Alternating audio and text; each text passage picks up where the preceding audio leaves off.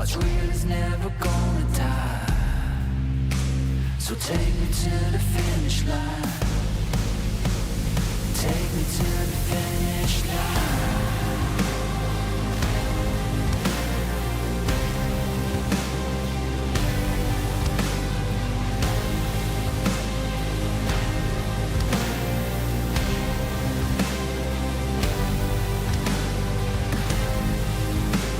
So take me to the finish line. 'Cause what's real is never gonna die. Yeah, you're never gonna stop me trying. So take me to the finish line.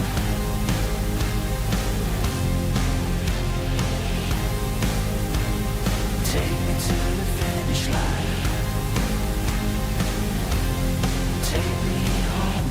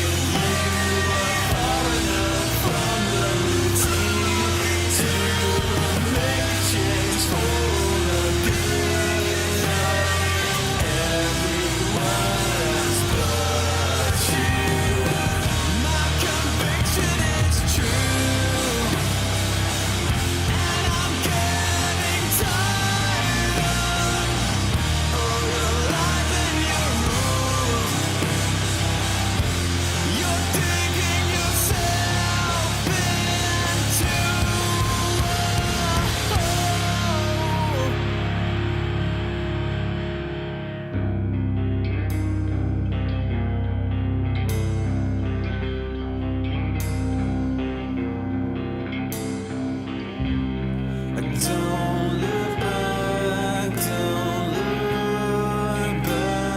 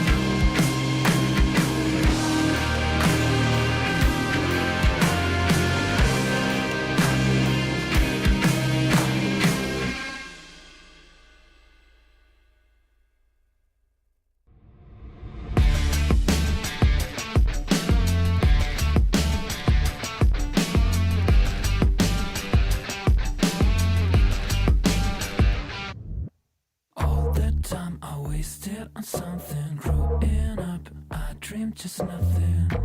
Ooh, what are you? People talk loud, I get what they're telling me. I fucked up, but I didn't care of it. Ooh, what a true.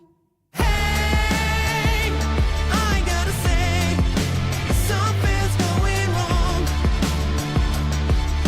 and everything's upside down. I'm falling. Hey, I gotta say, I'm always on a run. I'm getting closer to the line. By the time I'm changing my remedy, blowing up, I get sick and tired of this. What a truth. No one talk now, I'm feeling lost on it. Silence is loud, I get it safe from it. What a truth. Hey, I gotta say, something's going wrong, and everything's upside down. I'm falling. Hey, I gotta say, I'm always on a run. I'm getting closer to the line.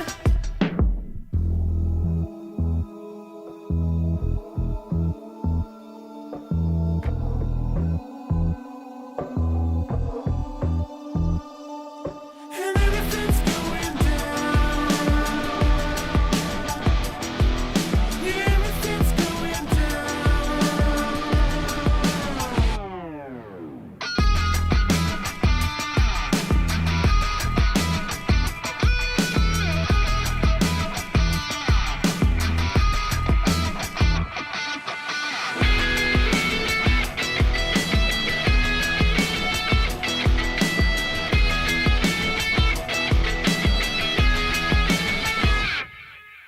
Hey, I gotta say, something's going wrong, and everything's upside down. I'm falling. Hey, I gotta say, I'm always on a run. I'm getting closer to the line, and everything's going down.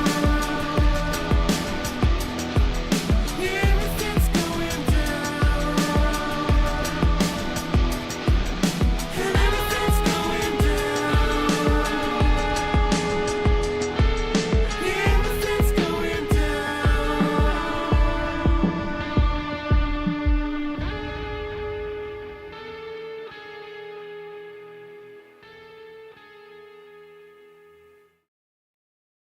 Hello, everybody, and welcome back to the ESL 1 closed qualifiers for Birmingham. I am Math Magician, and this is Ace. And Ace, we only got to cast together one time yesterday. Yeah, man. Out of the 4 games that should have happened, only 2, right? And these 2 teams here played yesterday. Yes, no, they actually did get to play some games yesterday. We had, of course, Shopify. They had the incredibly fast series that we saw versus Tilted Boys. And also Bami Soy, they had a 2-0 versus No Bounty Hunter. That also, I'll say, it went longer, but they also had one game that was 20 minutes long. And then Yeah. another one. It was 40 minutes. It was a little bit more, but this one, I'm hoping that we're going to see a little bit more competitive action. I love this Bami Soy lineup. I like seeing Z Freak back at it. I think Moo and Sammy Boy are fantastic cores. To round it out with Mobe and BNC and the European players, I think that they're pretty strong to have in a lineup. So I got a lot of hope for these guys. The qualifiers, they start now. This is the start of the Right. qualifiers. Yesterday was not a qualifiers day. It was just a fun day for us. Now Right. it's business. Now have Yopaj versus Mobe on the mid lane. Both guys playing the Vipers. Let's see what they can do here. It's going to be fun stuff. Yeah, and I'm excited to see how the draft changes up as well, because we kind of talked about it yesterday. It seemed like Shopify was really angling into their lanes because they felt, they would be able to play the game pretty okay, but you always want to play from an advantage. If you can at all afford it, you don't have to worry about the game state if you're just more efficient at taking out the rest of the map. So interested to see if they do anything differently for this one. I know that, it's not Nouns that we're playing against, but again, I think that Sammy Boy is a very strong player. I think he's getting up to one of the best carries in NA at this point. So I want to see if they do show some respect to the lineup and get a little bit more of like the game synergy rather than lane synergy, or if they do just keep trying to stomp out the lanes and win the game afterwards. We'll see. Yeah, we are probably having a series here. Sammy Boy is playing some interesting heroes. He played Abaddon carry, he played the Juggernaut carry as well. Ooh. Hero that's not being picked nowadays, you know? So yeah, I always like to see these new things coming, especially if you are facing a very strong teams. You need to surprise this Shopify team in order to get a win. Yeah, no, I mean, I think the Juggernaut has been getting a little bit more time. It's been with the Orb of Corrosion. I thought they would take off a little bit more because that has attack speed now and it scales with your spin. But people have actually just been going in for the Maelstrom much right away. I like actually something that we haven't seen much of just yet. I actually feel like the Lich is feeling a lot stronger. I don't know if people will want to start kind of getting that in because Nature's Prophet is still so strong and Lion as well. It seems like there's just so many strong heroes in that pause 5 role. I don't know if we're actually going to start seeing something where it's a dedicated Juggernaut combo, but I think the hero is picking up steam. We'll see if it continues because I think maybe even like, Dooms and Timbersaw, like he don't love playing into those guys, I think. Yeah.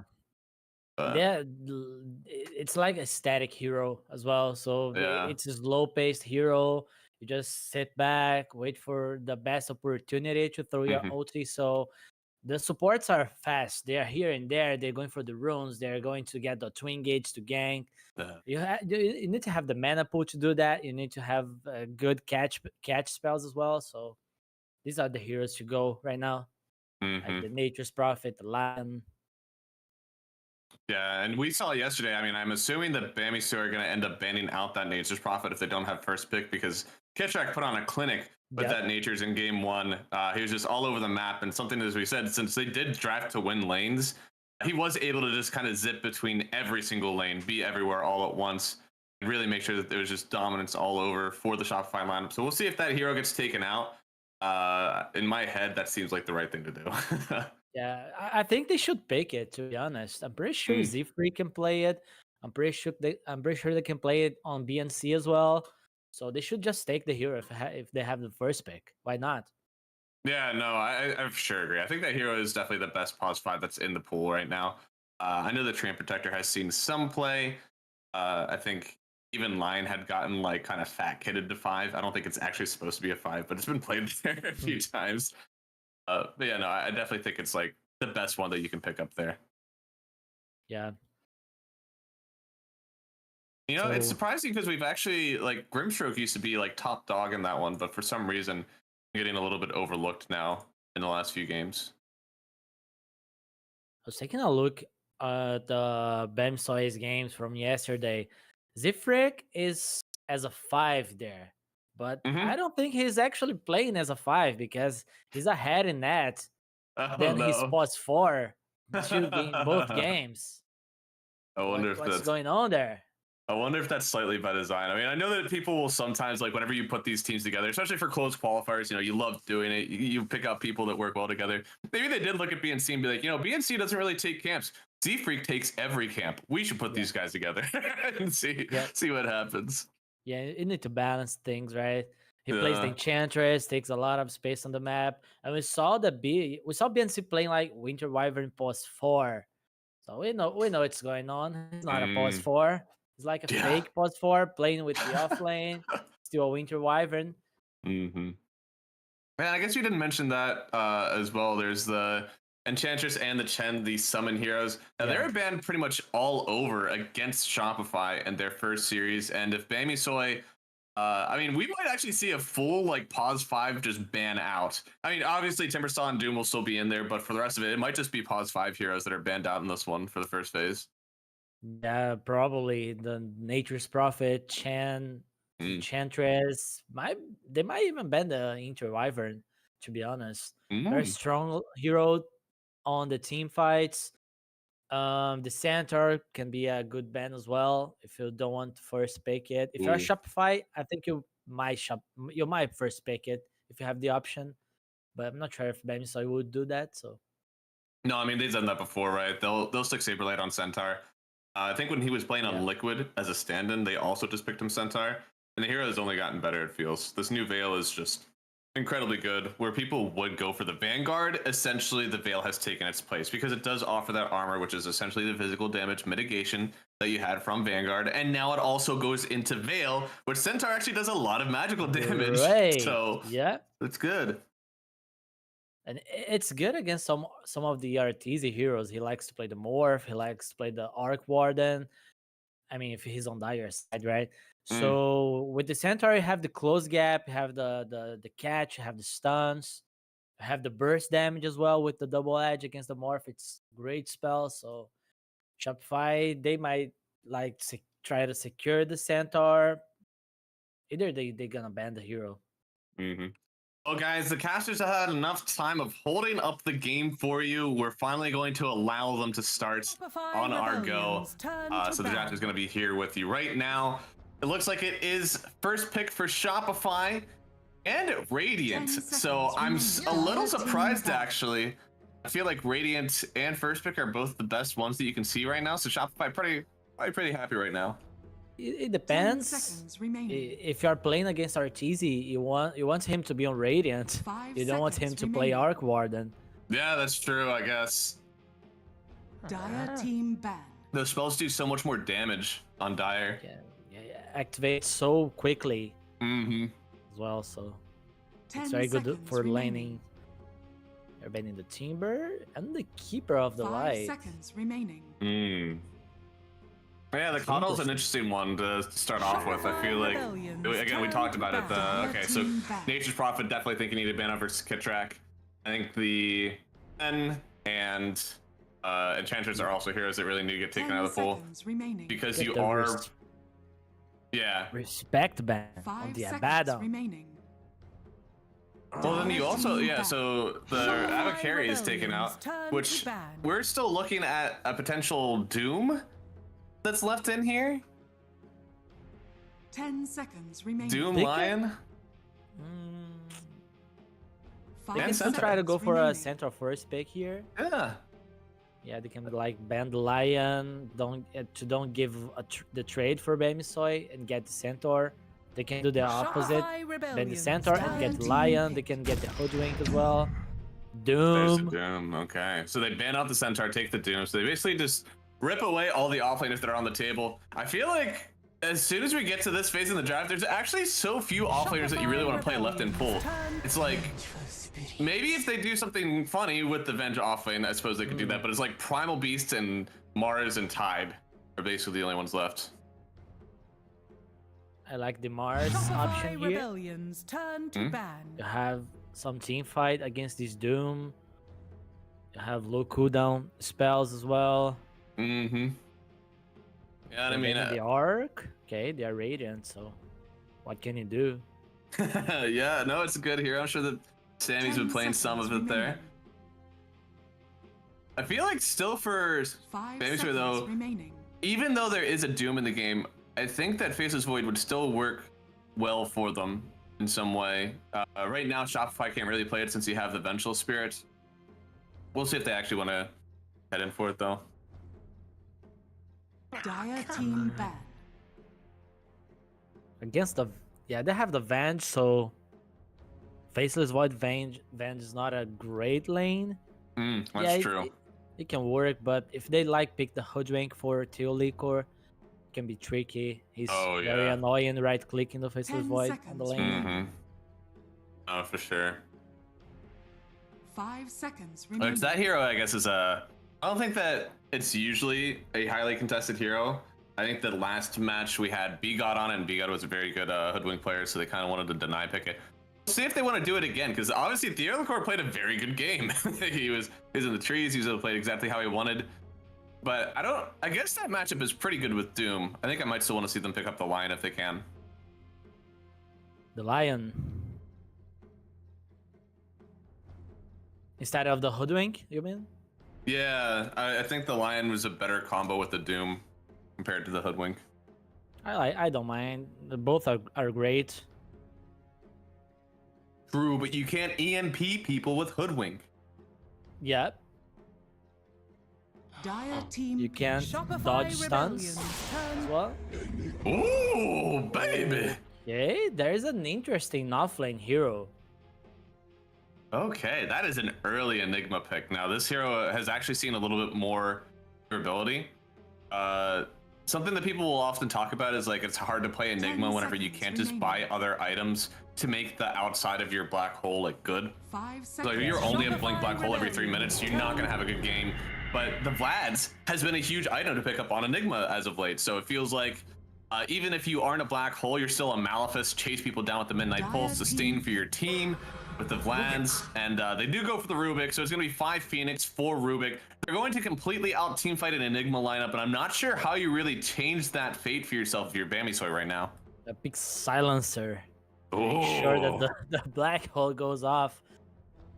So 10 they're seconds really remaining. picking the Rubik. This hero is not having that much play in the pro 5 scene. seconds remaining. But they're really getting the hero. I know Tulicor plays it very well. Mm-hmm. I think the hero is decent at the moment. Against Enigma, it can be very good. Yeah, I mean, they changed the lift cooldown, right? It feels like you're a lot better with your in-between lockdown as well if you do steal a big CD ult. So, yeah, no, your cooldown went from 28 at level 1 to 24. At max level, it's instead of 22, it's 15. So, like 33% CDR, essentially, that they gave it in the last one. But they did decrease the throw distance for the save, so it's much more of an offensive ability now. They can like pick Buck here, something that can go on the Rubik, make him busy on the fights. That's the biggest thing, right? Get a hero that can kill Rubik. He hates it anytime a hero gets in the face. Lycan had actually been picked against him a few times whenever this hero was a little bit more in the meta. I don't know if you can really do that on Bamisoy right now. You need an egg hitter, I'd imagine. But here they go. They do go for the Faceless Void. That is a way to out-team fight them. Just keep on picking those circles up. It's a hard matchup into the Phoenix still, and you don't really have damage in the Chronosphere just yet. You almost have to pick something up for that. I think they might have to pick some damage for the Shopify Chronosphere Rebellion. now.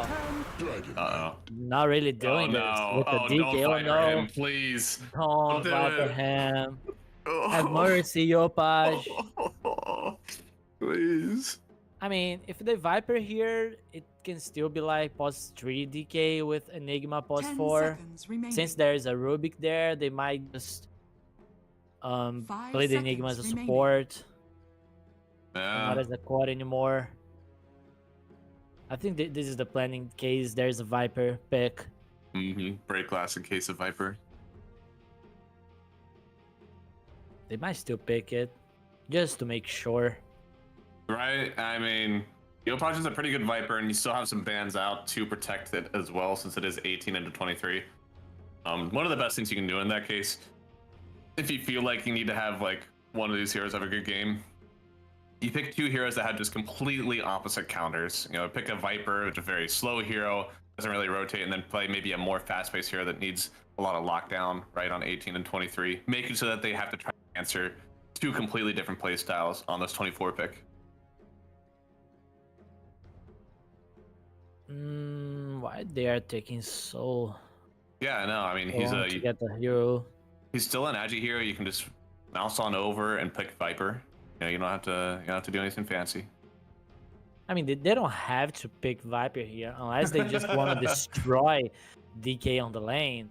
But they can still move the K to the offlane. I think that's the problem here, because if you pick Viper here and it's not a good lane for the Viper on the mid lane, I mean, if he is not stomping the lane, the hero might not scale. Yeah, I mean, I think in my head they may want to get something that lanes into the Enigma and also plays fine into the Void. Which, there we go, would be the Morphling. The lane's fine into Enigma. It doesn't really clear Eidolons by itself. So that one will be a bit hard, but you are still able to CS well into it. And ideally, you're able to get your shift off for or have your shard to the Chronosphere. But I actually don't think that that is like the end all be all. That might just be the best option they have right now, and they thought it was going to go away in the next phase. And they're the ones banning the Viper here. Wow. With this morph, you always want to pick the tower, your tower alive as much as you can. Against the DK, 10 it might be seconds tricky. remaining. You need to bring more heroes to defend the tower.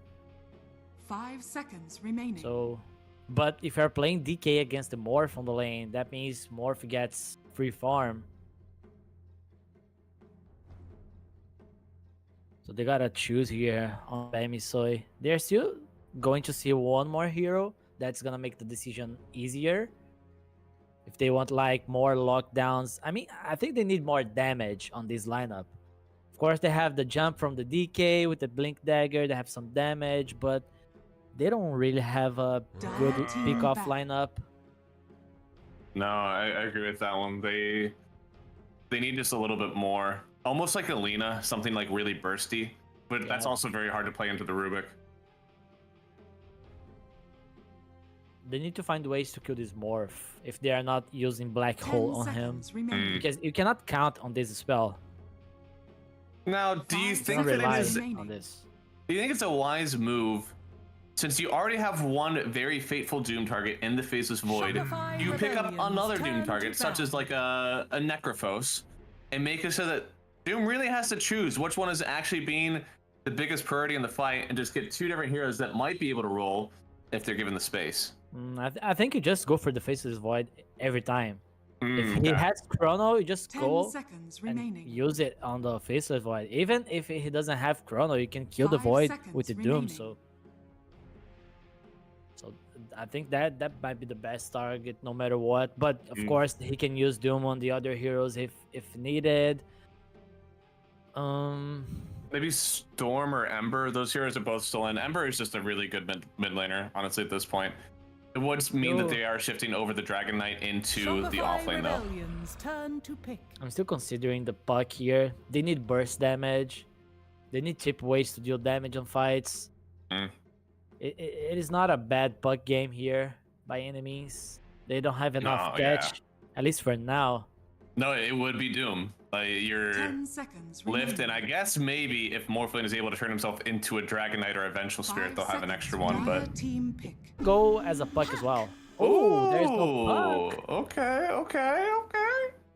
Just pick the TA. You have a lot of damage. You can hit inside Chrono, but you lose the game. Is it too slow, right? is it too slow if you end up potentially having a rough time in your side lanes? Is having a TA too slow for you? Because you are going to be waiting for that Deso at least. Really when Deso blink. It might be too slow. Oh, what are they doing here? interesting. So, is it Muerta carry? No. I mean, the Faceless Void carry. Muerta as a support. DK mid, right? Against the Puck is a free lane for you.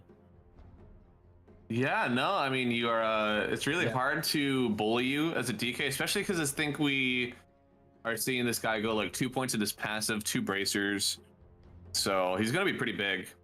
Yeah, and if Puck moves, he takes Puck's tower. If you're not going to take Morph's tower, because it's difficult, you just take Puck tower. It's not that easy for a Shopify to defend. They can send a Rubik there to throw some spells and delay the push. But Mu can always rotate as well with the Enigma towards his DK to help out with the push.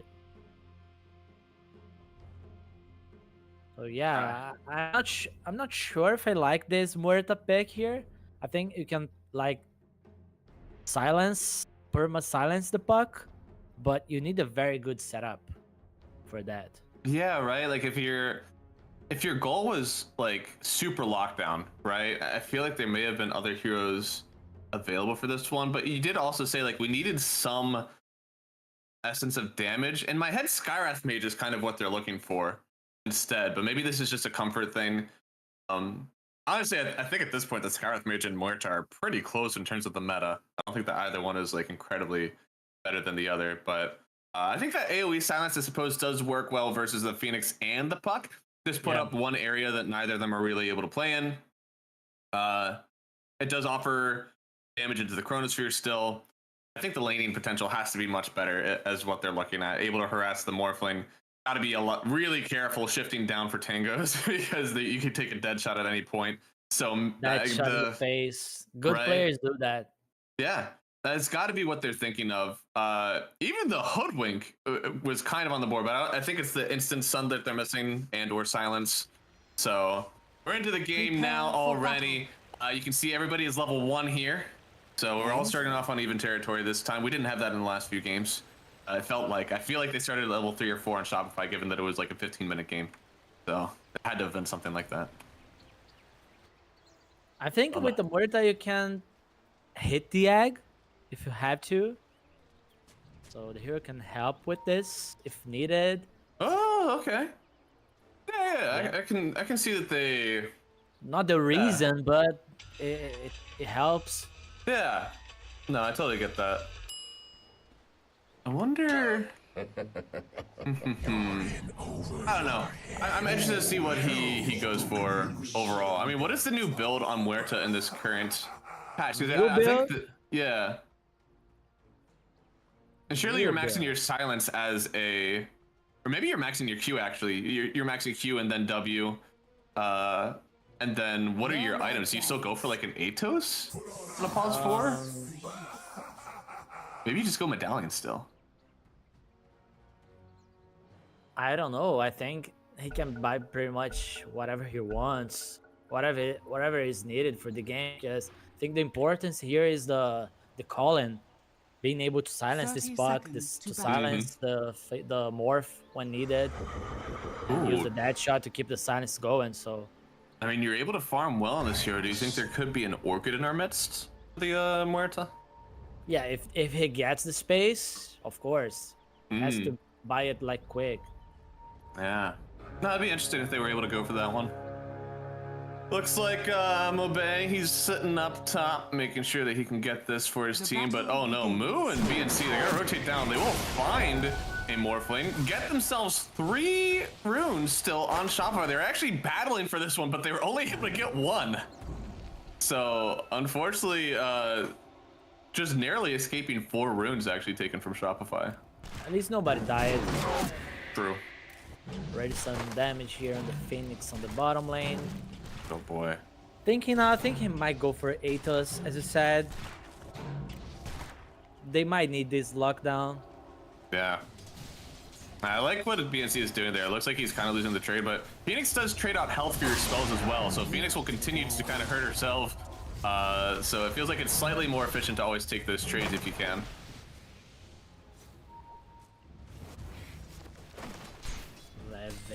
A lot of damage here on the top lane. It's hard to lane against the Rubik. Yeah, and this isn't exactly like a combo lane, right? Like you don't have a ton of kill potential, except for maybe something with time dilation, but I doubt it. If they hit level 2 first, they can definitely try to go for a kill on the Rubik, or to at least burn some region. Yeah. That's also nice. What they need to focus there is to get the ranged grips. Yeah, it's a lot easier for Radiant to do that. And man, Kitchuk is playing pretty far up, honestly. He hit 2 Fire Spirits. 3 now. Wow. Ozzy freak. He can't lane. Especially if he's on the right side of the lane. Rubik will never allow Venge to get close to this Doom. No, I mean, super well done from Teolokor. And I honestly am pretty proud of Sammy Boy for basically laning that one 1v2 right now on his side. Yeah, but at least Venge is tanking some auto attacks from the Rubik. Yeah. And the CS though is looking pretty good for Saber. Like he's already got 8 CS. Ooh, tried to cancel the salve with the blood grenade. Doesn't end up hitting it. Oh, the stack. Yeah, this is Can't believe BNC allowed Phoenix to make that double stack. Yeah, and I think the camp is still, I think, just got unblocked for the hard camp as well. So the full power is all there right now for Shopify, and you can see here already making use of it, and they're throwing the Eidolons a bit close. Could actually get a few of them lost. Yeah, it takes 1. Looks like they'll take another one, and Arteezy is just farming them up right now. Yep, that's a lot of gold. Half of the grip.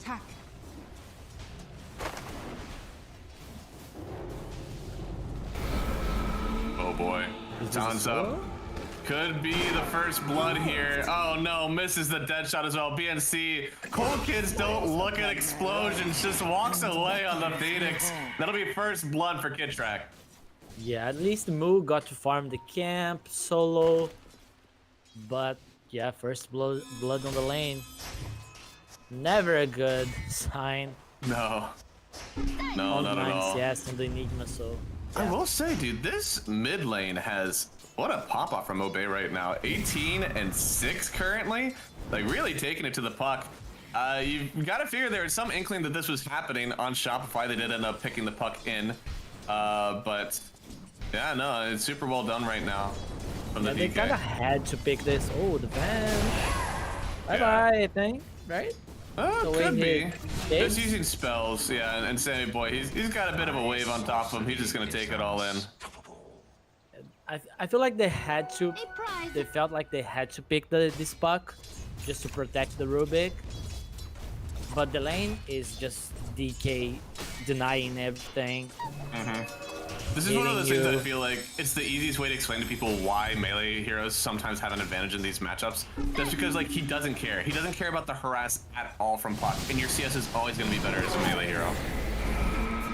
Remember back when Topson was streaming, he would like just pick DK, go mid with 3 bracers, and stomp every mid laner. Oh good lord. 3 bracers? Hey, he did that stuff on a few heroes, right? Because he'd also do the 3 Wraithband sniper. Yeah, I saw that too.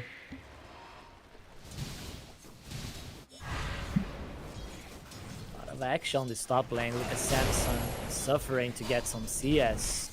Yeah, no, I mean, he's trying so hard. He's got 18, so he's not completely out of it just yet, but you can tell it's so much easier right now for the Doom.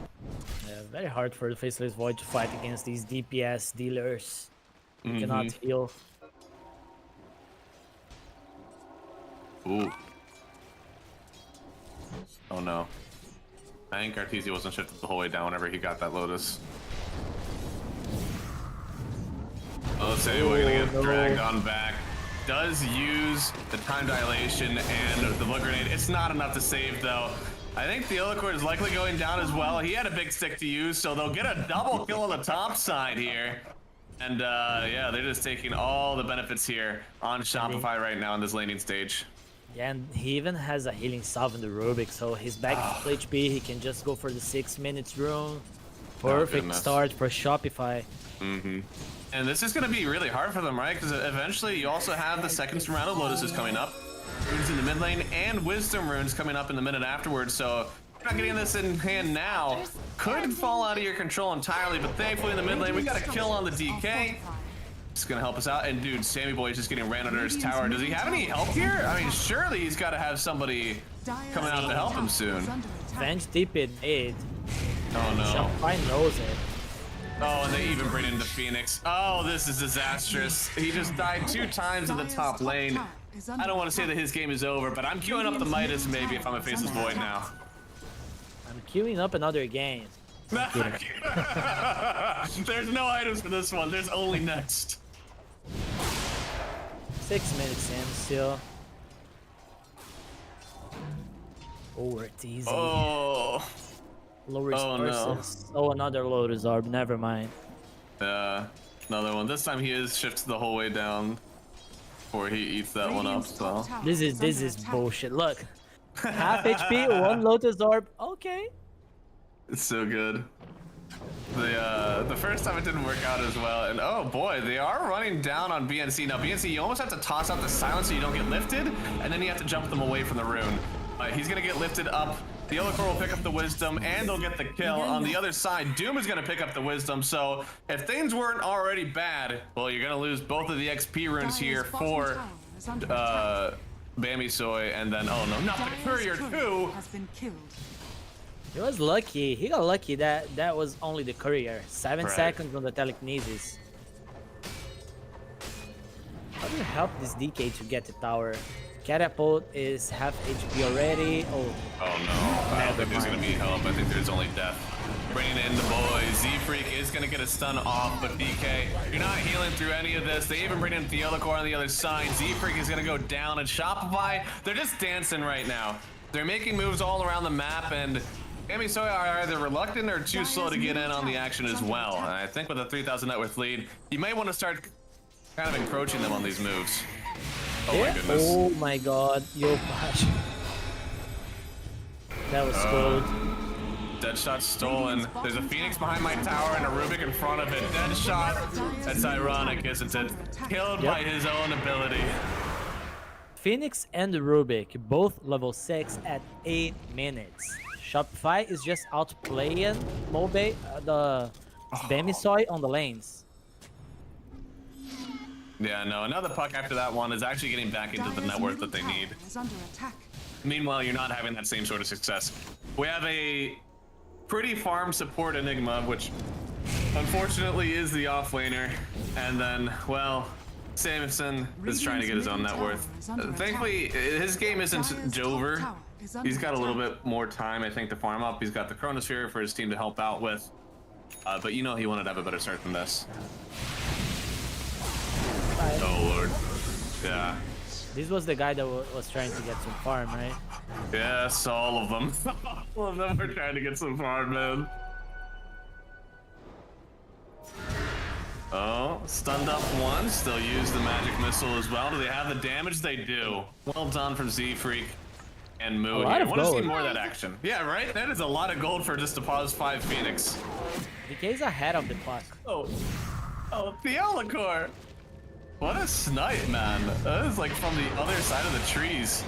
And Samson in danger, does use a time dilation, gonna slow up a few, but he doesn't really have the vision that he needs to set up with this Chronosphere. Looks like he'll see Theolacor. He's got a lift if he wants to use it. Could do some dancing around the Roche pit. Silence up first. Still don't want to commit the Chronosphere just yet. Sammy Boy feels like if he jumps in with the Chronosphere, there might be some nuke damage afterwards.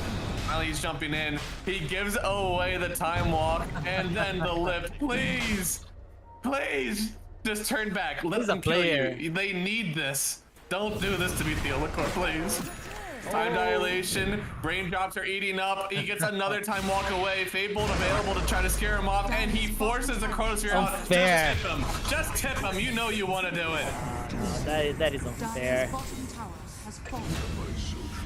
Oh Why my would you goodness. do Chrono? That's so rough. I mean, that's exactly what you wanted to do. At some point, you know, like, I'm going to die, but I need to force out the max amount of spells that I can for it. I mean, I think he was at some point just buying time because he could like steal the time wall earlier to escape, but he decided to go towards the Roche pit.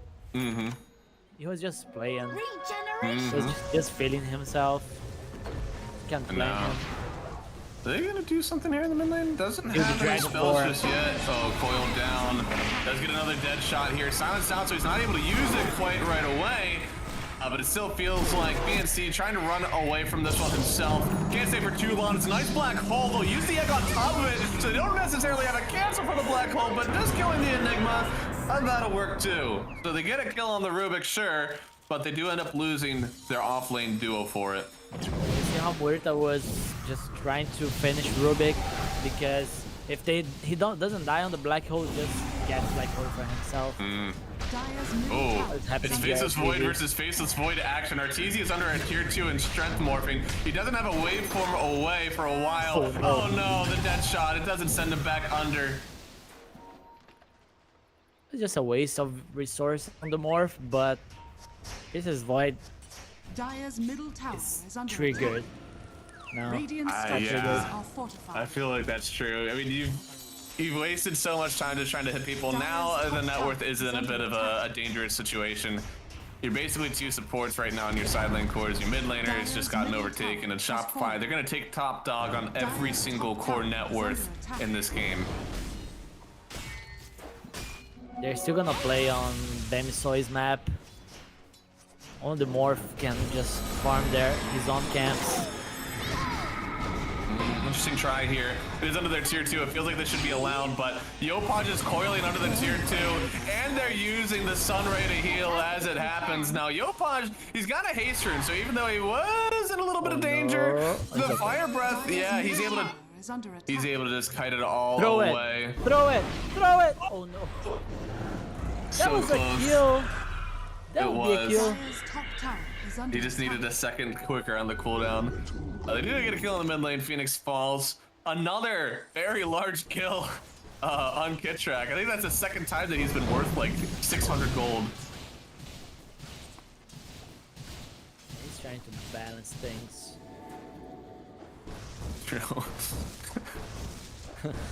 He's got the patch notes for this game. Phoenix will potentially die and actually give you Dire's gold. top tower is under attack. Oh, we're almost to the Now too. yeah, we're getting close to the items that he needs. Dude, another dead shot away. Don't even need it though. Look at the kill. I mean, surely we get to the end of this game, and you know I have a faceless void who can solo carry this, right?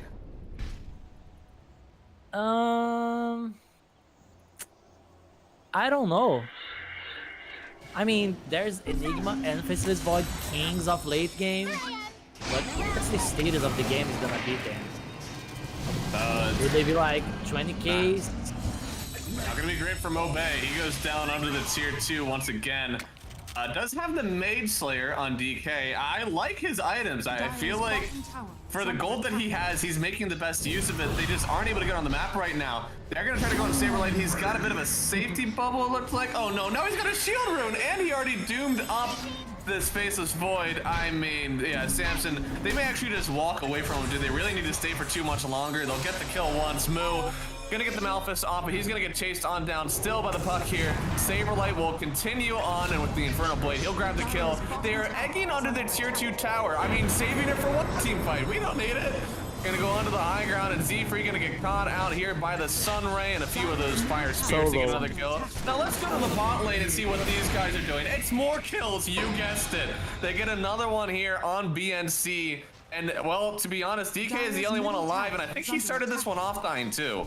They wanna force out the GG out from Bemisoy. They're just using Ag to kill support. Mm-hmm.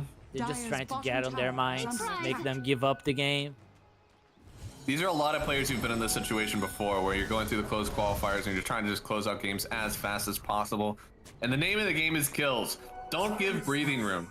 Always just go as far as you can, encroach your limits of your hero, and make sure that they just cannot get those creep camps that they want.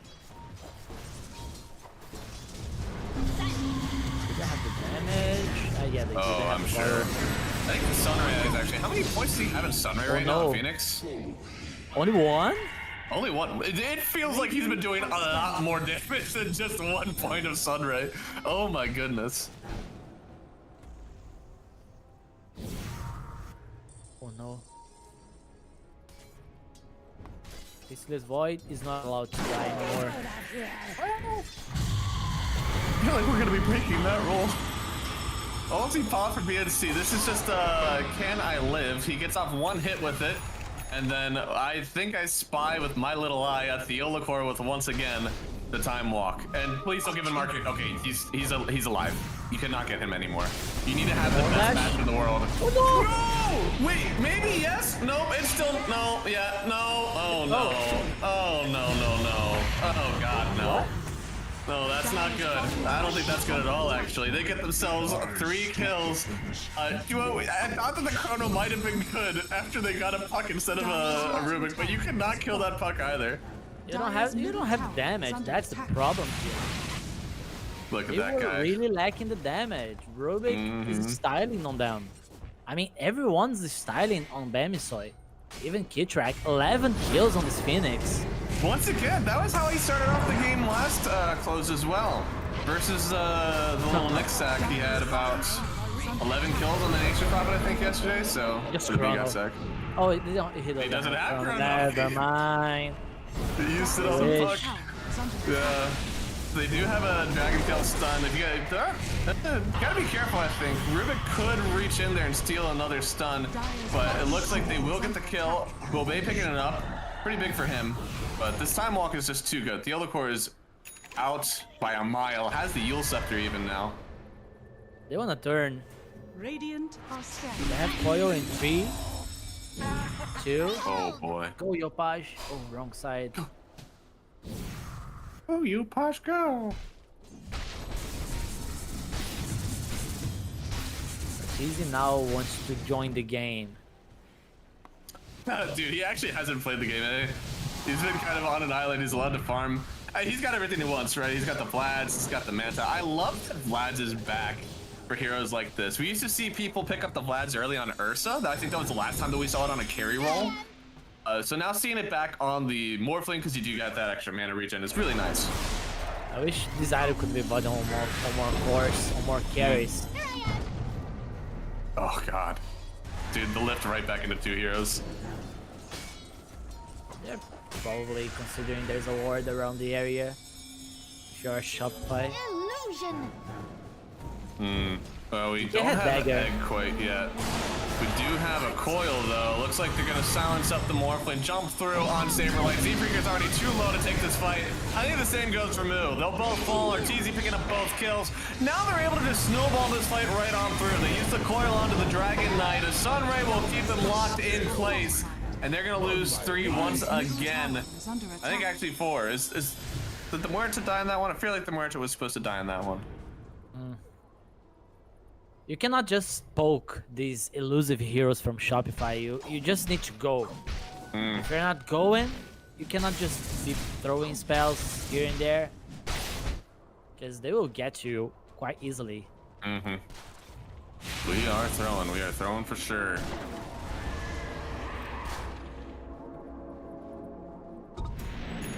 I think the disastrous moment will be whenever the Rubik does eclipse the net worth of the Enigma.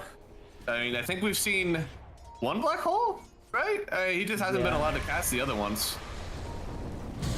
Dire's middle tower is under Oh boy. I think this is one of those times where we might not be allowed to cast it here. The barrier of the swamp goes away already. They are trying to get a few stuns, but it's an egg on a high ground. BNC will use his ulti to take out a ward, and then he's got to get on out of here. But yeah, no, can't ferry himself through the trees. He's gonna fall likely to the Witchblade. And then they get themselves 1 kill. Nice stun on Puck, and they actually continue here. They do, but it is Doom now on the Faceless Void. No Chrono Freeze. Yo, wait, the Puck is still here? Oh, thank God, they finally get the kill. They're running up the high ground. A huge Fate Bolt actually takes down 1. Now Saberlight gonna help out, get another one for them. Under the tier 3 tower. It is 20 minutes in. You've lost your team, and well, damn so I know they're considering typing it. The Morpho was not even there. is under attack. He's just No. chilling. They still have the black hole. They still have the Dire's middle tower Chronosphere. has fallen. They can try to make some moves. They know the Doom is on cooldown. They know the Egg's on cooldown. So why not just respawn and smoke? Problem is the waves are pushed. We need to kill this mid wave at least. The bottom wave too, actually. Then you just go for a smoke. But look at his ward. Oh, goodness. Oh, that's so sad. I mean, there's a wave right at the tower, too. It's not like... Shopify have a pretty good idea of what's happening regardless. Rubik has dagger. He can break this smoke quite easily. Oh, boy. I mean, they had some lockdown, but look at the Shivas! Oh, my goodness! The Yellow Cortis picks up almost all the kills on this one. They're going to use the Chronosphere. I mean, he wants to take on somebody, but the Mule Scepter will keep him up in the sky during the Chronosphere. And Samson, I mean, he really wants to try to get this kill on this Doom. He does manage to pick it up, but he will give his life for it here. They'll go in on the DK as well. BNC is going to buy back to try to help out. He's got the Mage Slayer, so he's not actually taking that much magic damage at all on Mobe, but they just don't have the follow-up damage for him. Phoenix is dead, so he doesn't take a lot of damage. Oh goodness. Dodge the Dragon Tail, then gets Dragon Tailed himself on the DK. Oh my lord, now he has Deadshot on Rubik. I think a Deadshot from downtown, yeah, is gonna connect on him. A double kill for Yopaj. It was dieback on somebody. Arteezy is taking racks. Top barracks are under Don't you attack. I just think we're call able to it? call this. I think we are able to call it at this point. Yeah, there's no way they can fight. Morph is not even on the team fights, and you are losing them. So there's no real plan here for Bamisoy. No, yeah, I mean, the side lanes just went too poorly. I think the really early Enigma pick was a little bit of a rough one for them. I think you're kind of setting them up for failure on Moo. And then on the other side, like the Faceless Void, I thought it was going to be better, but they kind of left him alone. It seemed like it was okay until we TP'd that Venge in the mid lane. We died twice on the faces void, and then it's like, well, you know, I don't know how to play my game. I don't know how this works.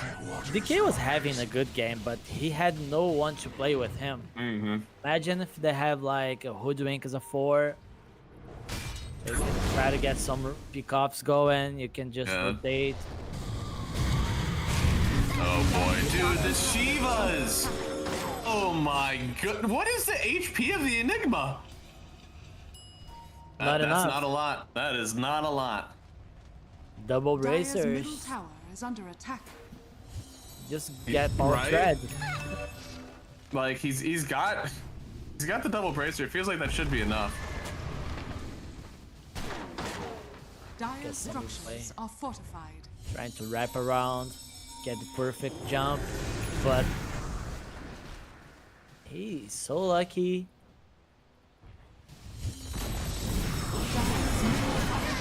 Oh boy, coil down. I think this could be the end of it. The Shivas is gonna march through everybody on Saberlight once again. Yeah, they will call it for sure. They I lose the believe that is second the hack, case. there's no way they fight. I mean, there's no way they fight without this Hydrax. Dire's middle barracks are under Dire's middle barracks. Oh please. I think that was a Avis. It did not last very long. They're gonna call GG. Game number 1 well in hands to Shopify Rebellion. I think this one has been over since about 20 minutes. maybe a little bit longer, but they definitely wore out their welcome here and their own base on Bammy Soy. You got a lot to recover from, I think. You need to build better lanes. You need to don't get outplayed on the lanes as well. I mean, not on the lanes, but on the map. Because they were trying to respond at one gank, then another hero on the other side was getting ganked, then you get lost with your rotations.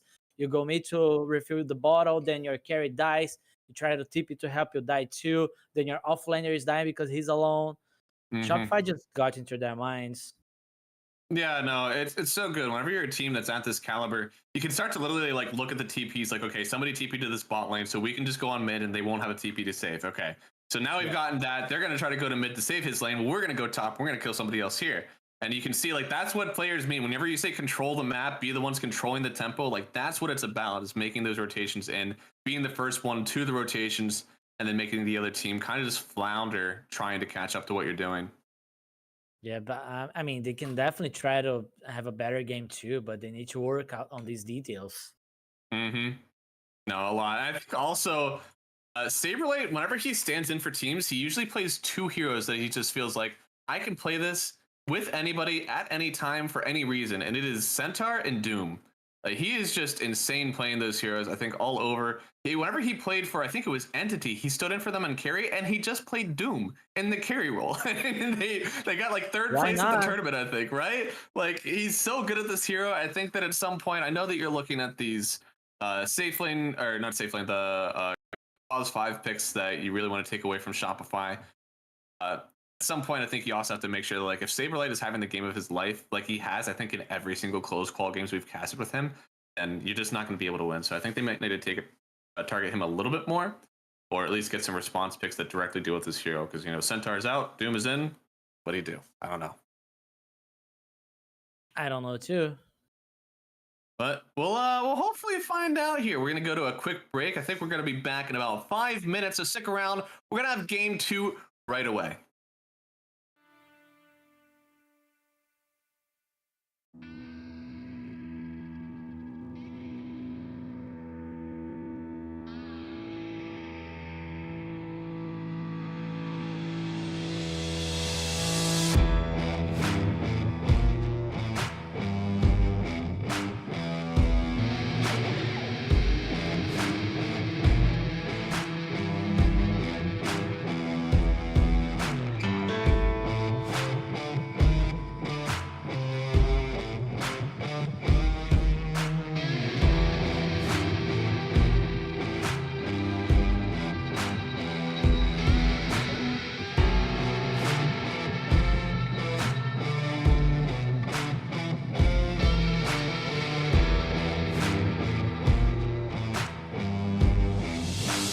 No, I'm not a king. I'm the king.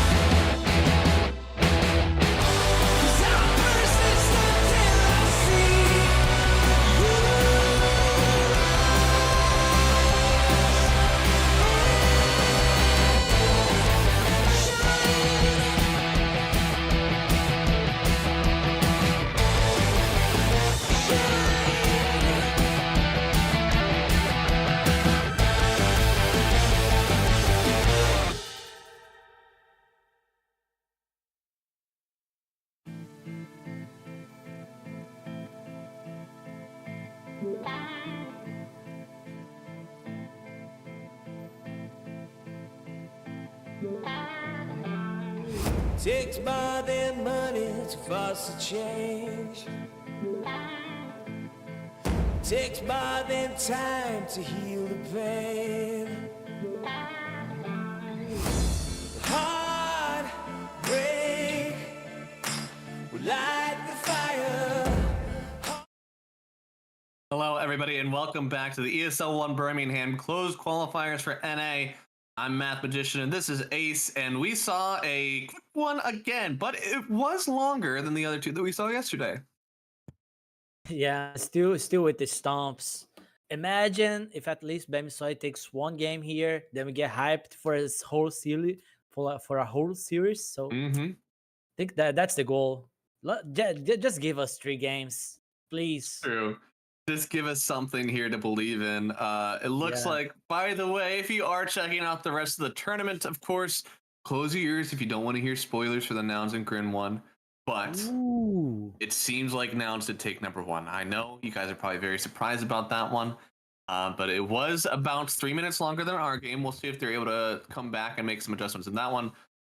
Our current series that we have here, we have some adjustments that we thought that could be made for the Bamisoid draft. And we're thinking it's largely in the form of Saberlight's play and maybe even some of your support play, right? Yeah, the map movements, they need to match the support's movements from Shopify somehow without exposing their cores on the side lanes. We saw that Mobe, he did not need a lot of help on the mid lane. He got ganked by Saberlight. Doom went there with the Doom and killed him. So there was not much they could do about it. But they could use that time to punish the Shopify side lanes to get more space for their cores as well. But the game was chaotic already, so they need to just be more aware of the map movements and don't get played. No, yeah. I mean, I think that honestly, a little bit of the Muerta pick at the end kind of hurt themselves in that way because it didn't seem like the lane was going very well for you at all on this Muerta. You also kind of had like no rotation into the mid lane that you could do. And at that point, it's like, okay, well, I know that they're going into the mid lane, but like, I don't know if I can leave my Enigma because he's already in a losing matchup and I don't help. Muerta went mid once, I think it was for the 6 or the 8 minutes run, and they got a kill on the puck. Oh, it was? No, they did, yeah. Yeah, they did get one once, but I mean, they needed more than that. Yeah. It seems like at the 8-minute mark, it was just all over the mid lane, and like she just couldn't go over and help because the Enigma was just not able to leave. You can't really put him by himself. So they need to build a stronger safe lane as well. Van Faceless Void, we saw they were struggling. They were just dying. Yeah, but I mean, I feel like because the Vent had to leave, right? If the Vent didn't have to leave, I think they at least come out with like 3,500 net worth Faceless Void by the end of it. Like you're right. Like that lane is not winning at all. Like it's going to get dumpstered. But I think they may have showed signs of life maybe if they didn't have to kind of go in and put the Vent away from him, because dying twice, it just feels so bad. 2 times in a row on the safe lane. This is never a good place to be. Just pick the Enchantress for Z-Freak. Yeah, I mean, that can totally be it. Like the Vengeful Spirit is very meta. It denies the other team from picking the Faceless Void. So I like a lot of what it does, but yeah, no, I think if you're interested in just getting that total lane dominator, then maybe you don't need to draft as much for the game state. I mean, you didn't even make it into the game state, so maybe you do have to draft lanes to get there. And since it's dire, Shopify, I mean, Bamisoid, they might consider banning the Arc Warden, but they have so much to ban already. 10 seconds remaining. This hero might just be available for Arteezy. 5 seconds. He's been playing the hero a lot on his ranked games. Radiant team. Yeah, I mean, it's a good one, and it is one of those heroes that you have to have a specific like jumper in your game in order to get to him. If you don't have anything that encroaches the back line of Shopify, then it could just turn into a free game for an Arc Warden. 5 seconds remaining. Oh. Are they considering banning the Centaur here just to don't give Saberlight the strong first pick? Please, for the love of God, do not give him Centaur. I don't know, maybe they're cooking something, but yeah, I hope not. Unless they have like a really good lane to play against the Centaur, on their sleeve. Shopify Rebellion's turn to ban. Wait. Alchemist You know, ban. you know what that feels like you're protecting? 10 seconds remaining. Shopify Feels They're like you're watching protecting an a lot of enigma. Arteezy streams to go for this ban. Ugh. It feels like you're protecting an enigma. I'll say that's a hero that cleans up Eidolons, gets a lot of farm on the map. Could also be a Wraith King protector. I don't think they're picking the Wraith King though. But now seeing the Chen with the Enchantress banned out, meaning that all those lane dominators are not out of the pool. What is your 5 Chen seconds answer if you remaining. can't pick up an Ench or a Timbersar, anything like Shopify that? Rebellion's turn. I would say Hoodwink, but seeing this Winter Wyvern, I already think they are putting the Shopify Winter as a 4, Rebellion's turn to Okay. ban. just like they did yesterday. So this might be their answer. There's a lot of Chen creeps as well. You can try to get kills on the Chen during the game. Okay. I mean, yeah, it feels like the Wyvern Curse can definitely do well 10 seconds remaining. versus the Chen creeps, but Radiant This might be a team good ban. face. I mean, a good morph game again for Shopify. Winter Wyvern doesn't provide a lot to remove the morph from the lane. 10 seconds remaining. they do end up the banning out Centaur? the. Yeah, What's they that? did. 5 maybe. seconds Right? They remaining. banned the Centaur themselves on Shopify, plus they also banned out the Faceless Void. I like banning out the Faceless Void. It's another one where, like, there's a Wyvern on the enemy team. You're not picking Faceless Void. That's just life. You do want something with mixed damage, though. I almost wonder if you can pick up, like, a Mars? Windrunner. Oh, yeah, Mars. I guess if you pick it up from the off lane. I was thinking more from the safe lane, like Luna and Windrunner are going I to be see. potential answers. But no, I mean, they could totally do, like, a Mars Phoenix. Because you can kind of, like, egg right on, or not right on top, but pretty close to the Wyvern Curse, so you can't really follow up on anything. I don't know. They might consider playing this Wyvern as a 5 now, because usually they play the Wyvern as a 4 when Z3 gets to play the Enchantress.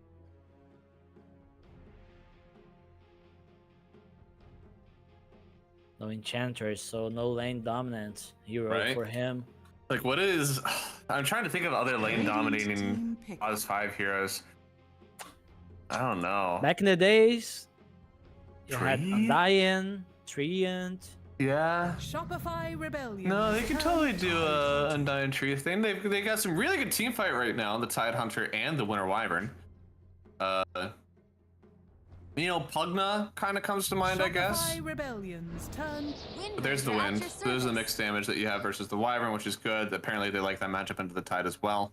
Yeah, and there's a very nice combo, Wind Ranger and the Chen. You just Penitence. increase the attack speed from the Wind Ranger by a lot. Mm-hmm.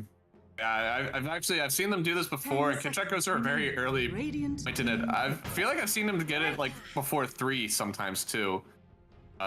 But actually, I guess that's not really too hot of a take. I don't think that people really pick up Divine Favor as much. But yeah, Penitence is huge with the Windrunner. It's just so much damage, as you said. And here's the Hoodwink.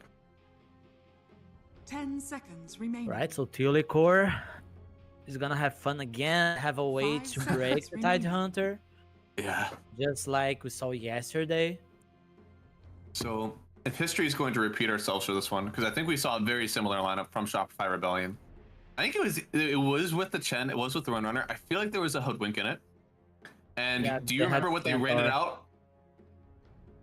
They had Centaur. They had Centaur, yeah, and then in the mid Yeah, lane. on the it- game it they was- had the Centaur was Hoodwink, Centaur, Viper, T8, Native Radiant Prophet. team pick. Yes. The game that's with what the it was. Chen Wind Ranger was Tiny Razor Puck. Oh, that's correct. I'm thinking of 2 different games, yeah. Yeah, you're mixing. the I two know, how dare they pick this combo so many times? But the techies now from Bammy, so a little bit more magical damage. I think that's a strong lane for sure. And now the Ember Spirit getting picked up. I wonder what they do want to throw in the mid lane for Yopaj here, because Huskar. oh baby. Come That on, you would play be a Viper against DK. Don't you play Husker against the Ember? You can play Viper versus the Ember, I'm sure. They go for the ping. Okay. Boring. Boring. Skill-based matchup. Get me out. Okay, Diffusal Blade here, giving a lot of potential for Shopify on these early rotations. Burning the mana on the Tide Hunter is also nice. 5 seconds remaining. Might be the Wind Ranger carry, right? So Yeah. they gotta pick the hero for Saberlight.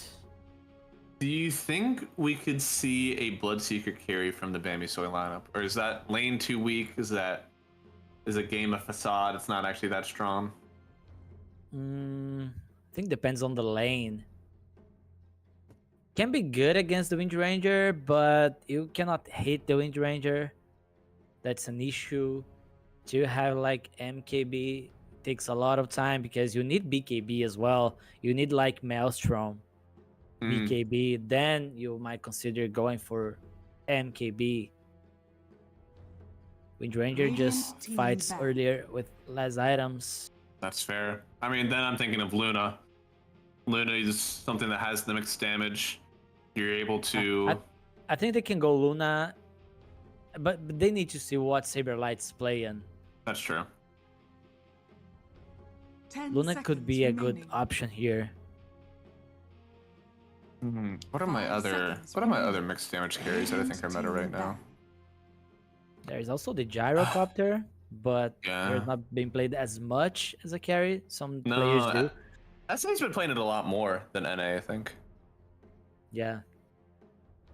I wonder if a Morphling pick. I feel like Morphling into the Hoodwink is actually really hard. 10 seconds remaining.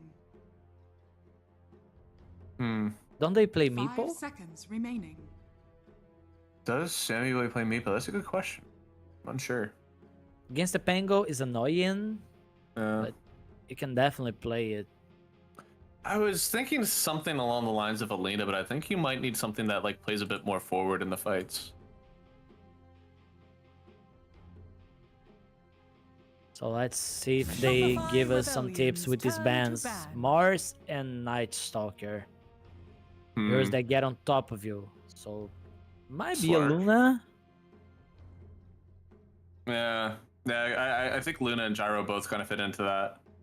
They don't really love playing into those heroes. I'm thinking specifically with the silence and the arena control. Like Slark kind of comes to mind. Even Lifestealer comes to mind a little bit.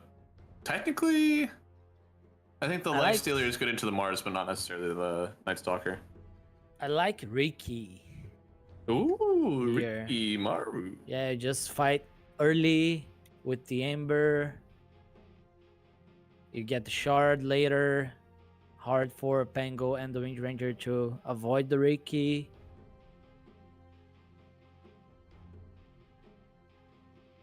I would like a Riki. I think the hero is cool. You can dodge some spells. Yeah, you got some pretty good assassination targets too. You can definitely work up a 10 and a Hoodwink, even a little bit of a Windrunner when you get your Diffusal Blade. Could be interesting.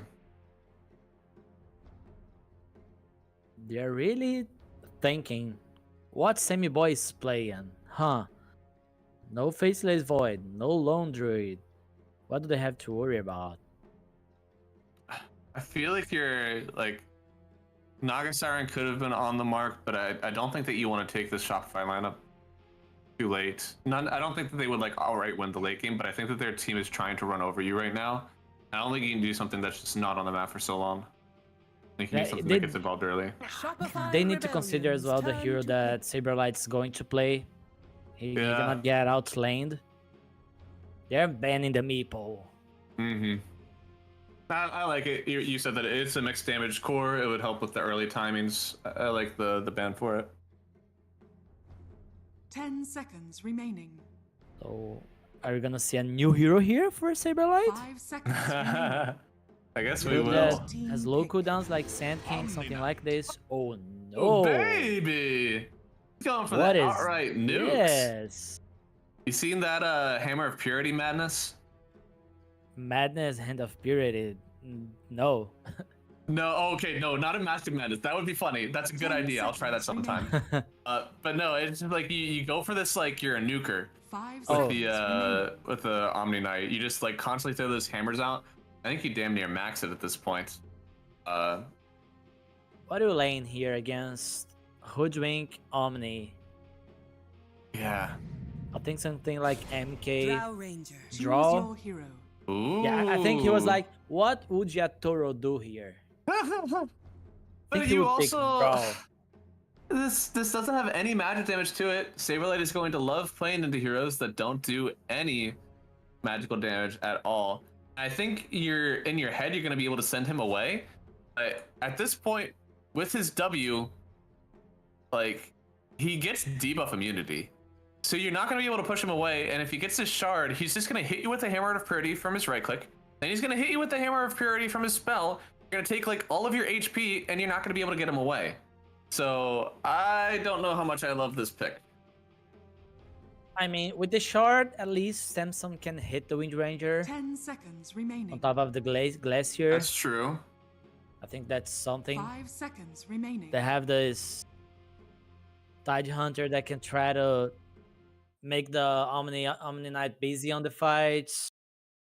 If Draw has space to hit, he kills everyone.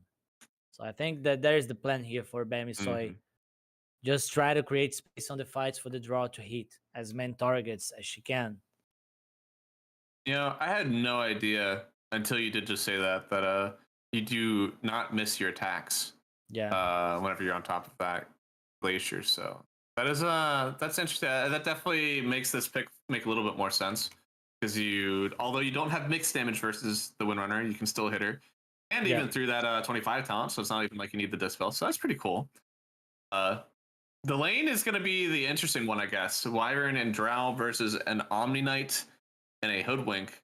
I think you got to be very careful in this one because as soon as you close the gap on Saberlight, you might just die on both your heroes.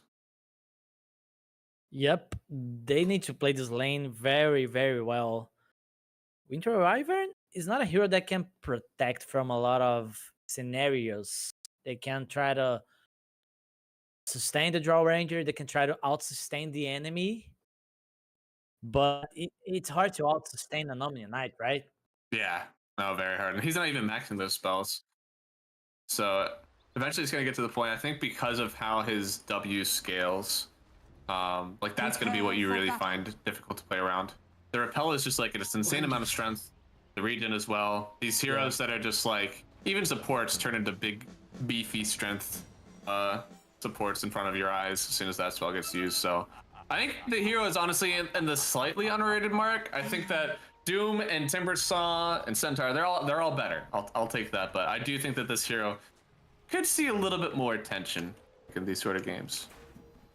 Yeah, it's meta to have offlaners that just go for you and do things. Omni Knight, it takes time for the hero to get on top of the enemies. You can go for like Harpoon to help with this, but it's not like a Centaur with the Stampede. It's not like a Mars that just go for the Blink Dagger. 30 seconds to battle. You rely more on others. Yeah. Oh, Oh, that's so unfortunate. 3 golds. The Eloquent is. I think that they know now that there's a word up there. the 1 CS leading the mark here on Theolocore right now. Uh-oh. This time we do get 2 runes. And we get a big bomb, but dude, Moo is taking so much damage already. The power shot actually connects. They get first blood on Arteezy. Kidrak will fall afterwards, but I think they're also going to take Z-Freak. He's trying to cut through the trees, but he doesn't get exactly where he wants. He just gets stuck at the end of it, so he will fall. And now BNC, well, he's probably in danger as well. Another bushwhack? Oh, Have it? Oh, he swashed under the tower. BNC? Oh, he's going to get found out. Cutting again. Bomb down. Arteezy gets the power shot. The bomb connects, and he will just TP right on home. First time in his Wait, no. career. Oh, he TP'd back to the lane. Oh, wow. course, he's a carry player, not a support. True. Well, unfortunately, the 3-for-1 trade is probably not good for you, especially giving up the first blood with it. And you are playing against the Chen on the lane, so this is very hard already. They might not be able to shut down the Side Hunter as much. That's if true. the deck does a good job here. He did go for the level 1 in the Divine Favor, actually, on Kid Track, huh? Yeah, some players do that. Oh boy. No, not again. You don't have TP, Mr. Techies. Bomb connects. He's directly under a ward. I wonder if there's going to be a fateful swash. Oh, that the connects bounty him. rune. What? Oh. I forgot about the bounty rune. Obviously, you're not going to check that because you're like, it's the 1 minute. Like, there's nothing there. I mean, they know that the bounty rune is there. I think they are saving it for the Pango to get it later. This might be the case. Yeah, big brain if so. That's investing. You know, Dota players don't do a whole lot of investing. This is the best investing you can do. Let's go. Out sustain the enemy. Heal the draw. That bottle already out for Yopaj here. Dude, BNC is taking some pretty decent harass in this one. I love how Mu is playing this one so far. He's really stepping up and being strong for his lane. Yeah, he just has to get the CS going on this Tide Hunter. Oh my god. He's so annoying. Oh no. Dude, I can't believe people pick Kens and Enchantresses. I just get those spells for free. It looks like they'll get Kick Track for free as well. Power Shot does connect, and BNZ will try to run back. The beautiful Shackle Shot will connect. But in the return kill, Mu gets a kill, which was a 4-kill streak, by the way. RTZ this early into the game. So the Pinata has been popped, and Mu is the one to collect all the gold. All right, Mu is playing. He's gonna be strong this game. I love this. I love Dex this. just has to turn of stop events. dying. I mean, come on. trying to steal the rune. He turned around for a double kill for his Tide Hunter. I mean, surely that's worth it. Oh, this swatch through is gonna hurt. Egmo Bay. Ooh, he did dodge out some of it. When's his chains up? 1 He's second. faster. The Ember is faster. He's fine. Yeah. Only 1 point of the chain, so it didn't last forever, but still good enough. Oh, Samson. Oh, healed? And you can see it's that Hammer of Purity, that damn spell. So much damage, man. I believe he also heals off the one that he gets from his shard, so as you said, the sustain is just gonna be so good for them. He has to bring like Soul Ring just to keep the mana going. Where's this ghost doing here? Dude, this is a typical Chen player thing. You just find a cool creep that you like in the jungle and you send it into another lane and you harass He's them like with it. old school puppy, always helping Dandy. Oh goodness, I think he canceled some of the bottle charge up as well. Oh. He's got 2 runes up there. Oh no. He's gonna get that range group tonight. Unfortunate. A little bit of a rougher lane for him this time. Needed the help. Ember is just CSing a lot on the lane. So the help helps. Oh, what? Oh, okay, Lord. The hoodwink came on in. Okay. They get themselves a kill. Looks like BNC top side. Looks like the blast off did connect, and now Mu is by his lonesome here. There's a big wave in front of him, though, so he's able to step forward, get some big hits, and hopefully clear out this wave. Oh, they're actually bringing in some help for the Tide Hunter here. Z-Freak getting a big slow on RTZ. Win run is up, and he's actually able to run back on this one. So it was good. They knew probably saved the life of Mu, I guess, but they don't get the kill on RTZ. It is still okay. As long as Tide Hunter is not feeding on the lanes, farming, then Soy should not fear this wind. Como base playing on Yopaj's face the whole lane stage. Whoa. This is good. This is a huge play. I mean, Yopaj just doesn't have enough to clear through the Flame Guard. He actually forced the wave as well. Really well done there. And now there are 3 people in Arteezy's lane. One of them is the Drow. They really want this kill. He's gonna get slowed up. Need a little bit more, but oh no, the Bushwhacker does Perfect connect. timing. The bomb, it connects. They will get the kill on Arteezy. Now Theolacor in the trees. He'll try to run away, but the multi-shot from Drow will keep him walking away. Just trying to walk the dog, but They're oh boy, greedy. the Divine Favor? They were trying to get the last hit to the draw. Is under attack. Radiant's middle My tower vigor is was under attack. never in question. Now they didn't finish Theolacor. Dire's top tower is under attack. well done there by the Chen. And now looks like they'll turn the tables around here. Poor old Moo. Looks like he'll get taken down for sure. He's just walking closer and closer to Theolacor, but he won't let him get close enough. He'll get the kill. And what items do we have on Moo right now? Dire's top tower is under attack. I feel like we're TP out. yeah, he does have him. Wow. Oh Right? boy. He's got the hammer in 5. I think he'll go into the tower for it at this He point. has phase boots. Oh, Dire's top tower has been Not enough. Oh, a big blast off on the other side. It's a battle for the Wisdom Rune, and it looks like Yopaj, he'll win. Now, if the Theolacor is the kill that they want, hopefully, but the swatch through will get the kill once again. Thankfully, the bomb will provide enough vision that BNC does get the return kill for Theolacor, but they won't get Yopaj. He's gonna get out of here fine. BNC is landing some nice sticky bombs. Radiant's bottom tower is under attack. They lose Dire's middle the tower Wisdom is under Rune. attack. On Shopify. Nice rotation by Mobe. Yes, desperately needed that. You can't lose these Wisdom Runes like 2 for 0 again. You can feel just how terrible that made your game last time.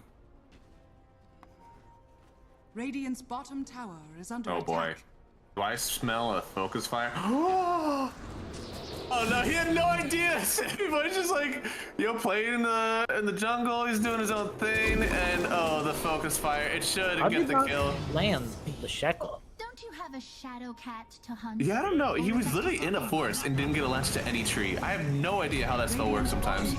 And ooh, the haste rune. He's zooming away. Thankfully, they will still get the kill on the techies here. Yeah, Kitrak actually picks up with the big ol' Hellbear Smasher. He was not fighting anyone. He was just there. Dying for no Radiant's reason. bottom tower is under attack. Ooh. Yo? We gaming? Oh, he's still gaming! They want this one badly. Looks like they'll get the jump through. A beautiful remnant in from Mobe, and now Z-Freak, well, Saberlight has come in to collect his free kill in the mid lane. Last time this was a mid laner, this time it's only a Pons 5, so it's a little bit better, I guess. It was a nice play from Obey, knowing that there was no Rolling Thunder. Huge blast off, but the big Never clap mind. in from Kitrak. They're under your tower. How do you clear these out? You gotta get the Tidehunter involved. He started to disarm some of these, especially with the techies as well. But Saberlight, dude, look at the damage. This hammer, it's too much. He's got 4 points in the heal. Still swats through. Sammy Boy dies on the other side of the map while it's all going down. Moo is by himself here under the tower. Do they have enough? I don't know. It doesn't matter, maybe. I think he goes down eventually. He does. And now Yopaj sees Z-Freak, but let him live this time. Once again, Shopify, they just blow open the laning stage with one teammate in the mid lane. They missed the Searing Chains on Yopaj. Oh. Saberlight is playing like sad. Just going with his team now.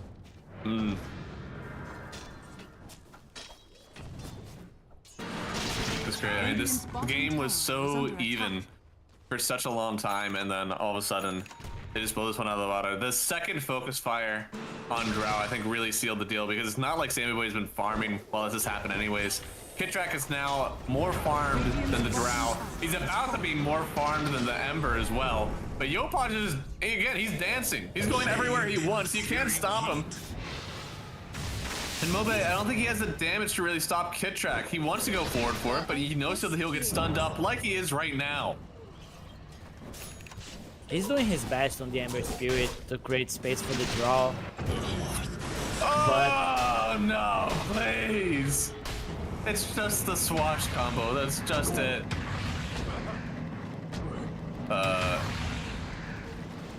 he got the divine thing. Okay. Well, you're definitely not touching this guy. They don't have sharp shooter. Radiant's top tower. This might not is be a under kill. attack. He put himself. Yeah, no, he's got to get out of here. Oh, they have sharp shooter now. And they have the Ravage. So Yopaj, maybe he's in danger. The sharpshooter connects and the swatch away. Was it a bait? I thought he put himself onto the low ground on accident. Maybe he was forcing somebody away.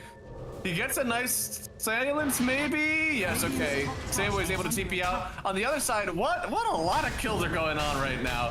Saberlight's chasing down the watermelon, but he decides to turn his sights over to the mid lane Mobay. But it looks like with RTZ coming in, they will connect on Moo. Mobay trying to stay alive for as much as he can here. Again, under his tier 1 tower, the blast off won't connect on anything, so BNC will just volunteer himself for the death once more. And Mobay, he's been into stun, seen a few more hits. This is after they have another focus fire on him. And now they get the lock in on Drown. Onto the tier 2. Let's have some respect, please. Don't dive under their tier 2 towers. Thank you. This is digging in front of the tier 2. Good lord. 10k in almost 12 minutes. It's getting unplayable again. I don't know. I feel like Radiant's middle what tower happened has last fallen. time was okay, but there's just been some very disorganized fights in the mid lane. Like, this one doesn't feel as draft related anymore. Almost got it. Keep running. Bounty.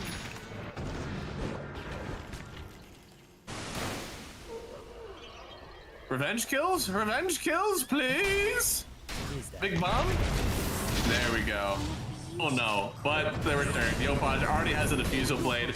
Gonna start up for the roll up, but the chains is gonna stop him for a bit here. Now they have the silence. Do they actually have enough? There's another swatch through on this one, and now he gets the spell immunity. And Mobay, I don't think you get to escape this one, buddy. He has the remnant away from this one. He'll try to jump back, but instead, RTZ, he won't even think about it. He wants to go for the focus fire on Sammy Boy. Can't get under the tier 2 tower. Mobay will try to live through this one. Thankfully, the slow from Sammy Boy will keep him alive. We need some resources. Oh. But they're still getting kills. Low HP, Oh, low yeah. mana. I'll And look at the return Chan. your favor. He's already ahead of the Amber. No, Lord. Everyone's ahead of the draw. No shot. We're actually about to get. I mean, it's pretty rare to see a 5 slot, right? Where the Hoodwink will eventually eclipse the Tidehunter. But I think Moo's game is still fine enough. I don't think that they're going to be able to get both supports on top of his net worth. The supports on Bamisoy, they're starving on XP. They don't have level 6 God. yet. This is just one of those games where you probably feel like you don't have time to think right on the support. You have so much that you need to do. You need to start dewarding.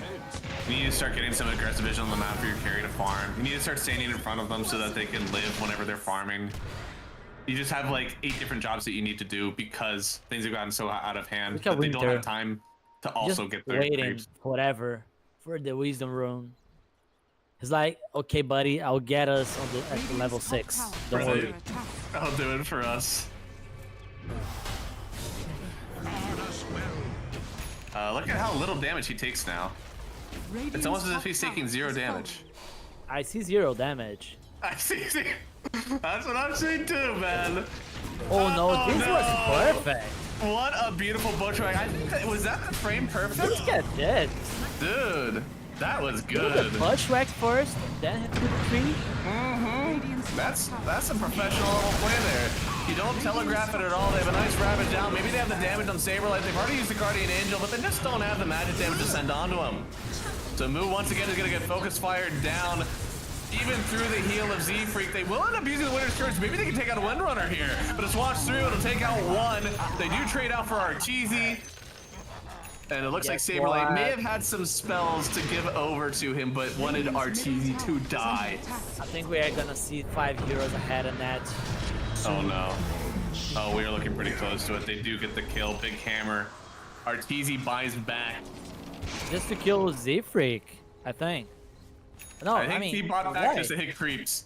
Oh, This is okay. the most Arteezy buyback I've seen in my life. Thankfully, they are 15,000 net worth up, and he probably knows that this buyback means absolutely nothing for the state of this game. Core has no clue. He only has to hit like 2 crepes to get ahead. Do it. For the memes. Oh, True. he's ahead. This is the way back into the game. Oh no, it is. It's the 5 slot.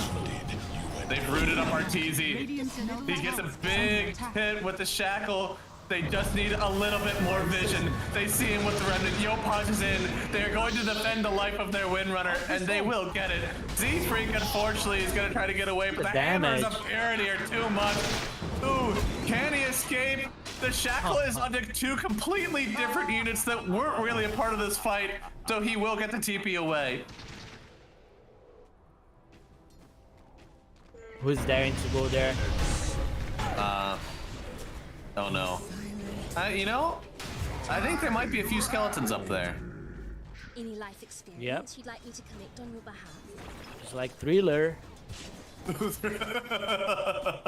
Radiant's middle tower is Time under to go high attack. ground, boys. Yeah, they didn't get to hit any tier 3s last game. We'll see if they get to this time. They are focused on it. Saberlight is in the enemy base right now. Yopaj joins him, thinks it's a fun time. They'll both get on in there. And now they are heading tier 3s. Radiant's top tower They might is consider the roll here. They do have the double hammer. Saberlight doesn't even have the shard yet. He's actually just going in and healing after the hammer. So might they'll call regret- GG. They might regret banning a lot of Saberlight's heroes. This Do you Omni think Knight's so? looking clean. I guess I feel like this is more of a I picked Drow into an Omni Knight issue. I think everything that the Omni Knight does is tailored for a Drow Ranger. It's also, we didn't even get there, but eventually they would have been on Harpoon. That kind of closes the gap into the Drow. You have your ulti, so Drow isn't able to do any damage to you. You have Repel, so she can't silence you away. I think that this was kind of a disastrous Drow pick. I guess we'll never know what the build is here, because if they repeat this match 10 times, I think the result's about the same. So Yes. clean games from Shopify. They're taking it serious. They just want to save an A. True. They want to get NA back to the slot that it needs to be at. And yeah, no, I think I agree with that one. I think 10 out of 10 times we have the same game state. I think the mid matchup is, or not mid matchup, but the mid fight at like 9 minutes is really was disastrous right now for Bambi Soy. I mean, you just kept bringing heroes in one by one, and Shopify, they kept their heroes the whole time. They were a team the whole way through. So I think if you look back at that one on Bambi Soy, if you are trying to improve for this next lower bracket matchup that they'll have, I think you do have to consider, like, how do we take fights like that? Do we call abstinence? Is the best way to take that fight to not take the fight? Or do we bring on 5, you know? I don't know. It might be so hard to be inside the game. You don't know where the enemy is. You don't know if they have wards on you. So you just buy a lot of sentries, then your supports starve on gold and XP, and you're still starving on your cores. So it's hard to find a way out. Yeah. No, it's so hard. I feel like just like everybody had a billion jobs they needed to do in this game. And at that point in the game, you're just not able to do it. But for the rest of our games, then it looks like our next matchup here will be for the Tilted Boys and the loser of Nouns and Grins. So we're going to see the Tilted Boys back. We were able to watch them yesterday. Yeah. For Bambi Soy, I believe they'll be matched up versus Next. And that will also be happening in about 2.5 hours, guys. So you may not know, but we finished a little bit earlier than what we expected for this series. So we're going to take about, again, a 2.5 hour break. And then we'll be back with the next series that I think we're going to see some lower bracket battling. I'm excited to see what happens in those full games. series. Let's go. 3 games. We got to see 3 games, right? With this lower. Please. All right. Well, thank you everybody for watching. I believe, again, ESL Tango, they still have their game going on. They finished their first game 3 minutes slower than us, so they are very inefficient compared to us. So you can go give them your support and see where that game lands. If not, guys, we'll see you in about 2.5 hours. Thank you for watching. We'll be back with a sick lower bracket matchup about 4 Eastern. Break will light the fire. Fire will light the fire. Fire will light the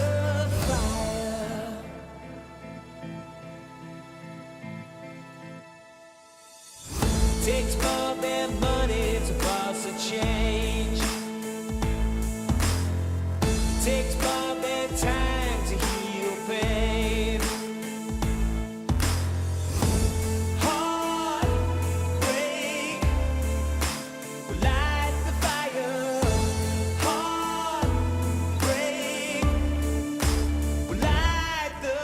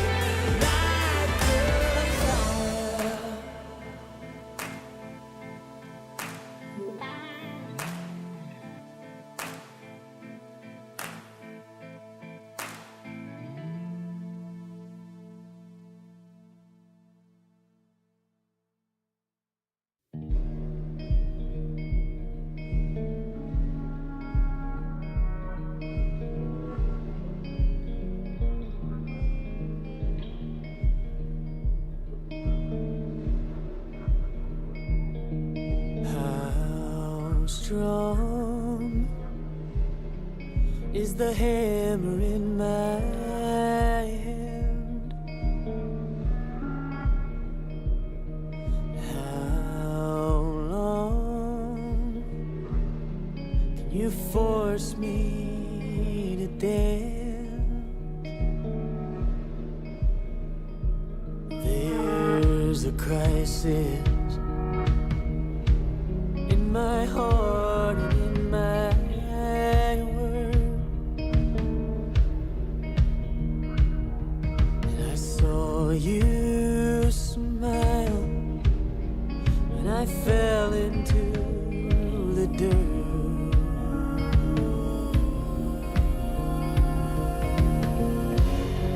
Oh, your fire, I don't belong here.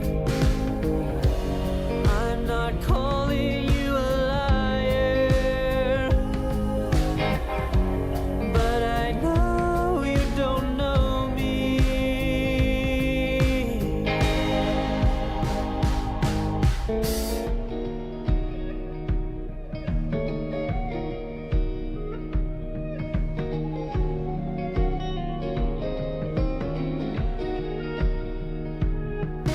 I'm too young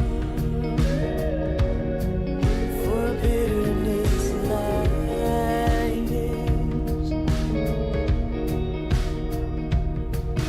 I've grown too old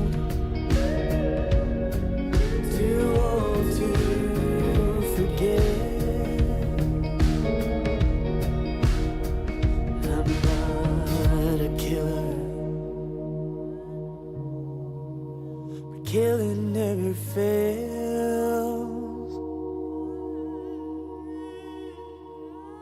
To a hammer, every problem's a goddamn nail.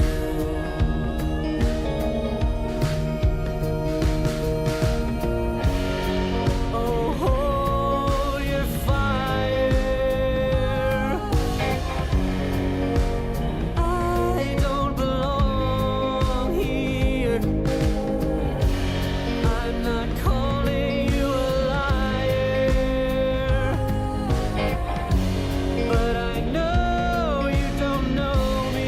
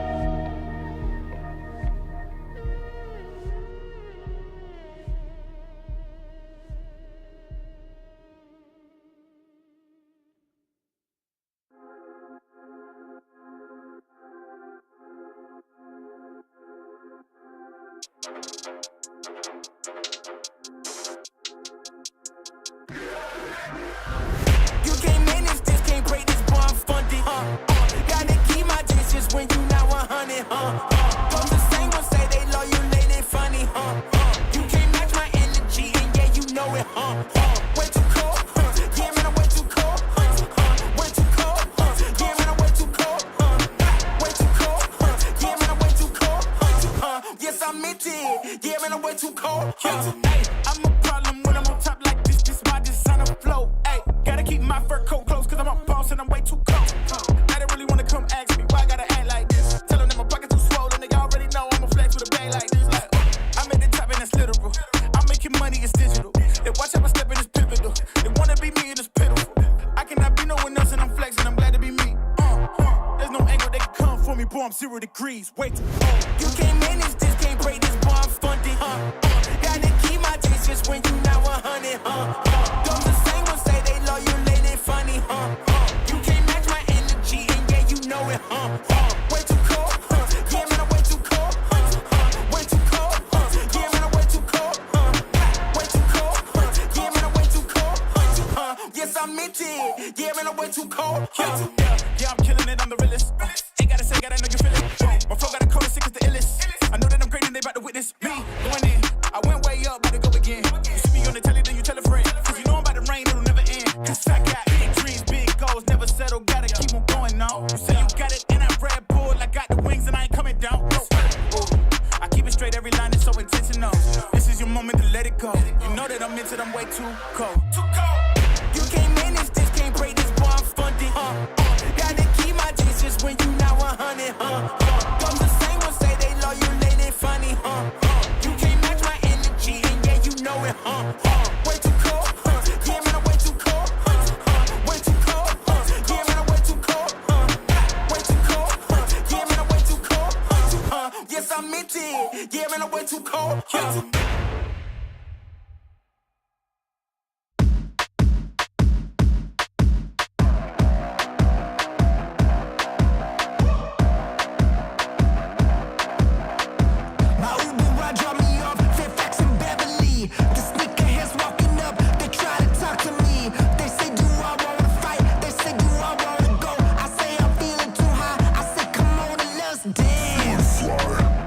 I don't try. Deep breath,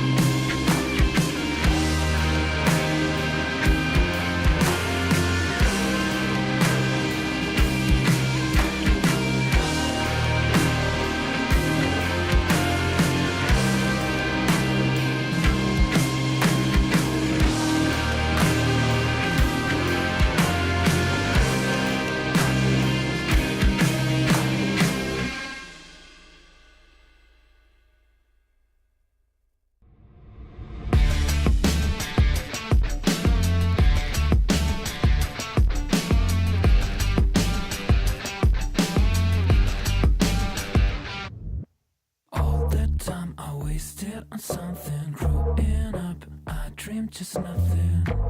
Ooh, what are you? People talk loud, I get what they're telling me. I fucked up, I didn't give a bit. Ooh, what a chew. Hey, I gotta say, something's going wrong, and everything's upside down. I'm falling. Hey, I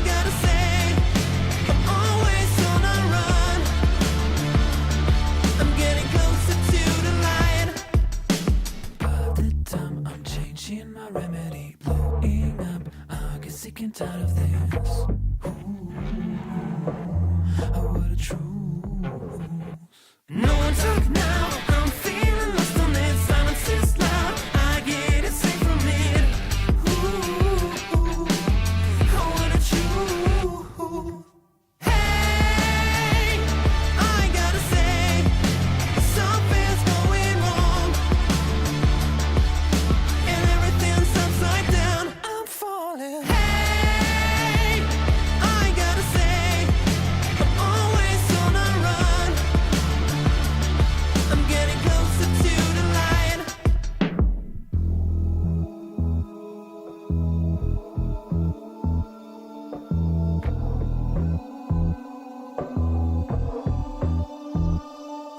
And everything's going down. Yeah, everything's going down.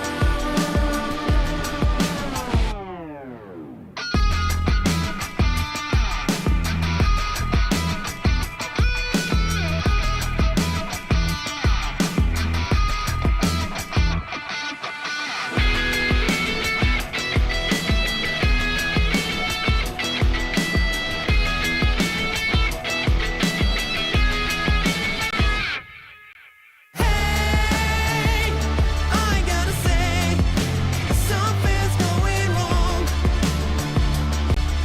and everything's upside down. I'm falling. Hey, I gotta say, I'm always on a run. I'm getting closer to the light, and everything's going down. Yeah, everything's going down. And everything's going down. Yeah, everything's going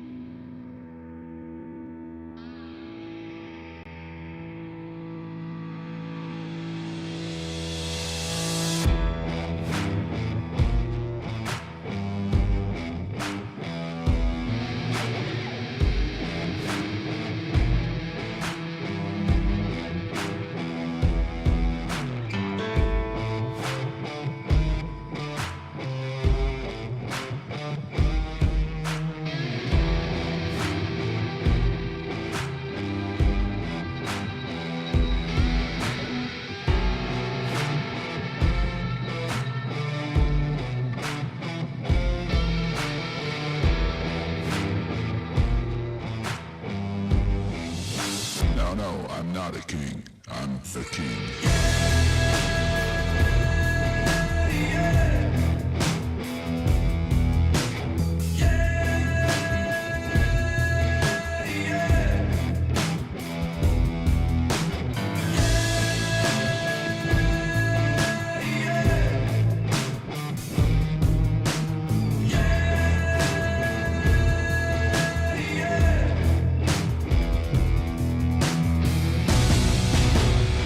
I'm just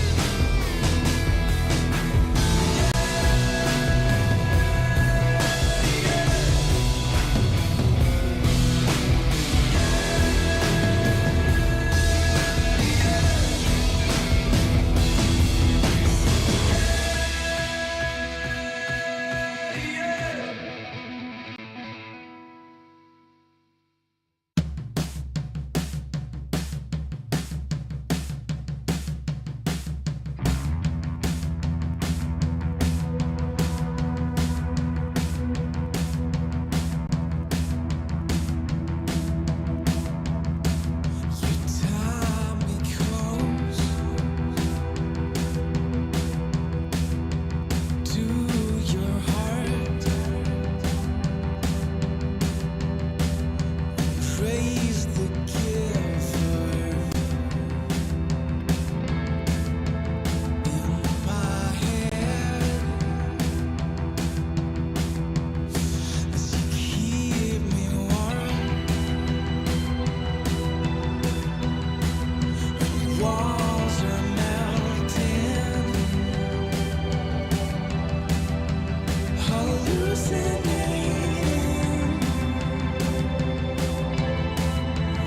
I'll feel love, and I'll let you be the fever that I feel, and I'll let you burn a hole right into the sun and call it home.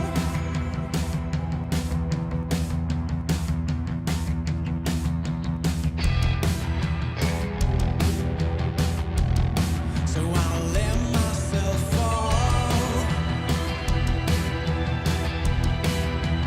into your arms, where I will simmer down to trust.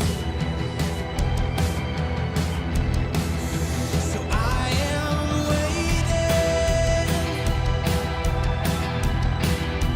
I am shaking like a little baby boy, and I'll wait for your majesty to come home.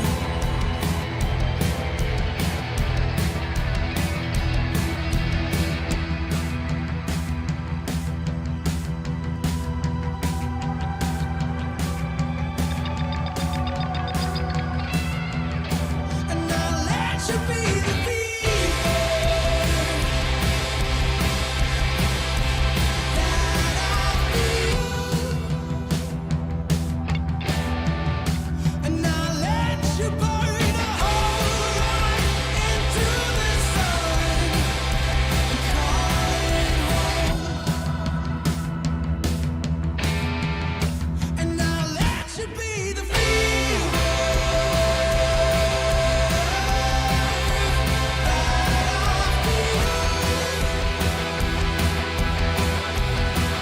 when everything is falling into its place. Everywhere you hear me touch the holy ground. Everywhere you keep the weapons down.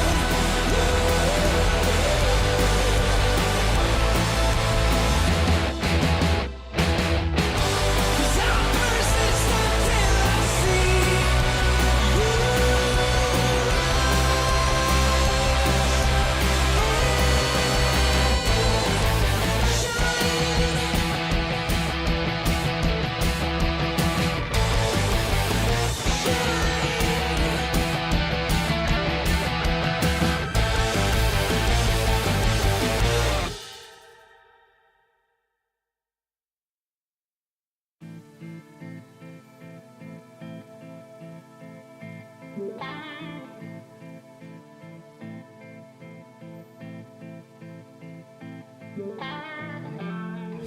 takes more than money to force a change.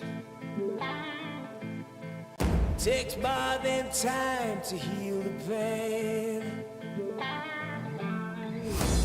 Heartbreak will light the fire. Heartbreak will light the fire. Fire will light the fire. Fire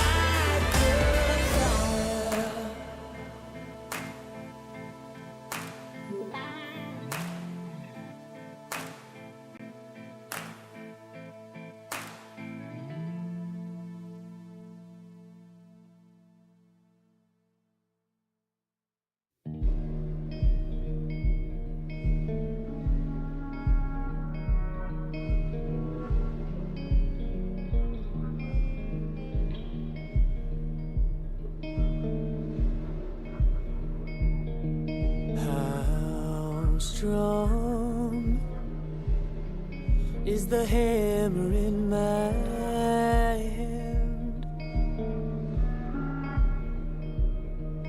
How long can you force me to dance? There's a crisis in my heart and in my world, and I saw you smile when I fell into the dirt.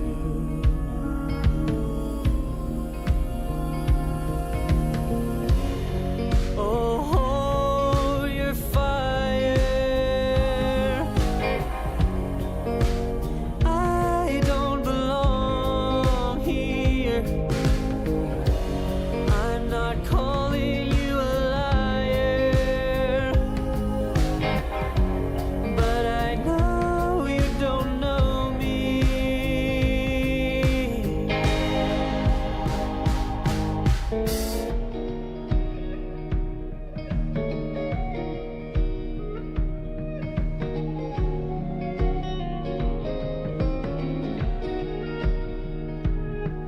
I'm too young for bitterness like this. I've grown too old to forget. I'm not a killer, but killing never fails.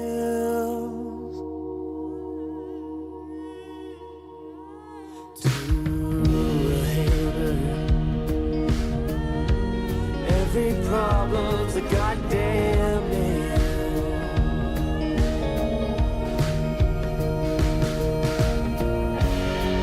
Oh, your fire, I don't belong here. I'm not calling you a liar, but I know you don't know me.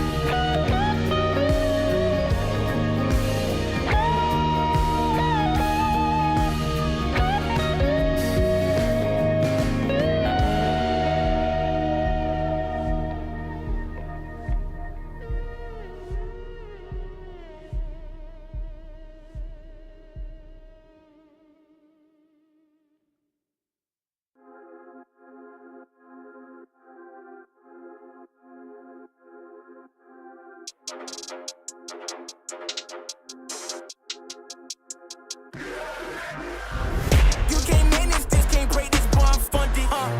Gotta keep my distance when you not 100, From the same ones say they love you, they funny, You can't match my energy, and yeah, you know it, Way too cold, yeah, man, I'm way too cold, Way too cold, yeah, man, I'm way too cold, Way too cold, yeah, man, I'm way too cold, Yes, I meant it, yeah, man, I'm way too cold, Hey, I'm a problem when I'm on top like this my designer flow, ayy. Gotta keep my fur coat close, cause I'm a boss and I'm way too cold.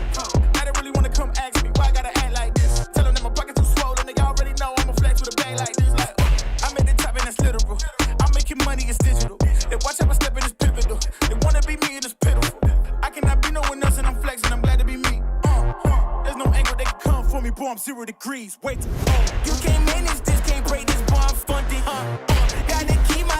when you not 100, Those the same ones say they loyal, they funny, You can't match my energy, and yeah, you know it, Way too cold, yeah, man, I'm way too cold, Way too cold, yeah, man, I'm way too cold, Way too cold, yeah, man, I'm way too cold, Yes, I meant it, yeah, man, I'm way too cold, Yeah, I'm killing it, I'm the realest.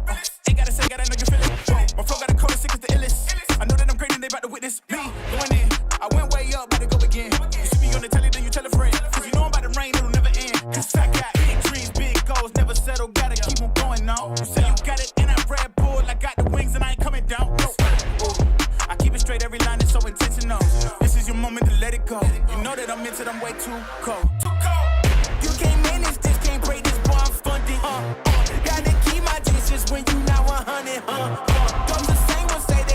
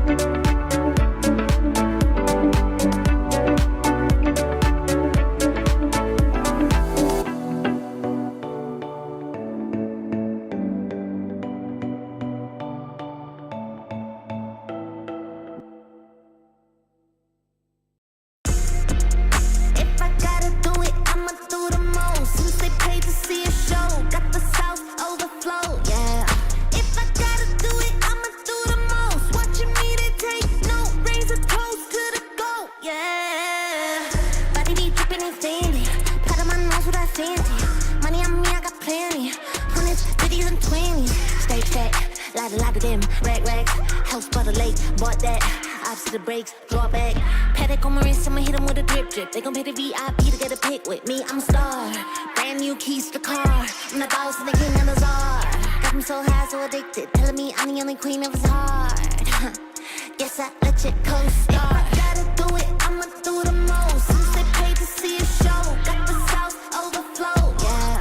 If I gotta do it, I'ma do the most. Watching me, they take no raise a toast to the goal. Yeah. If I gotta do it, I'ma do the most. Since they paid to see a show, got the sauce overflow. Yeah. If I gotta do it, I'ma do the most. Watching me, they take no raise a toast to the goal. Yeah. If I gotta do it, I'ma be the best. You can bet I got the recipe. Mastermind creator of this high vibe energy. Only thing I'm loyal to is building a legacy. So quit testing me. Lot of commas in the bank, I'm a provider. Tell the amateurs stay in they lane, ain't no outsider. Bought a mansion in LA, right next to Mariah. Write a song, get filthy paid, price going high. Yeah. If I gotta do it, I'ma do the most. Since they paid to see a show, got the sauce overflow. Yeah. If I gotta do it, I'ma do the most. Watching me, they take no raise a toast to the goal. Yeah. If I gotta do it, I'ma do the most. Since they paid to see a show, got the sauce overflow. Yeah. If I gotta do it, I'ma do the most. Watching me, they take no raise a toast to the goal. Yeah. Yeah. It takes a lot to be the best.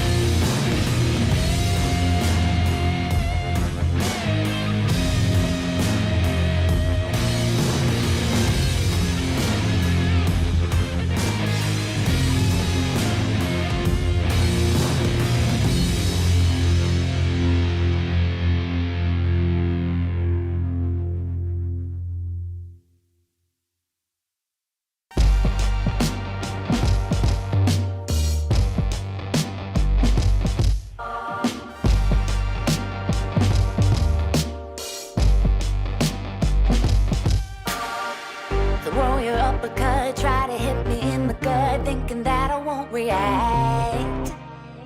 You whispering my name, thinking I won't be the same. Turn fiction into fact.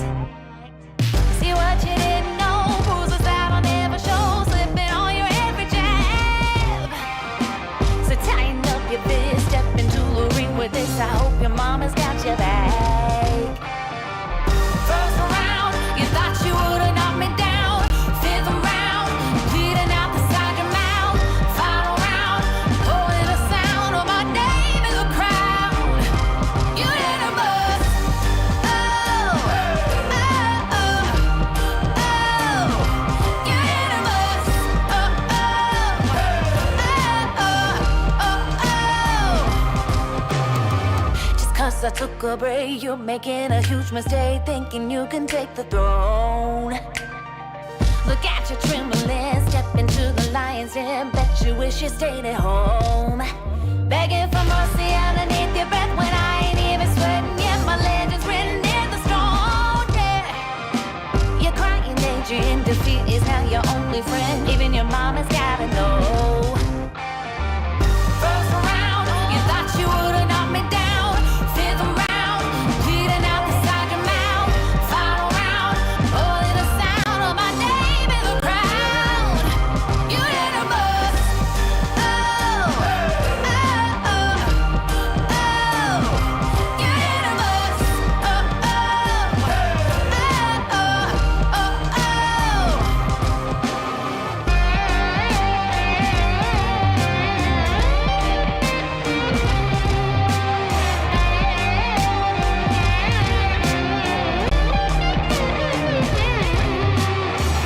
First round. Hello, everybody, and welcome back to the ESL Birmingham closed qualifiers for NA. I'm Math Magician, and this is Ace. Ace, we're expecting the 3-game series to hit us today, right?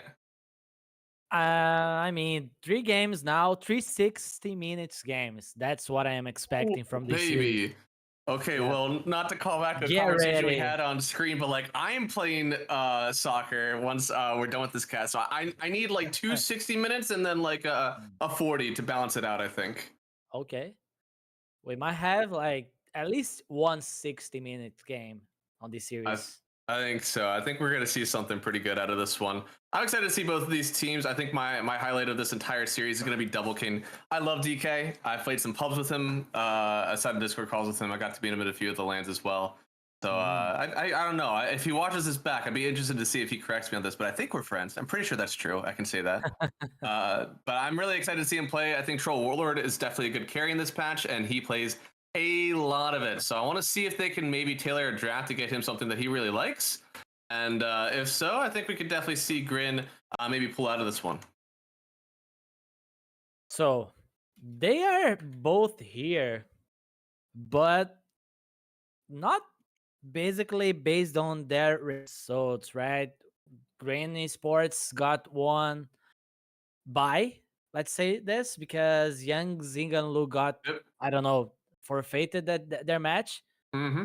Then Grain lost to Nouns. Kind of the same with Tilted Boys. They lost 2-0 to Shopify, that 30-minute series.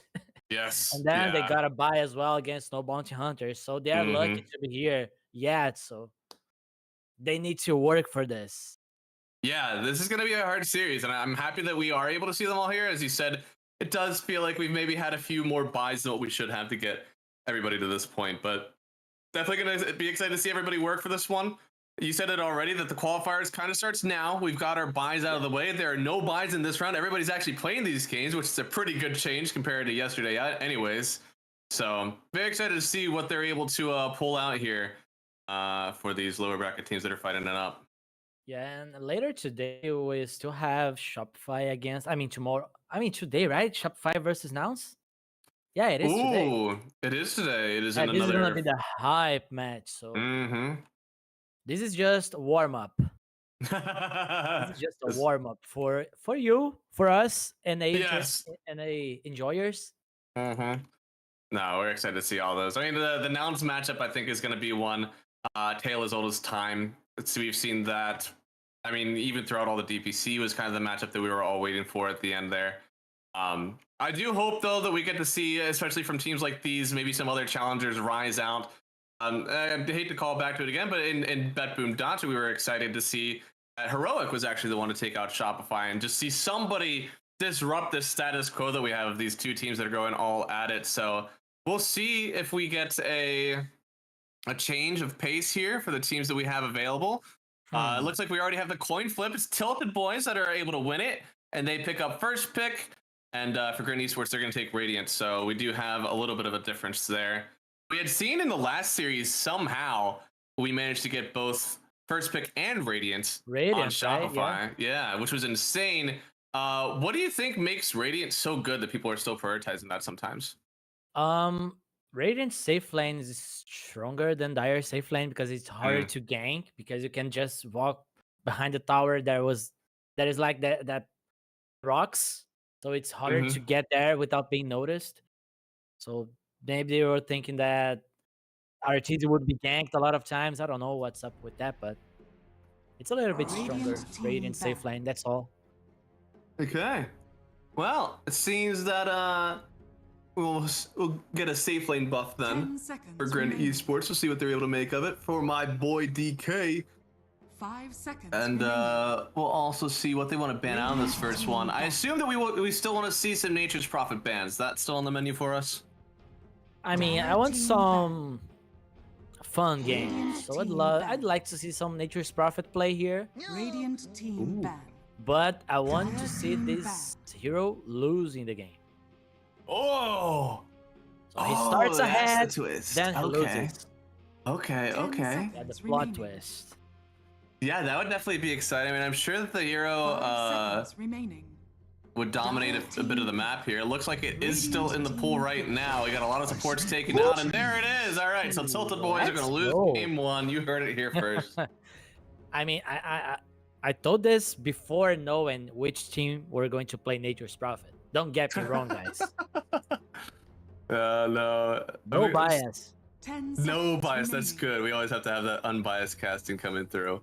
5 seconds remaining. You kind of do have to be biased a little bit for Tilted Boys, though, since I guess I have friends all over. I've played a lot with B-God as well on Tilted Boys, and I believe Pingu is still playing for them, so we'll see. I guess I have friends all over the NA scene to help me out today. Raised and Born, and then they forged by NA. Which, speaking of which, did you see the content that was put out there? I believe it was Gosu Gamers about which region has the worst pubs, and like NA won by a landslide. It was like NA won. NA won. I didn't see it yet. Yeah, no, it was pretty good because you had a lot of people who would admit like SEA has the most toxic pubs by like a mile, but like they still try to play the game. NA, I've heard it described that like basically in 10 games in North American public matchmaking, you have 3 games where somebody is running it down on your team, you have 3 games where somebody is running it down on the enemy team, and then you have 4 games where it's actually up to you whether or not you win the game. Radiant team. Sorry, I was playing with the soundboard. This is new to me. You mean in Discord? Oh my goodness. Look. Don't send that into him. He's got a poor observer. He's gonna be getting all these soundboard sounds when he's trying to help the game. Don't do that to him. Sorry, guys.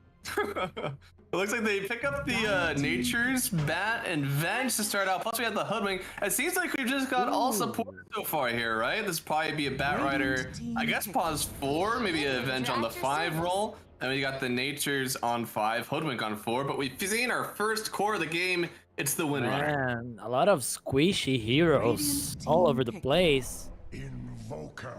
Already going for with the Invoker. Very nice to catch the Wind Ranger.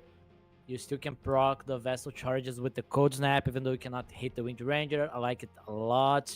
They have a lot of ways of getting kills on the map with these 3 heroes. But same with Tilted Boys, right? Nature's Prophet being all over the place. Hoodwink, very easy to land the Bushwhack when you have the Nature's Prophet on your team. So that's true. The Sprout Bushwhack, you don't have enough Quelling Blades ever to get rid of those. And so they go for the puck into the Voker. So pretty easy to dodge out some of the spells. The lockdown isn't all there, but if you do get caught out by a lasso, it might be over for you. It seems that Invoker might have to take a little bit of an advantage and maybe go for an Orchid build, do you think? 10 On the seconds Invoker? remaining. Mm-hmm. 5 seconds I remaining. don't know if he has room Radiant for a team ban. early Orchid here. He has to go like Ooh. Vessel, then he might consider going like Travels, BKB, because I feel like he has to go for BKB here against the Puck because it's an easy target. Yeah. Just coil the Invoker. A lot of their damage is gone. 10 The hero seconds dies, so remaining. he has to be responsible Radiant and buy team back. BKB. True. A responsible adult who buys BKB. Yeah. What we all long for. But before that, they only have the swap from the Venge to save him. Yeah. No, I mean, that'll be good for them. I like the support duo. 10 I seconds think we talked about remaining. it a little bit here, but like, it seems so much more imperative that you have damage on your 5 supports now. seconds Just being remaining. locked down isn't enough. You can usually get away with just having one that doesn't have damage and one that does kind of do a lot. And you can see here, Delta Boys, Natures, and Hoodwink both do a decent amount of damage. Batrider does a ton of damage. Venge is more on that control mark. But Batrider definitely makes up for the damage that you don't have on Dota Vegetable team Spirit, back. right? I mean, the laning stage is going to be really good Yeah. with Mars. You're going to get the levels. It's just very nice. This Batrider Mars lane is very strong also. Considering it's like Nature's Prophet 5, he can suffer. Has to be careful on the lane. One flame break 10 and you might seconds die. remaining. Yeah. Oh, 100%.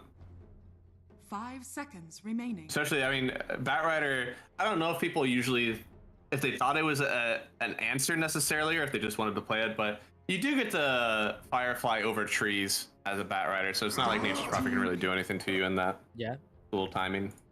They can like try to use the downtime on the flame break and the Firefly to be aggressive on the lane. Just so the Batrider is always playing the lane low HP, so he can just really go and try to kill someone. 10 seconds remaining. So they need an off-lane hero here. There's a lot of 5 off-lane seconds bans. remaining. At least 5 Radiant on Green team Sports pick. side. What is left? Oh, no. Did they ban the control? Okay, they did. Thank God. Cool. I think it really is scared, like, you're going to give him the first game of his life, but okay. This is fine. So, Do they drow? 10 seconds remaining. I don't think you draw here. 5 seconds remaining. They need to have like a hero that can play this lane Yeah. against this Lardar and a hero that can scale against the Wind Ranger. Not sure if you can do both without the troll. Lena? Lina is decent. At least. Don't have Yes, a you lot can of protect frontline on Lina you, but- again with the swap. You can Yeah. just land good arenas so Lina can shine on the fights. With the Lina, they can try to pressure this Lardar out of the lane. Later on, there are like 3 heroes that can just try to run and find the Lina. Yeah. Lardar always being on top of the Lina. Wind and Puck as well. If Wind Ranger has BKB, she doesn't have to worry about the Invoker or the Mars at all, so... Am I a Medusa player here? Problem with Medusa is like, Ah. the Ranger could just get the Fusel Blade and be annoying. Yeah, right. I like the Naga Siren. Naga is one of the answers we've also seen versus a Sardar. I think in another world it could have also been a Phantom Lancer, but I think they're thinking more about the matchup into the Windrunner. Don't bring this hero, please. Let this hero where he is at the moment. Ooh. We don't want to see more PLs. That's true. It's just, you look at the Sardar, right? You're like, man, that is the easiest one-to-one counter The I can possibly ugliest get. Lardar I've ever seen. Naga doesn't have a set as well. Oh, she has the Arteezy legs at least.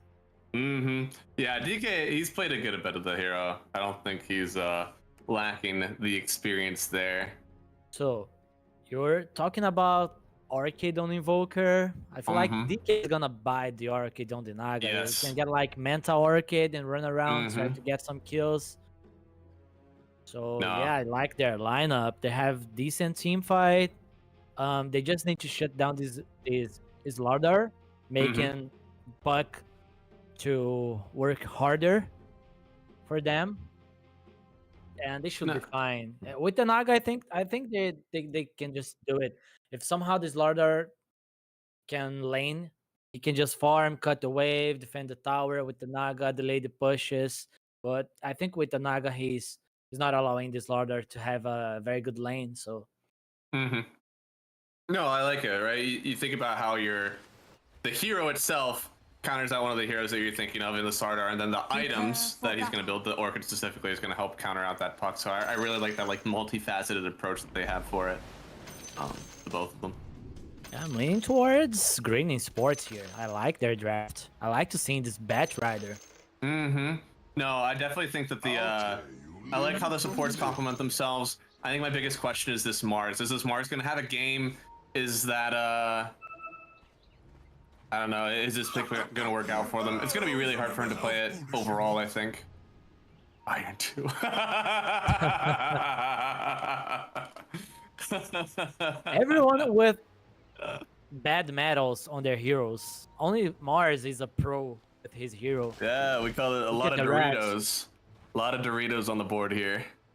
30 seconds to battle. We're just going to... Wards. One on the mid Yeah. lane, Nature's Prophet TP there. Other one very good on the jungle, seeing all the heroes. No, literally just seeing everything that they want to on Dire. Do you think that they can make a move with this vision? Later on, they can, of course. Okay. Yeah, I mean, it'll help with the, what's it called? The battle Rotations. begins. Bloody Knight, got the rune, lost half HP, but it's okay. True, the runes are just too important, okay? Gotta get that gold. Where is he going? Is he going? Oh, okay, Flea is gonna get the Twin Gate. Looks like B9 is going to walk right into a ward. Oh. Oh, does he know? Oh, right? It's like, I don't know. I feel like that right click happened as he was on high ground. No. He got denied. Nice The deny the mid ward. lane. Very well done. I mean, at least he didn't give the gold up. Very low attack speed, level 1. Wait until he gets level 2. 3.2 agility gain. Nice hero. Dyer's courier One of my favorite has heroes to pick been up in ability draft. killed. Dyer's top tower is under attack. Nice stats gain. Looks like they are going to drag wave entirely here. Feels like that should kind of alleviate my concerns that I had for the lineup right now. And if they get the kill on Pingu, oh, TP out. It looks like the power shot will kind of disperse them, and he does get TP'd away, which means Renzo's going to have to fiend for that first blood still. We have yet to see it. It's okay. Using the TP there. But the lane is in a very good position for his Lardar. He being there would be nice for Tilted Boys, because they could try to deny a lot of creeps together. Yeah. No, laning together is always powerful versus these matchup that you think you can run over with the illusions. Ooh. Okay, they're not gonna get anything done here. I feel like how does this lane should go well for DK pretty much the whole way. There is a little bit of illusion clear. That's the one thing that like always sucks as a Naga Siren, is like if you don't feel strong enough to just pop the illusions every chance that you get, you could end up just missing a ton of CS, because you do use like two creeps or two illusions at least to get CS. Then maybe one that you send to supports. Looks like they are trying to turn on Cloud. It is first blood going to B-God, and then second return kill for Double King. But still very well done there to get the first blood here for the Tilted Boys. Yeah, but Lardar is gonna miss some CS here. Oh, Naga's not denying. Never mind. Yeah, No. he missed like only 2 creeps, and Yeah. B-God got the first blood, so not terrible. But for DK, that's so nice. Getting the kill there, solo kill as well, because the Venge was dead already. Definitely like coming into that one. You can see here, this is going to be another lane where I feel Like, the Venge has a lot on her plate. You somehow have to trade well with these supports. You also have to kind of, I don't want to say babysit maybe, but you have to stay around your Naga Siren pretty frequently because they do clear her illusions. She can't just send them up lanes at like, 7 minutes and get free CS. If the Venge is there, the Naga can just farm. Mm-hmm. Which is so important, right? I think for this game, that's exactly what you need. Yeah, just get farm on your Naga. It's not easy to remove those larder from the lane with these heroes, but you can secure farm for the Naga if Venge is around. But Venge is moving to get the bounty rune. Oh, Drink is going as well, so it's okay. She's not using this. Ooh. What? Gotta be careful here. We do have a point in the net. Begon.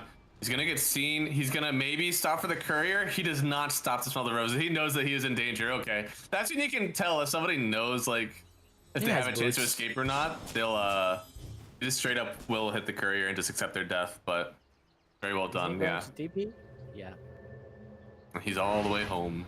Yeah. Now Venge can just go to the lane and stomp this larder.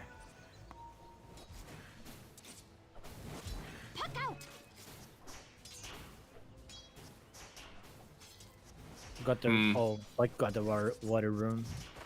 Invoker has the Quelling Blade. You have to, right?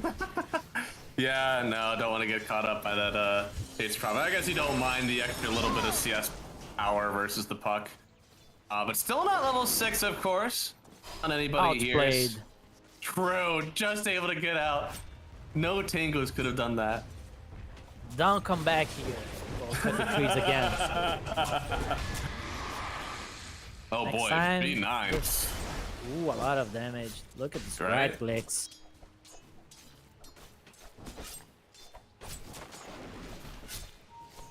Larder is very low. Yeah, well, they're gonna try for the kill here. They do get the Wave of Terror. He's already used his stick. Needs one more round of the right clicks from the illusions, but double king, he won't get it. Yeah, Will escape just barely on stuff. Low attack speed. That's true. Some players do prefer to get the Gloves of Haste first, so you get more attack speed, but he went for the raw damage and some attack speed from the agility, but... That's true. Best of both worlds. I think you gotta have it, especially in a lane like this, where you don't know if you can just pop your illusions all the time, because you do have, like, Bushwhack, Acorn, Slithering Crush, right? Like, you probably want that little bit of extra damage for the CS, since you aren't relying on illusions all the time. Yeah, you don't have to be killing them every time on the lane, so just secure some farm and kill them later. Look at Flea. Be secure and farm. Do you think he'll kill later with it? Oh, he has to. You don't want to have the pause for Bat Rider that farms stacks not do anything later in the game. Ooh. Gone. See, yeah, no, it's unfortunate for DK. I know what he was trying to do, but I think he may have sealed his fate here. Cloud will go under the tower. Venge? Yeah, dude, we're team. We're team. Please! The TP in Lund, actually. B-God, he's gonna miss the Bushwhack, and he's just gonzo. Now Bloody 9 is back in, a double king. He's ready to try again. He does have the net here in a few seconds. Gonna latch him into the EMP. Lund will get the kill. It's a double for him, and it feels very worth for him to come down to this bot lane for the rotation. Yep, so valuable. Getting 2 kills. Urn charges as well. Oh, he doesn't have Urn. Never mind. He's going Midas. Never mind. Terrible move. Why did he do it? No Urn. Actually, he's bringing the Urn on the career. What a noob! What a noob, dude! I wouldn't have done that. Looks like they will have a Sprout. B9 goes down to the blood grenade here, and right before the Wisdom rune. So pretty important that they won that little skirmish. And they will still be able to stack. Radiant's middle tower. Stack, you get the rune. You feel good. Range Ranger is farming. Please getting the run for Grand as well. My lord, what? I did not think that it was this bad in the net worth department for the starter. What the hell? I thought he was hitting creeps. Has he just been spending a ton on regen?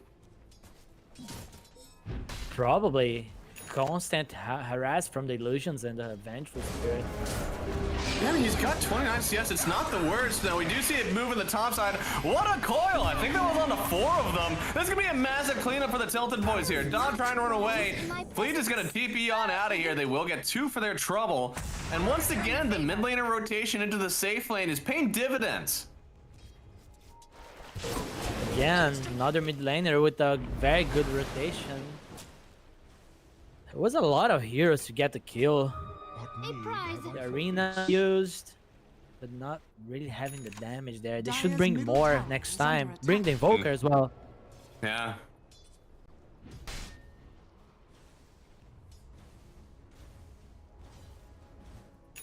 It's so sad.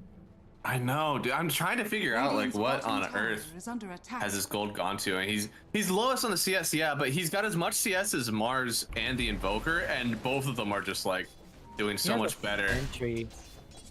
Chris ganking him, but not sure if that's going to work. The sentry that's blocking the camp saw him already, so. And now this is starting to really. Vision, but if he gets hit by the tornado, he's dead. Yeah. And this is starting to really pump up for DK. He's got the net. Maybe the tornado coming next here. They are just going to start off with the cold snap. They're even going to TP in the Windrunner. So Logan doesn't manage to hit the shackle shot on DK, but Pingu is around. They get the Sprout. Easy job with the Quelling Blade. Now with the Wave of Terror, Cloud knows he can't die again. He wants to lead the charge, but he knows it might just turn into a feed. So Bloody Nine will just offer his body on the line. Pingu will take it up, and they'll get themselves one kill for a dive under tower from Gren Esports. So very good. Yeah, it was forced play, right? Going on the tower, forcing a lot of TPs, and it's the battle of which team brings more numbers. Yep. They got lucky that Puck did not TP there with the coil. Right? Like, this is under a tier 1 tower, as you said, forced plays. This is what you mean. Like, you're under a tier 1 tower. You've been sitting there waiting for it to happen. You wanted him to come out for a CS, but it never actually, you know, he never showed. You're like, we'll just make this. We'll make this our kill anyways. And that's when you can really run into trouble. Bye-bye, Pingu. See, this one is very natural, okay? He's not under a tower. Using an arena, sure. But you'll get yourself some extra CS, Don picking it up, and you know, Invoker getting in the mix too. Thankfully, honestly, Slardar, this isn't a terrible net worth. I know he's low right now compared to everybody else, but 3,500 is not the worst thing in the world for an offlaner in this meta. Yeah, he'll recover. Supports are going to Support is starting to go for the runes and rotation, so Slardar might have some space there, because Naga just wants to push the lane and farm the jungle. Yeah, and it seems like she's going to be free too for a while. I mean, if she has the ward coverage, this is pretty nice. You can set up a kill with Logan. You just go with this Slardar and use the OT with the Wind Ranger, get a lot of damage. Just keep up. Not even needing the scan. Oh, there it is. We have at least a shackle. Now Dota's coming in. They're going to use the tornado first. I think he didn't use the Windrun yet. So, oh no, he did. Getting it off with the focus fire as well. Dot could actually go down here. The EMP, the Urn, it just barely takes him down. They'll get the kill into the coil on the high ground, but he wasn't there. He was looking topside and Valley. It was a good effort, but nice dancing around there from the Invoker. This was not the way we were thinking that Slardar was going to gank, but at least they got some kills. But Wind Ranger dying at the end to the Urn. Yeah, no, that was really rough. And as we said, I mean, maybe it is all worth it just to get the Slardar back in the game, because he is such a commanding force in this one, right? Like his Blink Dagger, his Shard versus the Naga Shard, I mean, all very important for him. We'll eventually get there. Not that far away from the Blink Dagger, 700 gold. He just needs to stop dying. Well, how do you suggest he stops dying, Ace? It's not as easy as just saying it. Right? I don't know. He's the pro player. Stop dying. Look, I can tell you that this chicken is overcooked. I'm not going to tell you I can do it better. Radiant's bottom tower is under attack. So Hadrink has 6. They don't have coil quite yet. Oh, they will have soon, so I can just try to rotate here because Invoker and Bat Rider, they're not stopping. No, I love this move down. They're sensing that there's got to be some sort of move against the Naga Siren soon. They've let the Naga go untouched for too long, so now hopefully gonna see Logan doesn't get to bounce him back from the flame break. So unfortunate. I mean, well run by the Windrunner, right? Where she needed to be to break that smoke. I'm surprised Invoker was not ready with Tornado. Maybe Yeah. they thought, okay, there might be backup coming, so just let's not force the play again. Let it be.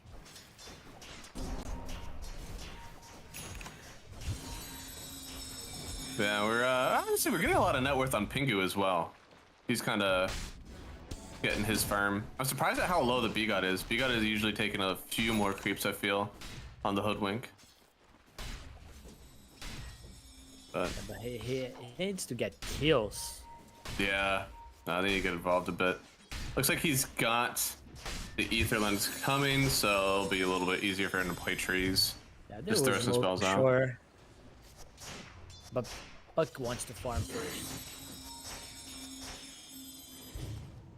Oh, I mean, you have the Witchblade. Right? Like, I feel like with the Witchblade, you're good to go on Puck. Yeah, they just don't want to make it obvious, I think. Don't force anything. Let the play happen naturally. Now is the time. Let's go. Yeah, Let's see force if it the now. Ward sees it. Under attack. Not forcing. Radiant are scanning. There he goes. The smoke behind. Ward didn't catch it. They'll show a little bit of the Nature's Prophet, but everybody else is heading into the mid lane, so Invoker probably feels safe on this mid. Can they get something going here? Lund? Looks like he's playing it pretty smart. He's playing behind the tower a bit. They need to force it. If they want to go for the Invoker, they need to force the play. Oh, dude. Batrider is just farming up all of this flea, my lord. Oh, can they get him? The coil's down. And actually, Pingu picks up the kill with his ulti there. He thinks they have wards, but honestly, they were just around. And I think, did Pingu also get some of the CS on those creeps? I think he hit like the tail end of all of them. All of them? A lot of them at least. And it looks like, oh, poor Dodd might be in trouble here. Popping the arena out. He does get silenced up, so he didn't get it off in time. Double King tried to dodge the stun, wasn't able to with his Q. They'll actually swap him out, give him a little bit of a barrier here, but he gets locked up by B-God, now stunned up by Cloud. They'll get the kill on the Naga Siren after farming so well, joins one fight and immediately gets punished for it. Tornado's gonna be way off the mark. They have a ward down for Dire. This is their fight advantage for sure. Lund, a little bit more, misses the Bushwhack. B-God gonna get on top, they will with the Blink Dagger of the Slardar. Now they're chasing down Flea, he gets a return kill, but it's a team wipe, the Tilted Boys. They take a decisive fight here and blow up the net worth lead. Yeah, now they're back. Slaughter has the daggers, so they can start making moves on the map. He's getting closer to the Echo Saber as well. Yeah, things are getting scary for Green Sports. No, I mean, that fight, it's just disastrous, right? I mean, you can check out what the Naga has going for her, and all of a sudden, like, you don't have this Orchid finished yet. Kind of just still in a farming capacity for DK right now. I kind of want to see him stick to it until he's able to offer up a silence at least for the rest of his team. He's still not able to join these fights. Has to get the Orchid first.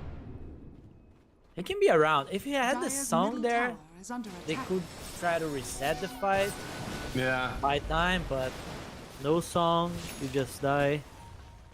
Buck has daggers, so they have 2 daggers now. A lot of gap closing. Yeah, I gotta be careful. And Lee at least does have his own. Yeah, he's done a lot of farming up there in the Ancients. But now I'm starting to feel like my Invoker is falling behind. We knew that the Slardar would catch up.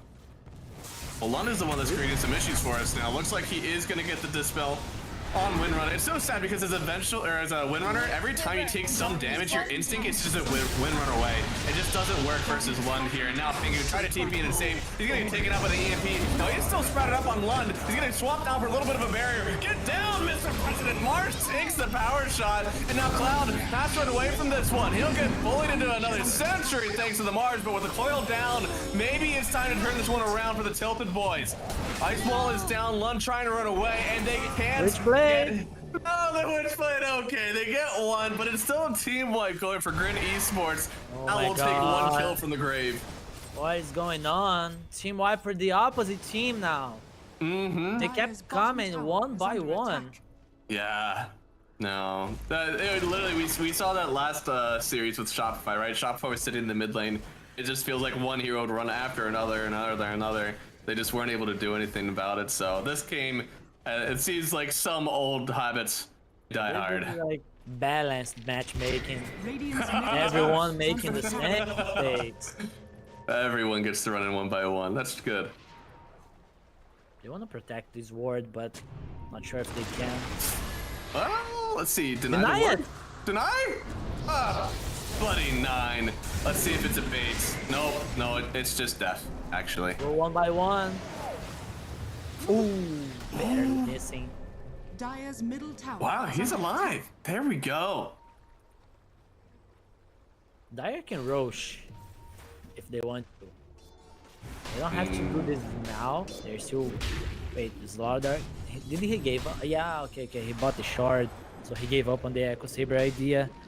He's going short. BKB wants to front line, get on top of the Invoker, not having to worry about the Lasso or the Mars, the magic damage from the Batrider. Solid plan. No, I like it. I mean, this shard is definitely what you need to take down the Naga Siren. This matchup used to be a lot less favored for you, but now there's at least some way to play.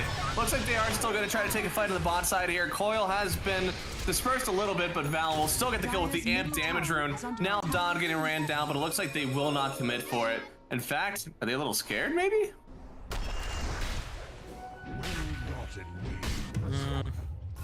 They know that there's no Coil. The Radiant side, so they feel like, oh, that was nice. Oh boy, yeah, nice arena. He does catch out the Slaughter. He's just gone. I don't know if they can keep up with the puck though. He's out of there, and they'll just take their pick off. Yeah, he should not be there anymore. They got the kills, just leave the area. Maybe they were feeling like we can still be around here, wait for the Roche to come bottom, then we kill it. But they need vision there. Radiant has a very good ward in the bottom area. Mm-hmm. Going Orchid on Pingu. I like it. I mean, unless...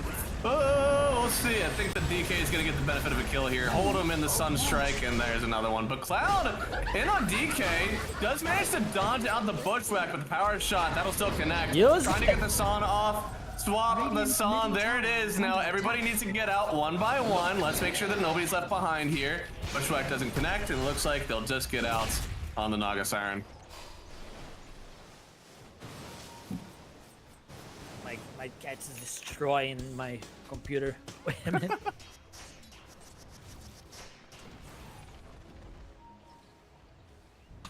Radiant's middle tower. Let's is under see. attack. Let's see. I mean, Okay. the Vlad's, yeah, I mean, we got a lot of magic protection here. People haven't necessarily been going pipe anymore on the offlaners if you can afford just a Radiant's middle tower Mage is under Slayer. So attack. I like that pickup from Dodd here.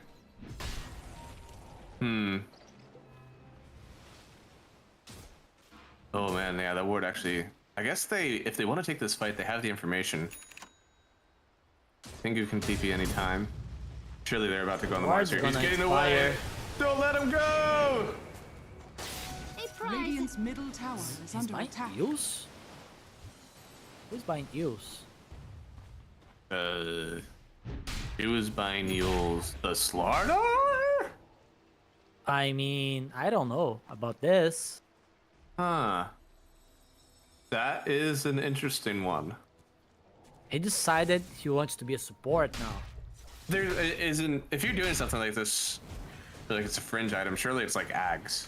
Right? You just sit yourself in the puddle. He misclicked, right? Yeah, that's got to be it. Unless Scepter, Yule Scepter. It's pretty close. Unless him and Pingo are switching positions. True. I mean, even like Echo or BKB. I feel like BKB is like really important for you versus the Invoker. Surely that's the play. We'll see. He did get the Void Stone, so maybe there is going to be some sort of commitment to this one. Oh, there you go. Arena out. They do find Logan here. Buck's able to get out of it, but not more dropping the coil. They're going to use the lasso, try to take out the Windrunner here. Logan burning down, will finally go, but not before Bigot picks himself up 2 kills. Pingu will get the ulti off before he's out, so at least give a parting. Oh no, he didn't. He tried to, and he didn't get it off. Okay, well, his death was useless then. Yeah, killing the Wind Ranger there. Great kill before BKB. That was a nice timing. No, it was really good. And they want control of this triangle as well if they can. I guess they're actually just taking it all out. They have a good vision here, though. Maybe they make a smoke move here later? Yeah, of course. They can't go back there. Ooh. They need to buy time for this Wind Ranger to get BKB before the action. Unless they wanna like just go Roche now. Wait for the Wind Ranger to respawn. Go Roche. You can Yeah, I like mean, bait the Nature's Prophet on the other lane. yeah, because their Roshan taking is so good. Now Cloud doesn't have a Vlad, so I guess technically that would help out too, but just the minus armor and the focus fire is really all you need. Dire's top tower is under attack.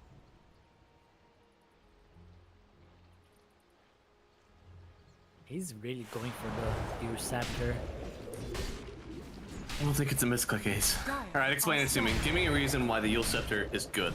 You are too poor to get BKB. Like you need to fight now to get Interceptor to don't die after just going in. What is He has to go in, but he doesn't want to die after stunning everyone. See, okay. Yeah, I mean, it's about 1,400 cheaper to get a Yule Scepter instead of a BKB. He's not going to scale with this item unless they team wipe Green. They team wipe Green. And then he gets the Wind Waker. No.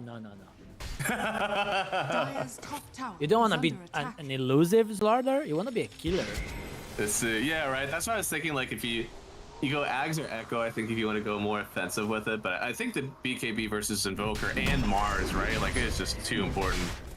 But they're gonna go into Roche, and he can break Roche's Lincolns with Yule Scepter, I think. Nature's Prophet needs to be feeding right now. Just go try to find them. TP mid, bait them. Well, they haven't been baited so far. In fact, everybody is still low here from Roche, so they sniff this one out on Grin. Maybe they can catch a nice kill in return, but it looks like everybody from Tilted Boys will evacuate. And they can reset with full health for the Aegis later. 200 gold away from the BKB on the Wind Ranger. To get it soon. Please don't lose the Aegis before BKB. What you want? Okay. Now we are gaming with BKB and Aegis. They can just go first now.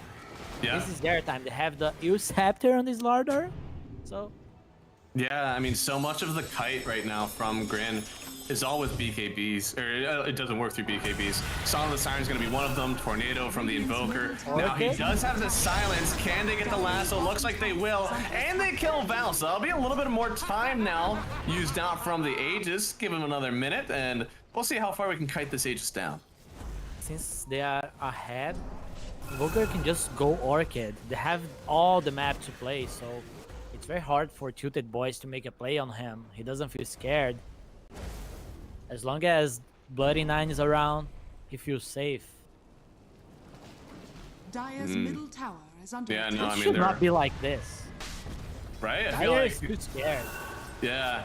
I mean, they have to wait for Puck, I suppose, but DK, he's actually going to start hitting tower. I like the build up here, but he went for the full Bloodthorn, though, so why did he go full Bloodthorn instead of going for just the Orchid into the heart? He needs to deal more damage. Okay. You can go Looks like through he evasion as well with the Bloodthorn. Do they want to commit on this one? Does still have Aegis on the Windrunner. I mean, they could get a free Aegis. Why not? For free? Might as well. He could pop BKB and don't die. I think that would not be terrible, because 3 minutes till the Aegis to expire, they could use that. Oh boy, What? Pingu is in. Does silence out the Vengeful Spirit. Now Naga in a bit of danger, but they are going to use the arena. DK is falling fast. It's a BKB from Logan. No, focus fire the right one, and they get the kill. Now the lasso is in, but it's a bit late. You've already killed your carry. It's up to Invoker now to do all the damage here for Grin Esports. Now they're trying to get away. Sunstrike is going to miss off the mark just barely, and Dodd will fall as well. Hibernate. So they get the free Aegis. It seemed like things were going well, but instead it's still a turnaround for the Tilted Boys here. Walking around with very low HP on some of their heroes. I was waiting for this. I was waiting for the action. Tilted Boys, they're definitely in fighting shape now. They were just too scared. Yeah. No, they just weren't as aggressive as they could have been on the map with it, but they still ended up losing their top tier 2, so I suppose that's something. But of course, for Green Esports, they would have wanted to hold that advantage. They can go again. Just wait for the cooldowns. Regen as well on Logan. He's trying to get the Gleipnir. But they need to be ready to fight. He's too greedy if he stays. Mm-hmm. Oh no. He might die bottom. Don't go bottom. He's thinking. Oh man. Oh man. Oh man. Okay. Alive. Playing with his life. If Batrider was there, he would be dead. That's true. Scanning. Batrider, no victims from Flea, unfortunately. What is he? Does Flea have Force Staff yet? I feel like we're close to that one. More stuff? On the Batrider. We'll see. I realize now that I said, oh, it's Yules. Nah, okay. no, force that. Come on. He saw the Slaughter Yules and was like, I want one of those. I feel like they should smoke on At Dire. least, I like the Yules. Anybody from Radiant building Yules feels nice because you have the Windrunner, Windrun that you can dispel, and you also have the Slaughter Sprint that you can kind of just like kite over for a bit. Even technically, you know, if you're a big brain player, you could get to the very edge of the coil, Yules yourself in the air, and break it based off of the Lion. X and Y axis. Yeah. Dire's bottom tower is under attack. Why did he TP out? Dire's middle tower is under attack. Felt like they were trying to gank him or something. But it's okay. I don't know. Right now, it still feels like we're on the back foot from Tilted Boys. They just won the last fight. Yeah. They're smoking up though. They were waiting for the Gleipnir. Now they have it. But they're going to the opposite way. There's a very good wave coming top. They need to stop that. Otherwise, the gank is obvious. Yeah, right. Like, whenever you have waves that are hitting tier 3, it's painfully obvious that there's somebody else on the opposite side of the map because they couldn't even use spells to clear those waves if they were close to it. So you pretty much know exactly where the enemy is at that point. Dire's bottom tower is under attack. 10 minutes rune. Let's see. Let's see. Ooh. A little bit of an amp damage rune, eh? Very nice rune. I feel Dire's like bottom Radiant should tower fight is with under this. attack. Do they have a smoke? Check. Flea doesn't have one. Flea doesn't have one. Flea's trying to bring one, but I don't know. I don't think they are waiting for the smoke. I think they're just trying to get Dire's information, bottom tower is under attack. get whatever is in the front of them. No, I mean, I think whenever you're the team with the Naga Siren, right, you're not necessarily like trying to look for these tags. You're more just putting yourself in a situation where the Naga Siren can cut 2 waves at once, and you just have all the information on the map because their waves are just shoving right into towers. Yeah, the enemy's forced to show. Dire's bottom tower is under attack. Ooh, Logan, he's gonna actually win run up, trying to find something here. He's on a ward, he's on illusions. Dire's bottom tower They're gonna continue the chase here. Booker Dire's stop middle already. tower is under attack. Now Slaughter is getting the BKB. Nice, I like this. This is the item that I'm about. Ball deals? I don't think so, right? No. Yeah. I don't think you can. Yeah, you can't disassemble anything useful anyways for it. He's stuck with the item then. Yeah, but I mean, if they don't make any moves and he's allowed to keep this for a while, it'll end up being a pretty good part of his inventory once he has, you know, Blink BKB, and then the Eels will be like, wow, he's surviving for even longer, and they can't kill him. So it'll actually turn out to be a very good item once he has the BKB. I just think the order of things may have been a little bit off. Finally, a smoke play. Let's go. Yeah, we like this. We like this. Everybody's touching each other for the smoke. Woo Good woo. ward for the Radiant. Oh yeah, and they see everything here. Stun doesn't connect on anyone here, but the Bushwhack will go onto the Mars. It's a nice coil on 3 plus the Gleipnir. They have everybody locked in, but the EMP, it did connect on Cloud. He's trying to get away from this one, but you know, Batrider, he doesn't want anyone to leave just yet. They'll grab a few in, and with the Song of the Siren, Pingu is already out. They're trying to lock on to Cloud here with the silence. They'll grab him up. Now Val's actually turning onto the other side. He'll try to take out the Bat Rider, but instead we have everybody dissipating for the arena. The Logan threw out. dead. Not Logan. He's dead. Oh, he got swapped out. He's dead. Yeah, no, the Windrunner's out of this one. Ping went too deep. That fight happened on like 4 different prompts. Yeah, it felt like they did not have a proper plan. They were just going with the flow. They saw one hero, they jumped his hero, Pingu just TP'd on the back line, just died because he can't solo kill the Invoker. That was what he was trying to achieve. But he didn't have follow-up because Slardar doesn't have BKB to get there. Oh boy. Oh, nice. There we go, there we go. Looks like Beacon actually got a kill though on the Vengeful Spirit, so you know, we take those. Nice execution. They're gonna keep control of this. I mean, this is, how many times have we seen them try to keep control of this area? It's worked so well for them. They still have a ton of net worth on their other side. It's about 9,000 lead for them. And what's Double King? What's he going after next? Ooh, 89-11. That's rough out there. He's getting Scythe of Vice. He's huge on the Naga. Yeah, I mean, this Butterfly is such a nice multifaceted item for the Naga Siren. Now that it has the extra damage as well instead of just raw attack speed. It's very nice. Radiant's top tower is under attack. Next Roche in 1 minute. Dire are scanning. The game is very hard for Dire now. They need to find the best angle possible to jump and get a quick kill. These fights are just happening all over the place, you know. You look on one side, the coil gets dropped, everybody's trying to just like get away from it. They threw a Gleipnir down, but you just ran away as soon as we saw that in the last fight, right? Meanwhile, Grin is like always on the attack, it feels. Tilted Boys, they need to find a way to stay on the offensive and really, and maybe they need more burst or something to get those people down in the coil. They already have a lot of damage, but everyone's scared to go first. But Pingu is just TPing there. He doesn't care, but that's true. They need the follow-ups. Pingu is kind of playing like a madman. We love it. A prize.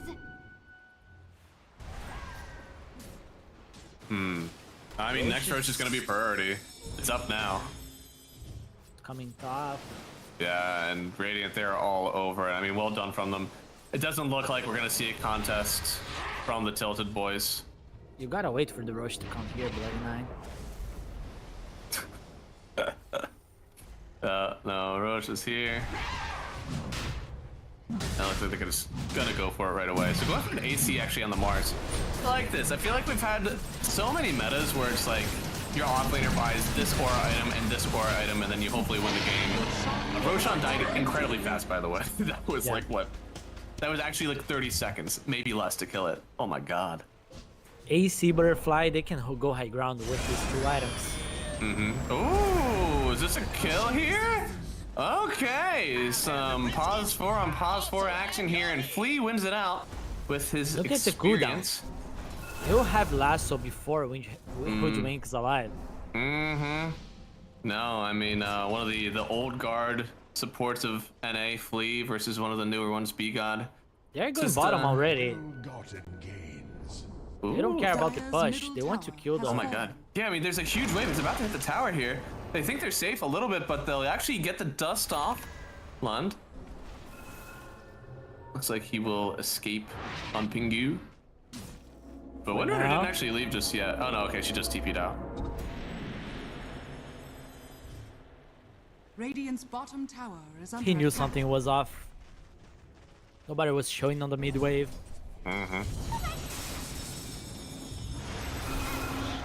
Oh, the Eel Scepter, not his. I think that was his. All right, he blinked and he heals himself. I tell you what, if that's not BM, I don't know what is.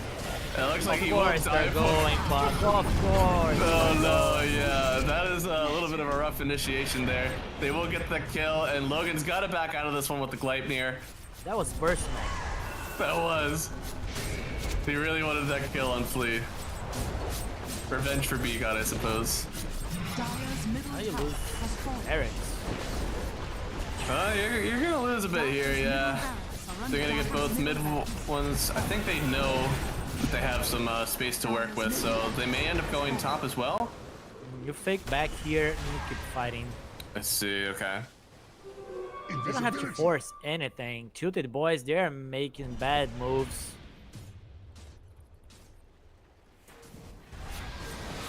Yeah, it looks like they're gonna keep on the onslaught bottom.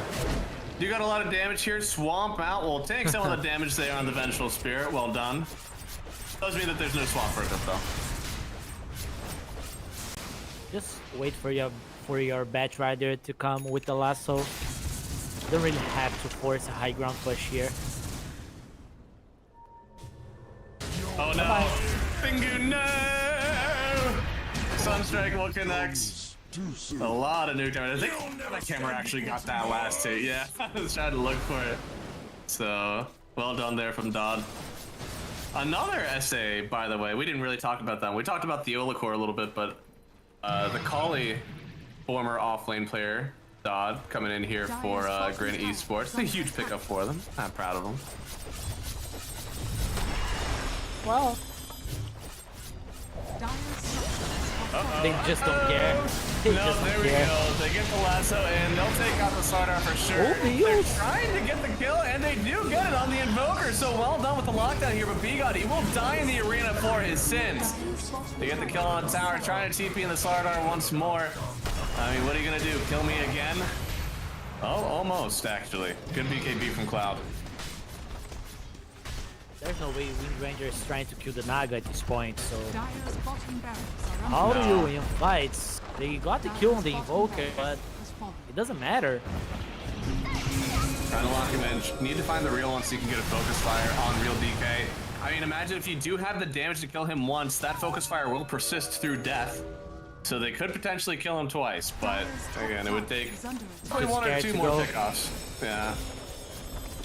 Bringing him back with the Gale Force. Good Lincoln's on the puck. He is alive for now. Call getting a nice stun on two.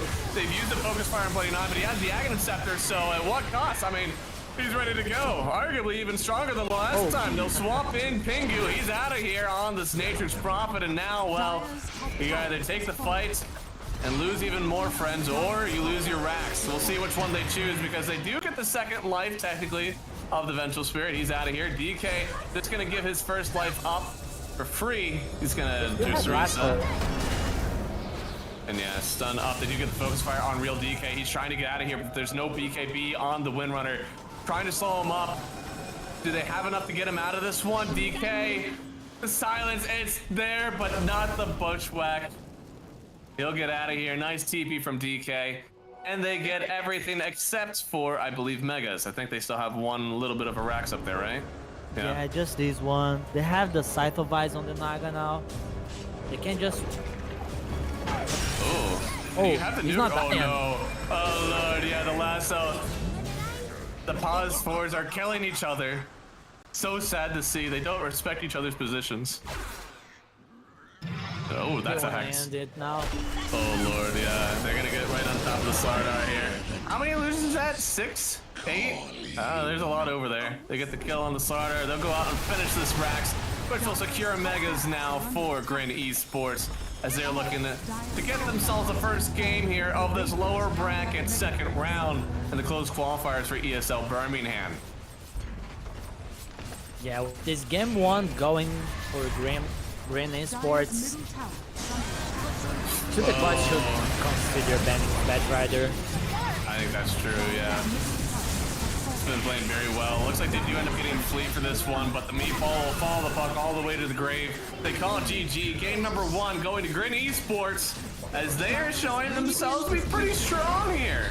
And this second round of the lower bracket, I hope we can see another few games like this, because that one we had a lot of back and forth.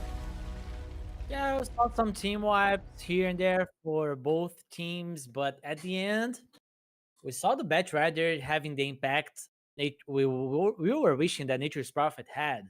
Saw Bat Rider getting a lot of kills on the map, farming a lot of stacks as well.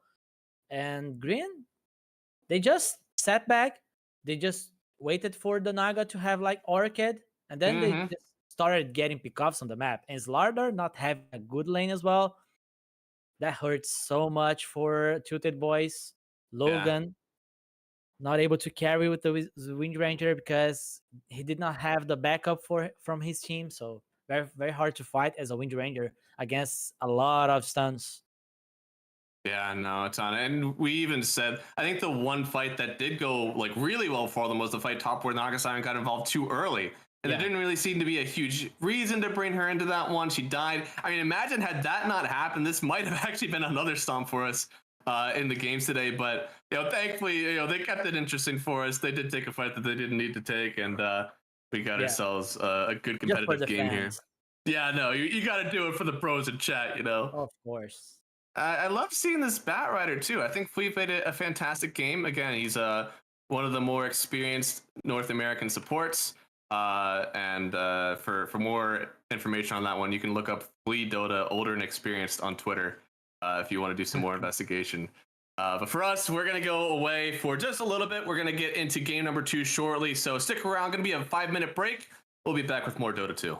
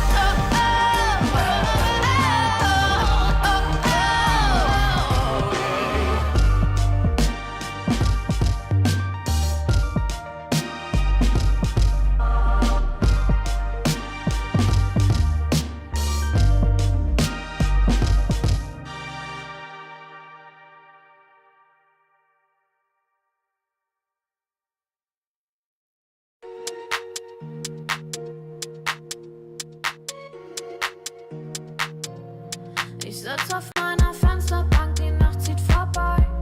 Ich blick über den Tellerrand, trinke Sekt auf Eis. Ein Teufel und ein Engel tanzen auf dem Parkett. Vielleicht sind wir unsterblich, müssen nie wieder weg. Ich sitz auf meiner Fensterbank, die Nacht zieht vorbei. Ich blick über den Tellerrand, trinke Sekt auf Eis. Ein Teufel und ein Engel tanzen auf dem Parkett. Vielleicht sind wir unsterblich, müssen nie wieder weg. Backpack, Kippen und Drinks gegen Tristas. Großstadtbild, komm mir nicht weg. Kopf fragt, mach kein Pisstest, nein. Ich will nicht auf deine Party gehen. Engel und Teufel tanzen Schwanensee. Von deinen Lippen tropft der Chardonnay. Ich küss ihn weg, bevor du schlafen gehst. Sitz auf meiner Fensterbank, die Nacht zieht vorbei. Ich blick über den Tellerrand, trinke Sekt auf Eis. Ein Teufel und ein Engel tanzen auf dem Parkett. Vielleicht sind wir unsterblich, müssen nie wieder weg. Ich sitz auf meiner Fensterbank, die Nacht zieht vorbei. Ich blick über den Tellerrand, trinke Sekt auf Eis. Ein Teufel und ein Engel tanzen auf dem Parkett. Vielleicht sind wir unsterblich, müssen nie wieder weg. Faded auf den Wohnzimmerdeal. Baby, sag, wieso sind wir hier?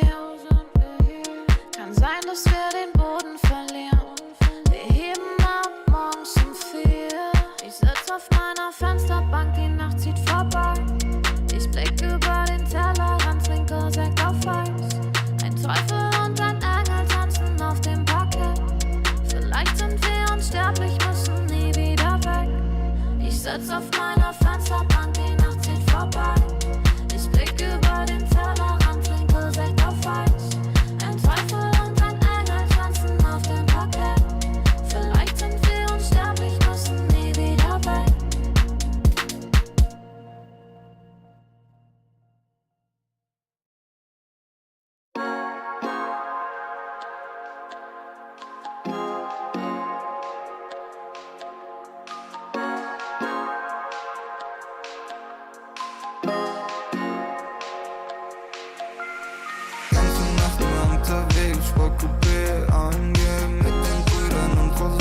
Betty gehen, schau die schläft, wenn die Sonne untergeht. Runden drehen, die ich erlebt. Ich will nicht mehr gerade sehen, der Verstand ist lahmgelegt.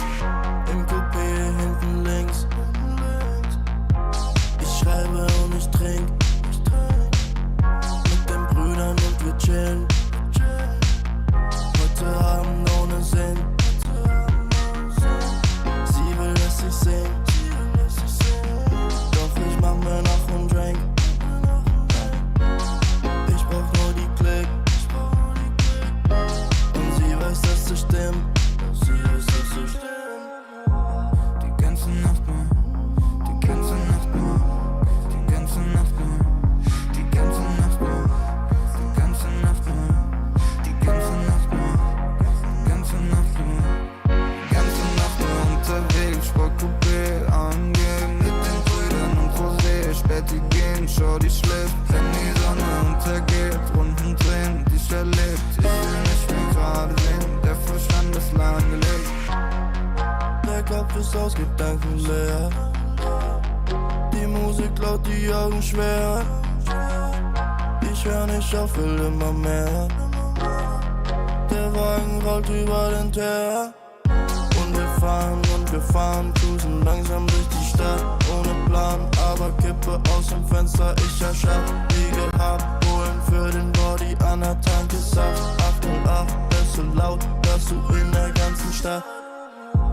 Die ganze Nacht nur, die ganze Nacht nur, die ganze Nacht nur, die ganze Nacht nur, die ganze Nacht nur, die ganze Nacht nur, die ganze Nacht nur, die ganze Nacht nur unterwegs, Sportcoupé angehen mit den Brüdern und Rosé, Späti gehen, schau die schläft, wenn die Sonne untergeht, Runden drehen, die ich erlebt, ich will nicht mehr gerade sehen, der Verstand ist lahmgelegt.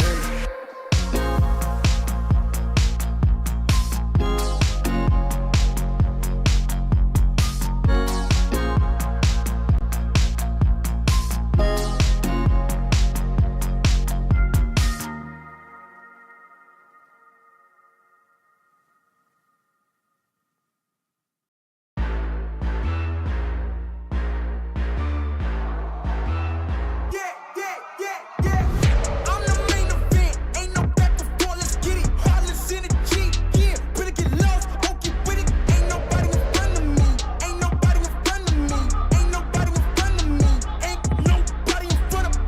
You can try to prove me. Hello, everybody, and welcome back to the ESL 1 Birmingham qualifiers for NA. I am the Math Magician 10. This is Ace, and we've got ourselves a great first game. I'm excited to see what happens in game number 2. You said you wanted to see a little bit of changes already, maybe from that draft for the Tilted Boys. What are some heroes you wanted to see gone from this game number 1? Game number 1 was very entertaining, right? But I think the carry matchup was not favoring Tilted Boys, so they had to play faster with this draft in order to get like a snowball going, something like this. Nature's Prophet getting a lot of kills on the map, but Granny Sports, they were able to just sit back, farm the Bat Rider on the triangle, farm this Naga, and not getting punished by this AFK, because Invoker and the Bat Rider sometimes, and the Vengeful Spirit, they were able to get some kills here and there and getting some attention. So I think Tilted Boys, they should punish more the enemy carry if it's like a greedy lineup on the enemy. Yeah, no, I mean, whenever you're not able to kind of encroach on the map like that, and you know there's just like a ticking timer, it can even do some like damage to your mental, because you know that, like, everybody on your team knows it, and they're sitting here like, we've got to make a move, we've got to do something, we've got to be out on the map, and it just can't happen. It can really take a toll sometimes. We'll see again. I agree with that. You need to make some adjustments for the favorable matchups there. Looks like we are going to get first pick, I believe, for Grin Esports, and then Radiant looks for the Tilted Boys. So once again, switching that up, and I'm excited. I think something else that I didn't really mention about this one is Grin Esports. They actually are a brand that I've seen a lot in the amateur leagues for NA. So this isn't like an org that has, you know, like the Div 1 teams that are popping up. They actually sponsor a lot of the amateur league players, anywhere from like that, like 4K to 6K range. So Do they play NA DCL as well? Yes, they're in NADCL. There's actually a lot of people. I was able to check out the chat. There's a lot of fans of NADCL in the chat. Looks like right now we got some Grin Esports fan in the chat. We've got literally just Double King fans in the chat, which I think are my favorite people. But so yeah, if you guys are in chat right now, let me know. Who do you think is your best player in the lobby? Who do you think is absolutely running this one? I want to see what you guys think, because we're already into the draft here for game number 2. Grin Esports did take game number 1 a little bit decisively towards the end there. And Tilted Boys are like, nah. We're not doing that Nature's Prophet thing over again. Yeah, that did not work out for them the way they wished. But Radiant team ban. I mean, Grin Esports, they have first pick now. Nature's Prophet, not available. Enchantress, not available as well. Mm-hmm. If there's a Centaur, I think they should just grab their hands on the Centaur. Centaur, Doom, Radiant team ban. technically the Venge. If a Centaur is available, I don't think they care about the Doom. They just pick the Centaur, and if the enemy picks Doom, it's okay. You always have the Stampede to avoid fights after getting doomed, if possible. Now, let me throw a wrench in there. What if is the Timber, the Doom, and the Centaur available? Then the game explodes, I don't know. We've never had this before. It looks like they are going to say they're getting the Timber. I'm assuming this is going to be a Centaur pick then. It has to be. Oh no. Oh, hey. That's not in the script. Okay, so they're giving a chance to Tilted Boys. They should like pick the Centaur here. Unless they want to let the hero be and get on the next phase. Just first pick Centaur. That's probably the plan. Man, they really want to win back this win, huh? They still believe. Now, I'm not one to say that you should change things up just for the sake of changing it up. But I don't think that Windrunner is really like this first pick absolute dominator. 5 seconds remaining. Maybe it's because of the flex potential. They think that they can put this mid or in the carry role, but I feel like as of late, we've only been seeing a carry, really. Feels like they know what happened on the last game. They know what went wrong. So they might like, try to ban the Invoker here, make some adjustments to get a better second game. So I think that's the mentality. They know what's there's up. Always like, I don't think you need to like change everything after a loss. I don't think that's the case. I just think like this wasn't like the strongest part of their lineup that I want to see them run back. Yeah, if they have like a better offlane hero, a hero that can just scale and get dumpstered on the lane, I think this Wind Ranger pick can work for them. Okay. They can get like the Mars that got just banned. They're thinking the same thing. I literally, in terms of like the best of the best offlaners, and it is just the Centaur that is left right now. After that, Mars is one of the other ones I think are passable. Headhunter is one of the ones that are also passable, and I think Primal Beast would be next on the list. I feel like the more and more that we get into these like drafts and we see higher and higher levels of it, you're either like totally focusing down the pause 5s in terms of like Nature's Prophet, Enchantress, and Chen, just as the Tilted Boys did, or we start to see like an offlaner focus. Thankfully, in this one, we get to see literally both. The first phase was for pause 5s, and the second phase is for the offlaners. Yep.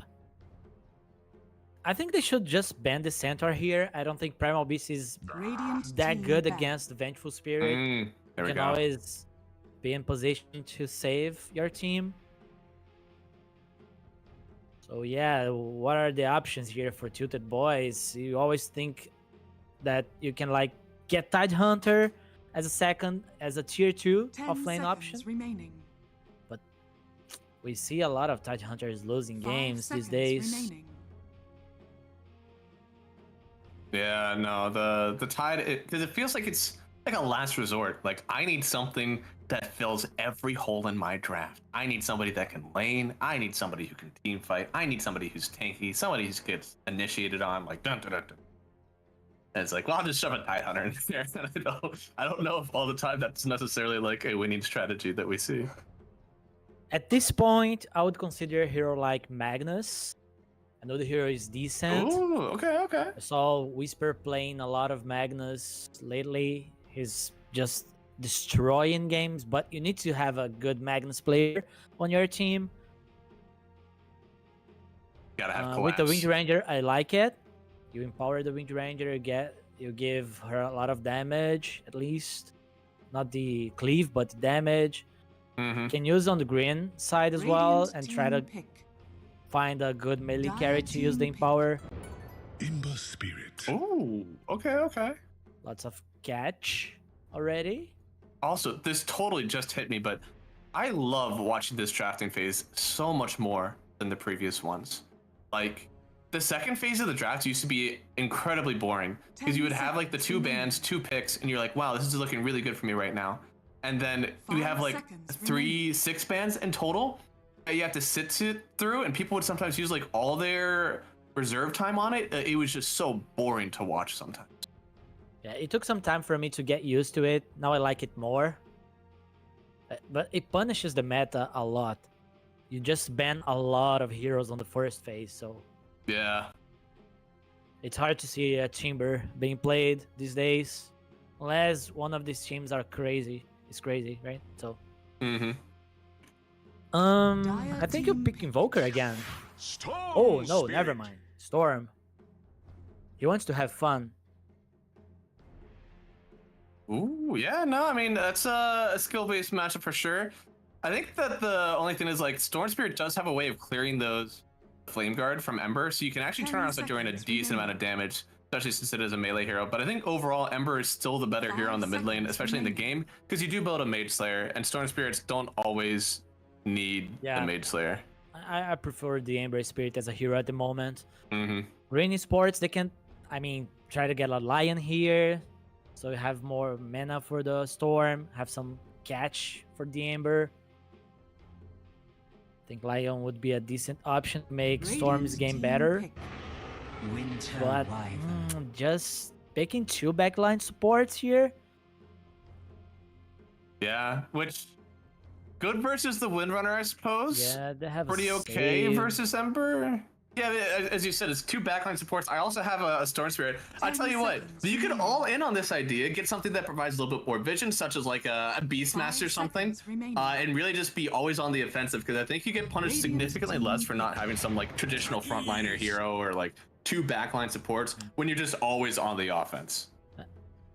I get it that they are like, oh, Tilted Boys, they are picking heroes that are just rushing to fight us, so we are just sitting back and trying to respond and counterplay them. So I like the Winter Wyvern in this way, because they're just waiting for Tilted Boys to go first, and then you... Oh, the Lion pick. Okay. We have so much damage in this lineup from Tilted Boys. Holy moly. Problem is this, because, okay, you have this counterplay potential, but their damage is so high that you might not even be able to respond in time. Yeah. They can just burst you. Right, like in the midst of a shackle shot on 2 heroes, you might just lose them. Between Techie's bombs, Blast Off, Finger of Death, like they're not lasting long. So do you stick with the plan of just like chill? Earth Spirit. So what's going on here? Winter Wyvern is a carry? What? I think are they moving already? I don't know, man. Guys. Yes, offlane? Question? Or no. It's Venge offlane and Earth Spirit 4. Never mind. I know what's happening. I wish. What you mean? You ain't watched the Monkeys Forever guys on Venge Spirit offlane? I feel like they're trying to meme. This is completely normal. A little normal. Normal-ish. I hope so. I hope they are playing the Venge offlane and the ES4. I'm pretty sure that's what's happening. I think we're just gonna be waiting on a carry from DK. I still stand by, like, Venge needs a really quick Aghanim Scepter, which would kind of relieve my concerns about them not having a true initiator or somebody who can get started on. Because Venge, if you literally just have like an Aegis in your pack, then like that'll be fine. This here needs a good lane. Just start 5 seconds with remaining. the Aghanims itemization, and then you get the rest by Dire ganking. team ban. He has the Earth Spirit here to help him rotate on the Ooh. map. Has the Storm as well that can help with this. So I'll say if they're banning on an AM while there's a Windrunner on the other side, I think they're open enough for Medusa. I truly do, because I don't think there's 10 any other seconds reason that you remaining. would ban out an AM while you already see a Windrunner and an Ember 5 Spirit. seconds Unless remaining. this this is a one. winter carry. Dire Oh. team pick. Is that what we're Radiant doing? team pick. Luna. Oh no. That is not what we're doing. Why Oh, was off it? laning. Okay, Venge is off lane. Interesting. Okay, yeah, no, I feel like I've been brought back a little bit, but maybe not. I'm slightly surprised about the early AM bend then, because I feel like the only thing that can come out here is an offlaner from Tilted Boys, like Yo, through and through. Trying to 10 protect the seconds Storm. remaining. Let's see. And the only 5 seconds. way remaining. that they could kill the AM will just like if you stun him with the Earth Spirit, and then you silence him afterwards. But when he has Manta, it's quite hard to do that. I think the carry matchup here will matter again, because they don't have good offlane options, and even if they had, it's Luna. Luna punishes a lot of these offlaners. So do you just like pick Legion Commander here, something like this? Yeah, surely you need something that Axe. can like step up a little bit. Maybe Axe would be fine. I feel like the Wyvern makes that really hard. The I problem almost is want like an Underlord. you're playing against Venge and the Winter. Yeah, if you pick a hero that just goes, they have a lot of counter plays. I'm so good at this game. Now, because they agreed with the 4K and what to pick, I'm going with the Grenny Sports lineup because they didn't agree with me. And I think that's a winning strategy. You gotta believe. I like this Underlord here. It helps you to defend your towers. It's just the Luna hitting towers. You put the Underlord there, and you hope he doesn't die fast. But I still think they lack team fight on Tilted Boy's side. No, that's definitely true. We'll see. Maybe just like again with their initiation, they'll get something done. I also like the movement that they had. They can kind of play around the Underlord if they want to, or even let the Underlord just like farm elsewhere and then gate in is kind of what we've seen people do. So I think if they're able to kind of punish the DK Luna as he's trying to farm, they can give themselves an opening where they just have the items that make themselves tanky, right? I mean, look at how much magic damage we have here. Earth Spirit, Storm Spirit, it's all magic. So that Mage Slayer from Ember might just give them the tank they need.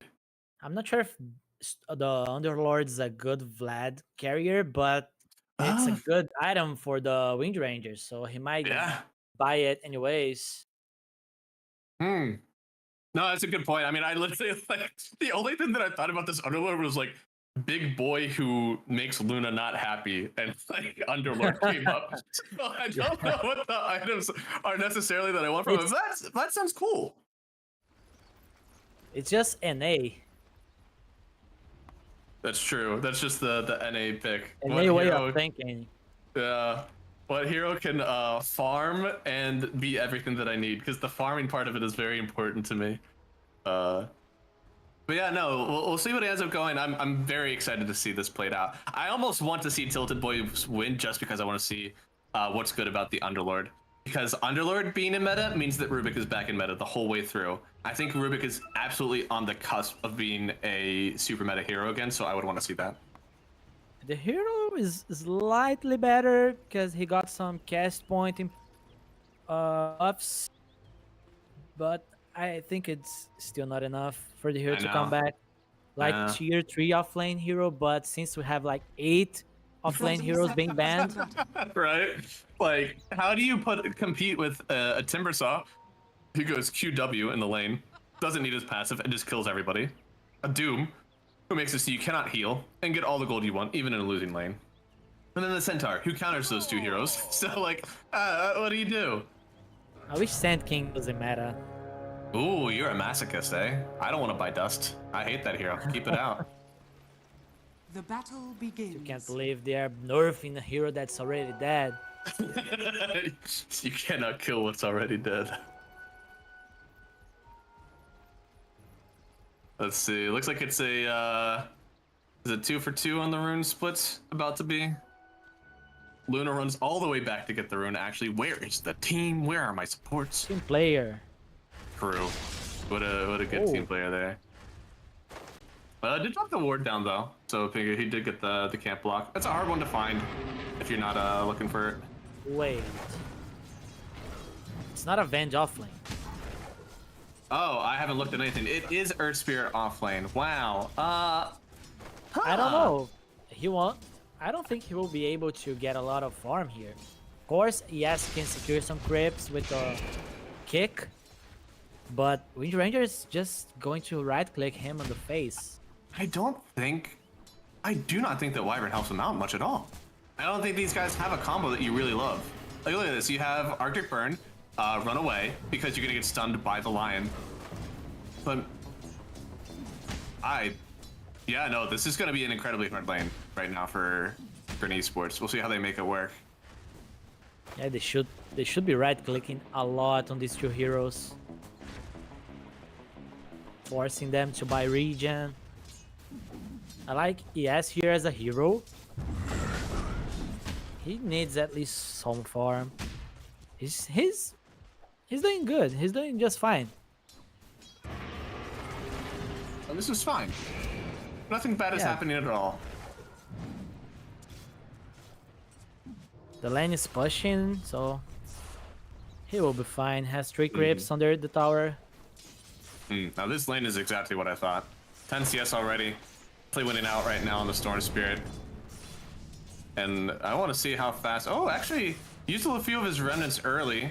Doesn't want to stick up and start to throw him away. So actually well played there from Val. What happened? I don't know, but we're about to see something happen here. B-God gets the kill once again on B9. I've seen this one happen before. Now, we know what happened last time is B-God got the first blood and then he lost. So, guys, bets in now. Pretty sure we know what's going to happen. Yeah, it's hard to remove the Underlord from the lane, but he won't stop Luna from farming. I mean, he's doing this right now. But as soon as Luna gets more levels, like level 4... Literally like the 2 points in your passive to farm. Like, you need both of them. Plus, you need the point in your second lunar beam so that you can also secure your range creeps. Because otherwise, Cloud will just take all of them. It's hard for the Underlord to push the tower, so Luna can just farm the jungle, hit the grips, and repeat. She needs more level to do that. Ooh, Storm. We gaming? Nah. I took a good amount of the Flame Guard out, but not a ton of it just yet, so... Lunda's been bottling up a good amount, but he's getting so much CS for it, though. He's trading out his health very well for this lane to get it what he wants. Oh, nice glyph. Wow. That's a high tier glyph, honestly, in the middle of a slight. Ooh.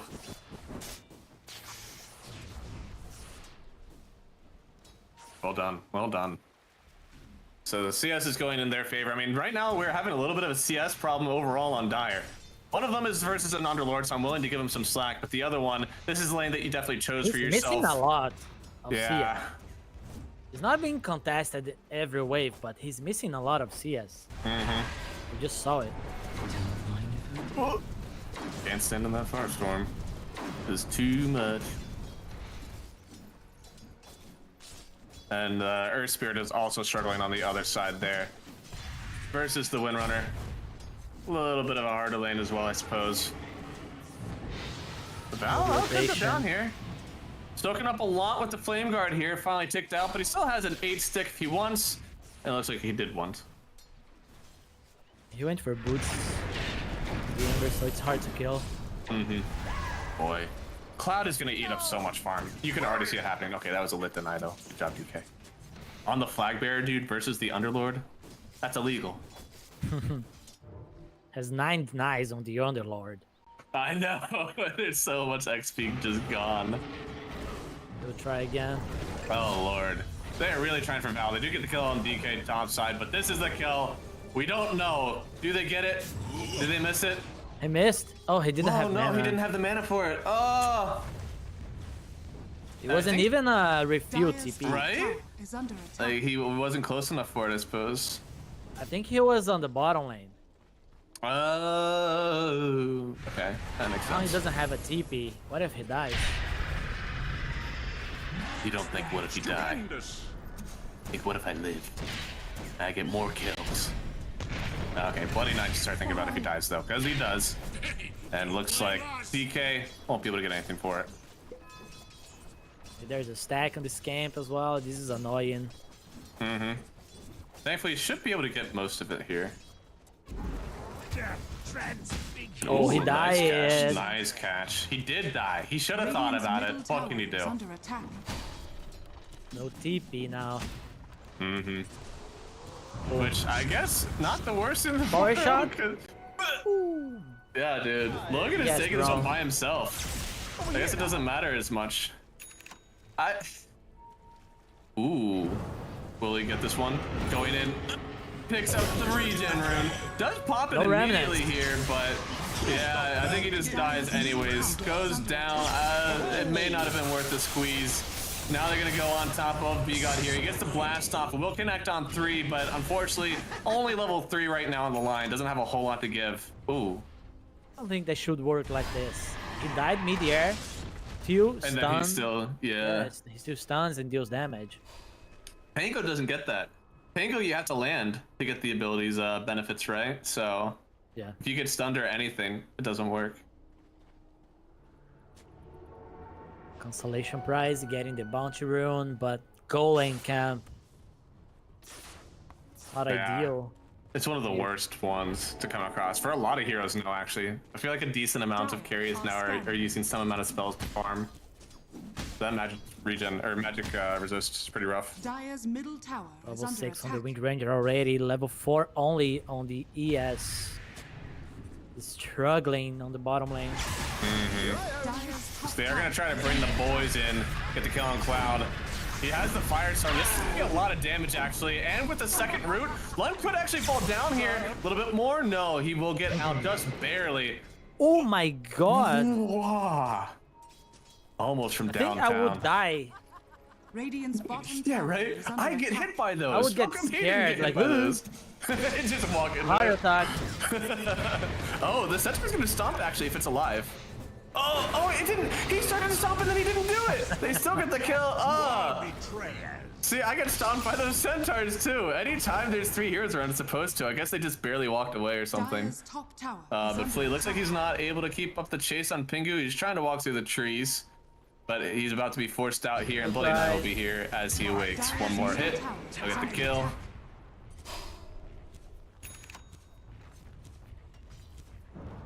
Now Wind Ranger is stop at least. Dyer's Yes, he's top getting tower some is under space at attack. bottom lane. Mm-hmm. He needs He needs more it. XP. Yeah. And his XP, as weird as it is to see this hero on the offlane, his XP is what matters almost the most about his hero. Yeah. Just being able to magnetize and stick the rocks down to make sure people are still getting damaged. Dyer's bottom tower is under Rely a attack. lot on levels. Mm-hmm. Do you feel... Okay, I was about to ask this. I didn't know if he still went like for straight Earn or if he should go for the cookie cutter like Veil build. But it looks like he is going to go Earn into the Vessel, into the Veil. Dodd. He's got a double bracer. Man's is thick. He's got a few open inventory slots though. Tighten up, Dodd. Get a fluffy hat. Get a windlace. Get some branches. Get something. Radiant His are first plan scanning. was to get Blade Mail, but I think he died and changed Dyer's his middle mind. tower is under Okay. attack. Now he's able to rotate. I think he's just waiting for the Urn to arrive. Then he can try to defend top tower. I think that should be a very good plan. Radiant should be ready for this. Yeah, they're gonna get ready for something. Trying to find Flea here. Want to get him before he gets his level 6. Stun as soon as he tries to go up for the Arctic Burn. He'll get hit by a bomb, turn around. The blast off connects for the kill. Double King is running in with the ulti here. He can't have many points in his Lucent Beam. Gotta still be only 2. And now Pingu, big stun. Roshan doesn't get the kill. B-Gun gets a TP away. And Renzo shows me that it is just 2 points in the Lucent Beam. Yeah, now he has Earn Chargers. I think the game starts now for Dire. It's true. The qualifiers start today. The game starts now. Oh, Rune bottom. What?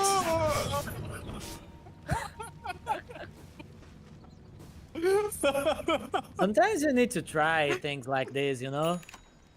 Yeah, you miss 100% of the shots that you don't take, man. Agreed. Yeah, if it was like a region rune, I would say, okay, he tried, but... Yeah, no, I mean, the shield is pretty important too. I just think that there's no shot that you really, you get what you want. Because now he's sitting here with no regen at all. Has to pop the clarity for it. Falcon Blade as well, 11 mana regen, Osprog. I mean, now it seems like he'll have a little bit of gold maybe to clear those camps. Cloud is being very efficient with his farming. You love to see it. What is he gonna do with the farm though? Farm more? Exactly. That's you gotta start off slow. You gotta turn it into even more gold. You gotta invest. Like they're investing in killing Bloody 9 once again. More Vengeful Spirit, pretty low on the net worth charts right now, but the supports for Dire, they're just they're making sure that their cores get what they need. Are they really waiting for the vessel to start making plays on the map? Because we see Storm farming a lot, trying to go for runes. But ES is not really ganking. He went top. But yeah, he had to do that. There was a free TP. Oh, B-God. He's jumping on in. They'll kill DK actually with Pingu. The Band of Brothers is around, but now Lung gonna get 1 kill on the techies. Finds the line here. They're gonna bring in the Underlord to help out too. Kills line and now Underlord. Do you really want to stand for this one? It looks like yes. A huge power shot is actually gonna connect on the Vengeful Spirit, but a swap away will give the barrier. And now they use the Wyvern Curse. Can they get a silence out of this one? Looks like Cloud is okay for now. They'll still kill Flea here on the high ground. But now it certainly seems that Tilted Boys are a bit of the advantage right now. But oh boy. Oh, is he in danger? I mean, they'll trade 1 for 1. Poor old Earthspirit is in the middle of 2, but they're both just vibrating off each other with that Magnetize. And Logan will pick up the kill, but my lord. His kills on kills in this top battle. I guess the Tilted Boys barely come out on top. Why would he focus on the Underlord? He should Winter's Curse the Air Spirit. Yeah, no, I'd agree with that. Because the Underlord is like just tanking everything. He was hitting doesn't hard care. as well. Yeah. Okay, we have a pretty good point about your techies question, by the way. A kamikaze doesn't have to be alive to hit an aircraft carrier. And for that reason, techies is allowed to stun people whenever he blasts off, even after death. It's gotta be the lore reason. Okay. I'll take that. Well, we got 1,000 net worth lead right now for the Tilted Boys. It's really hard, I think, for me to take down, like, who gets the late game in this one? If the status quo stays the same, does Win just carry it all? Ooh. Ember Spirit scales very well also, so we still died. Yeah, it still died, and then bot side looks like they will get the kill on Pingu. Yeah, this late game on the Radiant side is very strong. But I don't know if Wind Ranger can out-carry Luna here. It's so weird, because like Luna is usually because of her like early timings, so like you're banking on having like a huge net worth lead, but right now they're not getting a huge like timing buff from the Luna. I don't know. I think if they stay the same on net worth, it would be the Windrunner winning out, but if they do get themselves a bit of an advantage from Grinny Esports and get the Luna like a 1 item ahead of Wind, then yeah, it would be a Luna win. Yeah, on late game you have to like deal with the Wind Ranger, I mean with the Vengeful Spirit, with the Winter Wyvern. You cannot make mistakes as Wind Ranger. So So it's not like a 1v1 matchup. Are scanning. Yeah, and 2 BKB piercing disables, right? In the Winter's Yeah. Curse and in the Swamp. There's no So save not as for hard. the Wind Ranger on Radiant side. That's the No. problem. You jump the Wind Ranger with the Storm Spirit. You Yeah. have a lot of damage to Yeah, follow up. You've got to itemize for yourself. Now, I will say, I think this is a game where if I'm a Windrunner, I don't feel that bad about going for a BKB and a Linken's because there's so much damage on the rest of your team. Like, you do have to itemize for yourself to live, even if that does mean you're not able to get that maybe full Daedalus or something like that. I have to be patient here. Every coin helps. Basically, Radiant are scanning. might not be the best target. No, another war behind tower. I've seen a good few of those today. You have the Fight's Mace Slayer about to completed. start. So like, Yeah. if they stick on the mid lane, trying to delay the push, Crooked Boys would just jump the Winter Wyvern. Winter Ranger is bottom now, so there's no save for the Winter mid. Yeah. Could be free food. They're just taking their farm though. What's the wind got? Oh, you Dire's leaving? middle tower Where is you under going, attack. Cloud? Oh no, they're going. Yeah. We're coming on down. Looks like they will roll away on Dodd for now. He's don't have asking people to catch. leave. These Underlord cannot buy time for them to arrive. Dire's middle tower is under attack. And they're just trying to find something right now, the Tilted Boys. They're going to stroll on through, find Pingu. He's going to get one last Hex on the Luna. I think that's going to be his last will and testament because he'll go down. They do manage to take out the Air Spirit on the other side, but they lost both their supports for now on the Tilted Boys, which should stifle the tower push. That was an easy decision. Underlord was bottom, so they took the fight like 5v3, 5v4. I don't know. So many people went through gates, I lost count because they just went back and forth. We know that they got outnumbered. Yes, somewhere, somehow, there were more people on Grin than there were on Tilted Boys. You know what I'm talking about when I say they're getting outplayed the map. Nah. Oh, Outplayed. But it looks like poor old Lion is hitting the Ember Spirit. Not a whole lot of damage there, but Orchid on Storm. yeah. But he gets hexed no. up. Pingu, well done. no. Even using the Earth Spike. Now there's no mana on Lud. He's got her back out of this no. one, but the chains are there. Maybe Cloud can help no. out. Blast off the root. Do they have the damage? He's trying to get away, but he doesn't have the mana. Lud goes down. What a bait by Pingu in the mid lane. Yeah, that was an interesting decision. Storm Spirit just jumping the Ember Spirit. He wanted to make use of the Orchid right away, but he didn't have vision there. Lion was already there, like waiting for a jump.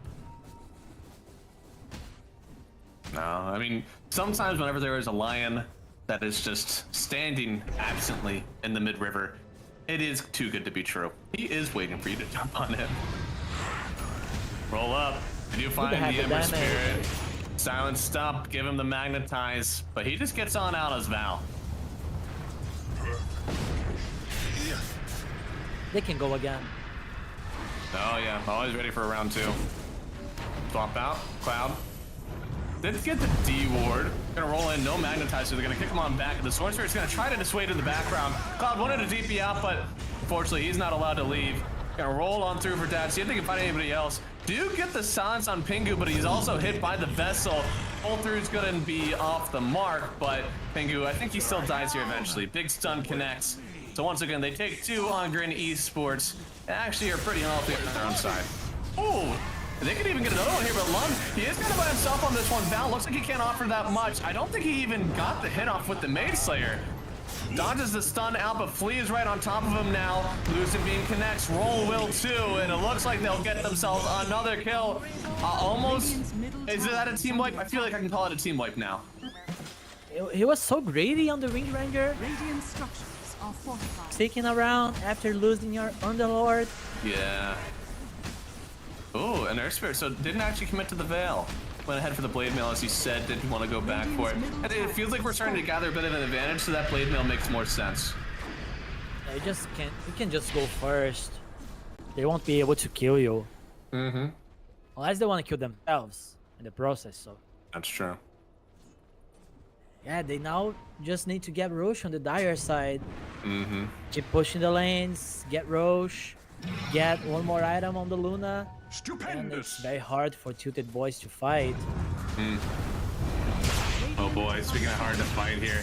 You get the magnetize on Logan, jumping on through. London's gonna get the connection. They do use the blast up, but look at the magic damage out from the Storm Spirit. Manages to dodge some of the bombs actually, but Pingu is in, gets the finger of death. And it looks like Val will collect another kill here. Dodge trying to run away, but it's a nice jump through.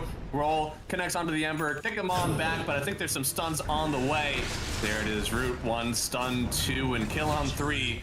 Cloud is the one to pick it up. Well done here from Tilted Boys. Grabs himself a bit of an advantage back.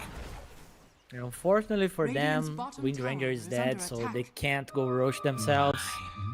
They need to be more careful in Green Esports when they decide to go for this place close to the tower, because the backup can come fast, and the Lion can always control the Storm Spirit. Yeah, I mean, BKB is almost necessary. One of the reasons that it feels good for Lion to be back in the meta, actually, although the mana drain is really nice, is because a lot of those elusive heroes, such as your like Fox, Storm, stuff like that, right? Just hate playing into Lion. And the Luna is not going to get BKB now. I think she bought the shard first, so this is gonna delay the BKB timing. So they might need Roche. Yeah. Hey, the BKB timing is huge. Versus the Underlord, especially. It's gonna be really nice. Yeah, but now the Ember Spirit have BKB.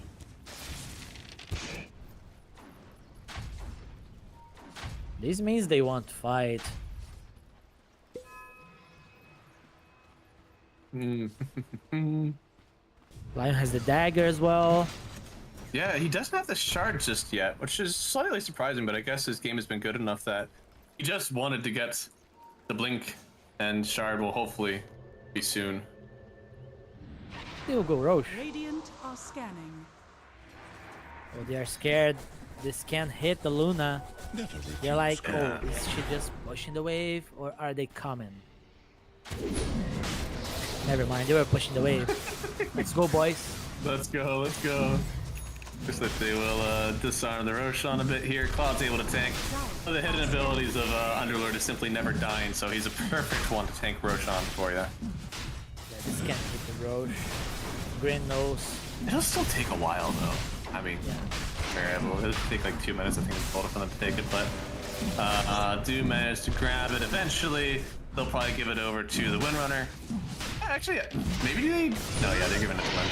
And maybe a chance that they gave it to the Ember, because they weren't going to take, like, high ground fights, but... Yeah. He's just too good already. Needed on the Wind. He can, like, on the next fight, try to commit on the Luna kill. But, still, Wind Ranger... she can get on top of the Luna, but there is a Winter Wyvern, there is a Vengeful Spirit as well. Right? I think there's a lot of items on the item wish list for Windrunner in this one. Yeah. And why? Has to deal a lot of magic damage. Dude, Flea pulling up. Healing. Please pull it up with a double Wraithband Mage Slayer on the 4 Wyvern. I mean, I know that people are building this 4 Wyvern greedy, but I usually thought, okay, there was like a Blink Dagger. It's like there's something that is a utility item instead of all damage. I kind of like the build now from Flea. I like the duality of worlds. And he got the damage talent as well, so he's gonna deal some damage on the Winter. Okay, he's out of there. Ember makes it the whole way away. Don't do it, Logan. Don't die on me. Okay. Well, where's the Vlads? Where's the Vlads? Despair, right? What is the what's my Underlord? Logan.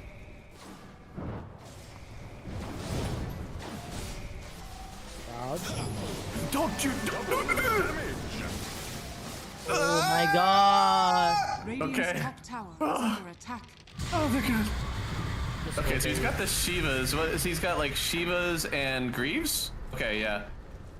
I guess that's some healing, not necessarily a Vlad's, but it is healing. Trying to get eggs on the Lord. Sus. Do I like that? Right? It's kind of an interesting decision. Is that really the best value you can get? I don't know. I don't like this item. Maybe I'm greedy, but I feel like even X would be pretty good. Maybe a Lotus. Yeah, Lotus is okay. You can protect from the Winter's Curse. Mm-hmm. Hype is even okay. I feel like you've got a Mage Slayer on the Ember, so it's kind of a moot point to have a... Yeah, you don't want to get pipes these days. Yeah.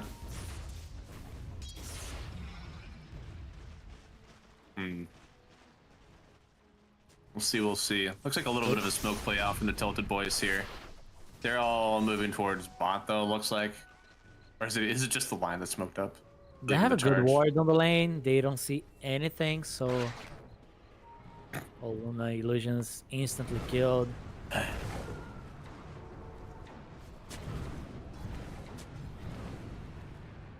Oh. Found a sentry. Flee? He doesn't know if he wants to set this or not. Yeah. They don't see the ward. They only see the sentry, right? So. Cloud, this is such a hard target to start on. Yeah, you don't want to go on the Ember. Dude, B9 sees everything here. The Lion is juicy. Yeah, stunning him up first, but he's gonna... Oh my god. What? That's an insane latch. There are literally trees in between them that it didn't latch to. That's how they get the finger on V9. Try to get his spells off, he won't get it. They have silenced up Pingu, so he will fall, but it's a support for support trade. And it feels like the Venge wasn't allowed to do his job in that one, so I think they're happy with it for now. Viga goes down on the other side. It looks like there's just gonna be some evacuation from everybody else here. Okay, got 2 kills. Only the Venge die in there. It's completely fine for them. They are just making Tilted boys to waste their Aegis timing. It's about to expire. Ooh. I dare you to ult this, him. right? Like, don't focus fire, please. It's not worth it. And speaking of not worth it, it is a Winter's Curse on the Underlord. And yeah, the silence setup. Maybe they can get a fight afterwards here. Magnetizes down. Cloud immediately dispels it though with his greaves. Now Lund is forced to pop the BKB to still commit on this kill for the Underlord, but he's thick. He's tanking it. He may actually get away with this one. He's got a little bit more that he needs to live through. The TP doesn't get him away. He does get out of this one, and then the Sword Spirit dies on the jump in. It's a jump from Vigon as well, trying to connect the kill on the Earth Spirit. It looks like Val finds it, gets to chain it soon, and with a little bit more of the bomb action, they get another one on the Tilted boys. Well played in Cloud. He's just back on the action as if he never left. Yeah, they were like trying to bait Tilted boys on a bad fight, but the Winter's Curse was not ideal, and they followed up on that play. As soon as you Winter's Curse the Underlord, you should like, okay, let's reset. We cannot fight there. Well, it looks like they were just using it for like the double silence, but even then, it just wasn't enough. Like they set up with the Earth Spirit afterwards. Are you allowed to do that? Are you allowed to just group them up for the Earth Spirit to get his spells off, or does that have to be a little bit more impactful, you think? I think more impactful.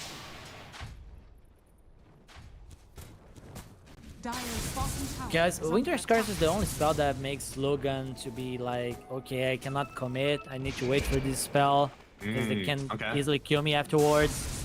As soon as he sees that Winter's Curse got used, he just feels free. So would you say the threat of the Winter's Curse is more important than the Winter's Curse itself? Yeah, he's getting Lincoln, so I think the answer is right there. That's true. He's itemizing against it. He's scared. He's gotta be. Because it feels like he wants to go and kill someone. He doesn't die in the process. Uh-oh. Uh-oh. No, never mind. Pingu. Evacuate. Get out of there, King. Is under attack. Well, it looks like the line was true, actually, sitting in the river. There wasn't a team behind him. In fact, they pick up another one, Ember Spirit going out. A bit of an interesting jump there. Don't click on him, Enzo. Don't do it. We don't want to know. Yeah, you did it, Renzo. He underestimated the situation. Yeah, no, definitely. I think probably needed to pop that one out. He was like, nobody I die here, right? Right. What are they gonna do? Kill me? Looks like they opened themselves up for a little bit of a mid push. Radiant's middle It's tower is Luna, under attack. Kanda, BKB Luna. How does Wind Ranger play against it? Radiant structures Double King, I had are respect for fortified. you. Conda for Lucent Beams. Shame, absolute shame. He wants to one-shot Lion. Dude, it did do a lot of damage in the mid lane. Hard to blame him. That one Lucent Beam took down like half his HP, and all he could do was sit there and like throw out the mana drink, 'cause he was It's certainly dead. satisfying. I like it. Radiant's top tower. Plus, is I under think he attack. probably got the Lucent Beam cooldown talent as well. I think the CD on Conda is like, Radiant's top tower has yeah, fallen. okay. The CD on Conda is not that long, so with that Lucent Beam cooldown, it should like kind of line up. 6 seconds on Conda, 4 seconds on Lucent Beam. Radiant's He's top getting tower link is under needs attack. also. Mmm. Only way he dies is if they jump him and he can't press BKB. I mean, Steel is very hard because Venge can just swap him. Yeah. He's playing safe. Can't blame him. No, you gotta. I like the itemization for sure. Like your team has the damage around you. You have to build to survive because there's just nobody on your team that can protect you like this. And the minefield is set up. It's a So long respawn. B-God is putting down a tent. Radiant He's are camping out here. scanning. You think that he camps when he plays Call of Duty too? He like sits in corners. Like his Dota I think plays he's down this limits, kind of player. right? He's definitely camping stairs while Pinky was sniping from the window. Oh, what a snipe out from Dot. Now he immediately takes some bumps to the face for it. Has to pop the BKB and get away from this one. He used to focus fire on the Vengeful Spirit because on the other side, it seems like they may have gone on top of the Luna here. Popping the BKB, trying to take it out to the Underlord. He's got the damage reduction though from the Glaze Shard, so it seems for now, Double King is perfectly fine with how this fight is going. Let's try to get away on Cloud. The Underlord isn't as tanky as it seems anymore. They'll get a kick back to the rest of the team, and Underlord will fall. Now, Pinker's on the backside. Logan able to turn onto the Luna now. It seems they'll take down DK, a 7-kill streak, and now let's see who else they can find. Sweet Shirley to fall as well. Val will help pick up that last hit, and it's actually 4 gone for only the Underlord. I think they just put too much damage into the Undy with nobody else touched. Yup, the throws. They are lucky that the Rush is not alive because they could kill Rush fast and just push the bottom lane. They'll have the chance to fight again. Not sure if they will. But they need to be more precise with who they are jumping. They got lucky with the rolling on the Ember Spirit, but there was no follow-up to that. Yeah. So the Ember could just pop BKB and Radiant's fight. middle tower is They were under not. attack. They were never able to go after the Wind Ranger.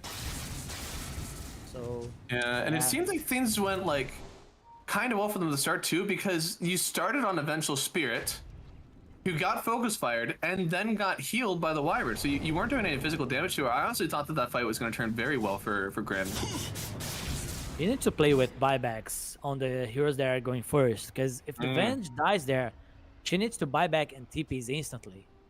Yeah. Which is hard to do on the bot side when you're dire, right? 'Cause Have you to kind of like have to go to like TP the. top, get the twin gate. I guess you can technically go to the triangle. I feel like both of them are like similar times. Yeah. Oh, he popped the smoke. They're gonna roll on through. Dot is just gonna like maybe blow up. No. Oh Lord. No. Mess with the snakes. Dude. So many bombs. They've just been like holding here, waiting for Roshan to be up. It's like oh cool techies. Yeah. I can't believe like he had the blade mail. Like I don't know how B-God actually survived all that. You have curse.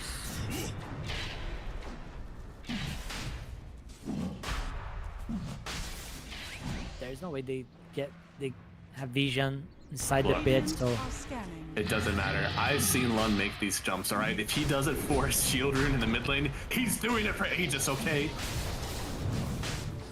Is that a focus fire right here? Yeah, okay, no, he did commit the focus. They're trying to take this down ASAP.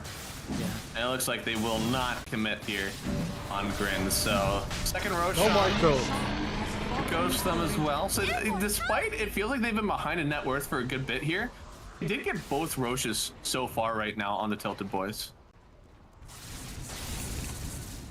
Now they're 1K ahead. This is has they have a lead anytime recently? I feel like this is one of the first gold leads seen on them in a bit. Yeah. We've got some lead in the beginning, but the throw was real. Look at this. They had the advantage. And as we said, like, we want the Luna to keep that like one item advantage. Since they haven't kept it, I mean, you get Windrunner to even net worth. Windrunner is definitely winning this game, 100%. Getting MKB next. She has to deal magic damage through the Cold Embrace, so very nice pick up. Luna's still getting the Linking Sphere. She might regret going Kanda, to be honest. Ooh, see, that's... I don't know if I love this item on Luna just because it feels like the raw damage that you right-click out is so much more important, but maybe I'm just, like, undervaluing the power of Lucent Beams. He needs Satanic. And that's another thing, yeah. He needs a way to hit Wind Ranger. He's going Satanic next. That means he'll have slot problems. If he needs MKB, he'll have to, like, sell his boots to get that. Yeah, I mean, he's going to be splitting apart Mask of Madness, and I believe maybe I shouldn't say this, but I'm going to try anyways. I think you're able to disassemble it for at least a single part of the Bloodthorn. I think. A lot of mines. Or no, you're not able to. GG. Not able to, yeah. GG. Word, right? Yep. Dire's bottom tower has fallen. So, yeah, I mean, once he disassembles this, you basically have to go for, like MKB and get rid of your boots, I guess.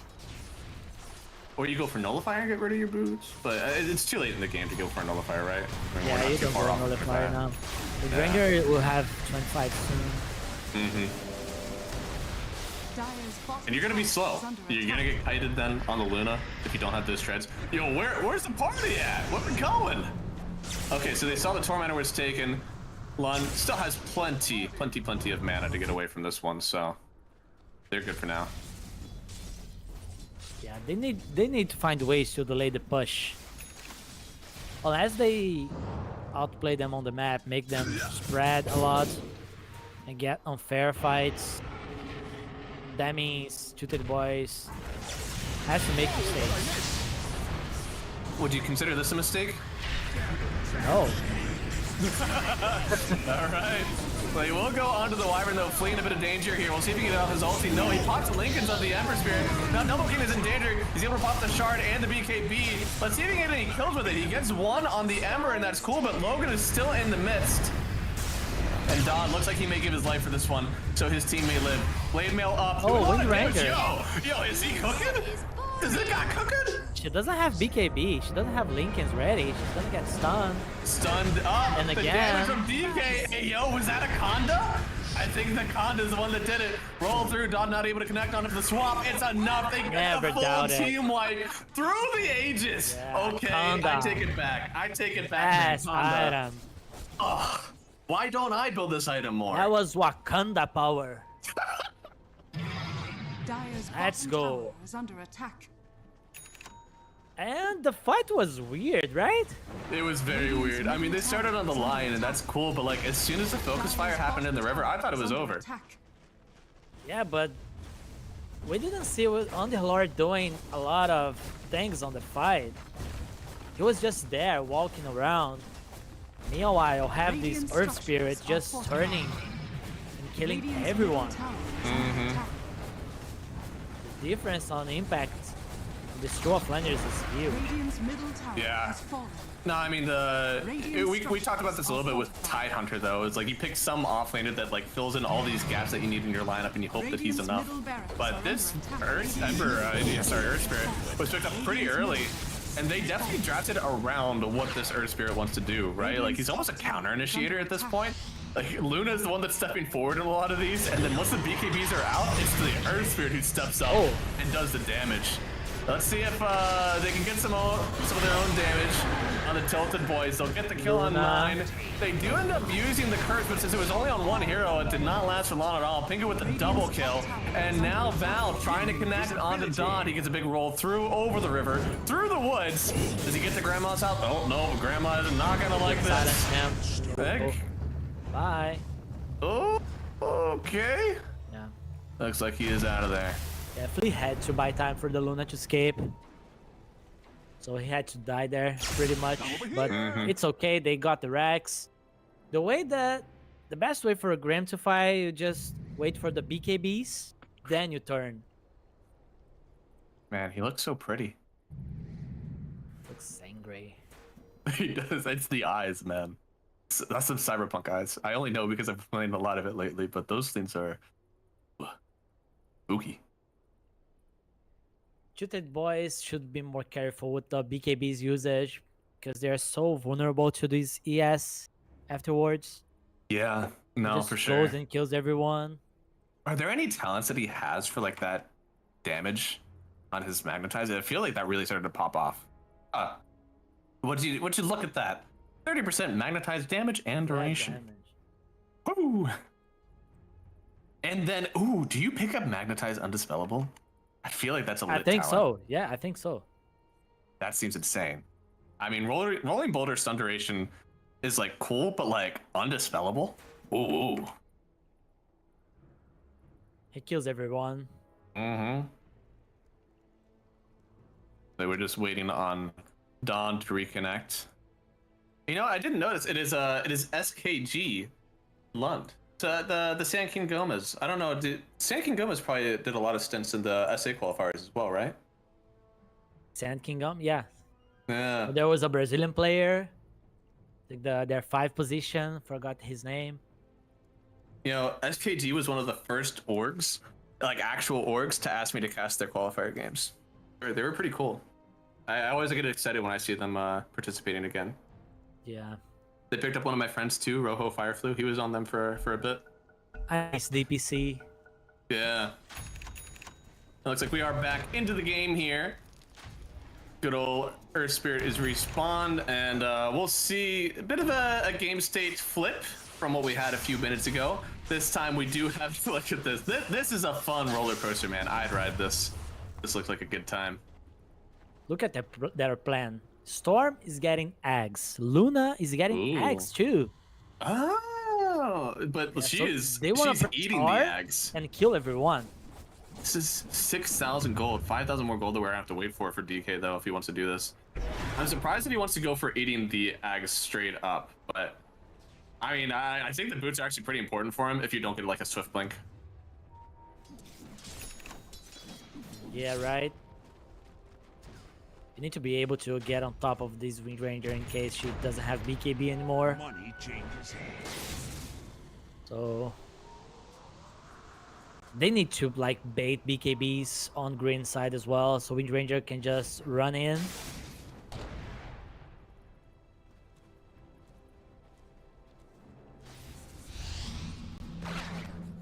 We don't see a lot of buybacks available.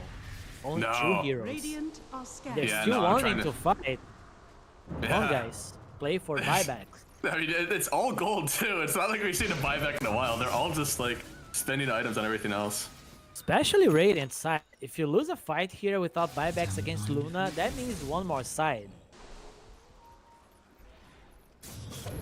Ooh, yo! I love this scythe on B-God. He's trying his best. I'm over here. Arcane rune. That's pretty big. I mean, he's gonna have the eggs soon. 4,200 gold, right?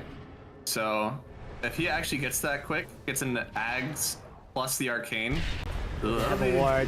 It's all fleet. Yeah, they're focus firing too. They're like, get him out. Do not give him any chance to get that ulti off. Yeah, now it's time to push out the waves. Yeah, I mean, we've only the wave maintenance is still pretty good for everybody here. Looks like just a little bit of poking, yeah. We only have the mid racks gone, for Delta Boys, and I will say that is one of the least impactful lanes. It's still impactful, of course, but it's one of the least impactful lanes to get out because your team is constantly cutting 2 waves, or at least should be cutting 2 waves, and mid is always going to be one of them. So The Lion has to constantly looking at that lane. If there is illusions from Luna, he should go there and kill them. yeah, It's it's much annoying. easier for Grin, right? Like Grin has the illusions of Luna they can send through. I don't think he really have anything. That was close, but Storm has Winkins. That would not be easy. Lion has a Wrath Bane. Yeah. He wants the armor. Is that really? I feel like the magic damage is what you're taking a lot to. Like almost a bracer would be more, but I guess he's taking a lot of hits to the Luna. He wants to do it faster. Back speed. Yeah. go. He's becoming a right clicker already. This is not a defensive stat item. This is an offensive stat item. Get on it. So we just wait for the rush. Use smoke. Ranger is 25E. She got. Oh. She got the Focus Fire. Yeah. So she relies on the BKB. Bounty. Radiant are scanning. 2 minutes, another long respawn. Yeah. No, it's a pretty big one, which I guess technically favors the Tilted Boys because guess who's setting up shop again? It's B-God. Throw illusions there. Kill the bombs. Right? Dire are scanning. Yeah, actually, it used to be. They patched it out, which I thought was actually kind of soft, but Iron units used to not proc the bombs. So you could Wyvern Arctic Burn, and actually walk over all of them, smoked, and they have no idea that you're coming over. I thought that was a feature, and then they patched it. So unfortunately it doesn't work anymore. Lion. Yeah, huge Sivas. I mean, this item is so good for everything it does for Dodd, plus the vision that it can get to assassinate some heroes. Pingu's on disc actually already procced, and now Double King popping the ulti, trying to get on anybody here, but he's only finding Cloud so far. It looks like with the Lotus Orb, he's got some decent protection. I've seen them put a lot of damage into Cloud before. It didn't really fare well for them last time, but now they have an advantage, and it'll work out well. Pingu will try to lead them through the minefield, and Double King is reluctantly, I think, taking some to the face. These fights are so messy. Oh my goodness. Oh, B9. Look,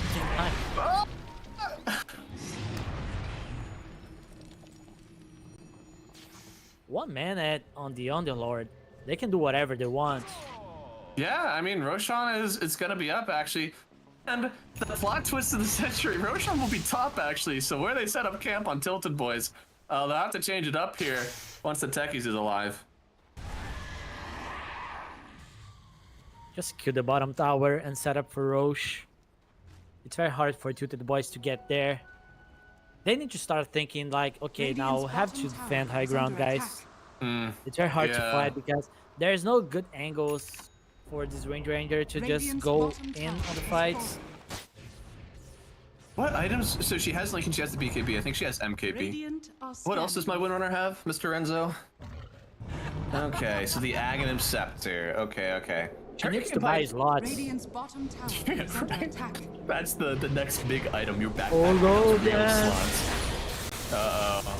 You're jumping right on the Lion here. Lion doesn't last very long. He's already out of here. They do trade out for B9 for the BKB from Logan. The protection is wearing thin. The Aghanim Scepter actually coming in pretty clutch for the Underlord now. Stops everybody in their tracks, but Dodd, he's not scared. He's not stopped. All right, he'll get on top of the Windrunner. With the Aghanim Scepter from Storm, they're trying to lock her down. He's taking damage himself. The stun will connect on him. He's out of here. Wyvern Curse. It's onto the Techies trying to take him down, but it means that Double King with his BKB wasn't doing any damage. Thankfully, once it wears out, he'll still keep it going on triple go for him. Give it another. It's a double for Flea actually at the end of it all. And they'll grab themselves a 16,000 net worth lead, and it might just grab them a few tier 2 towers. Yeah, you don't have the carry matchup. There's no way this weak Ranger is getting on top of the Luna. Wyvern have bots?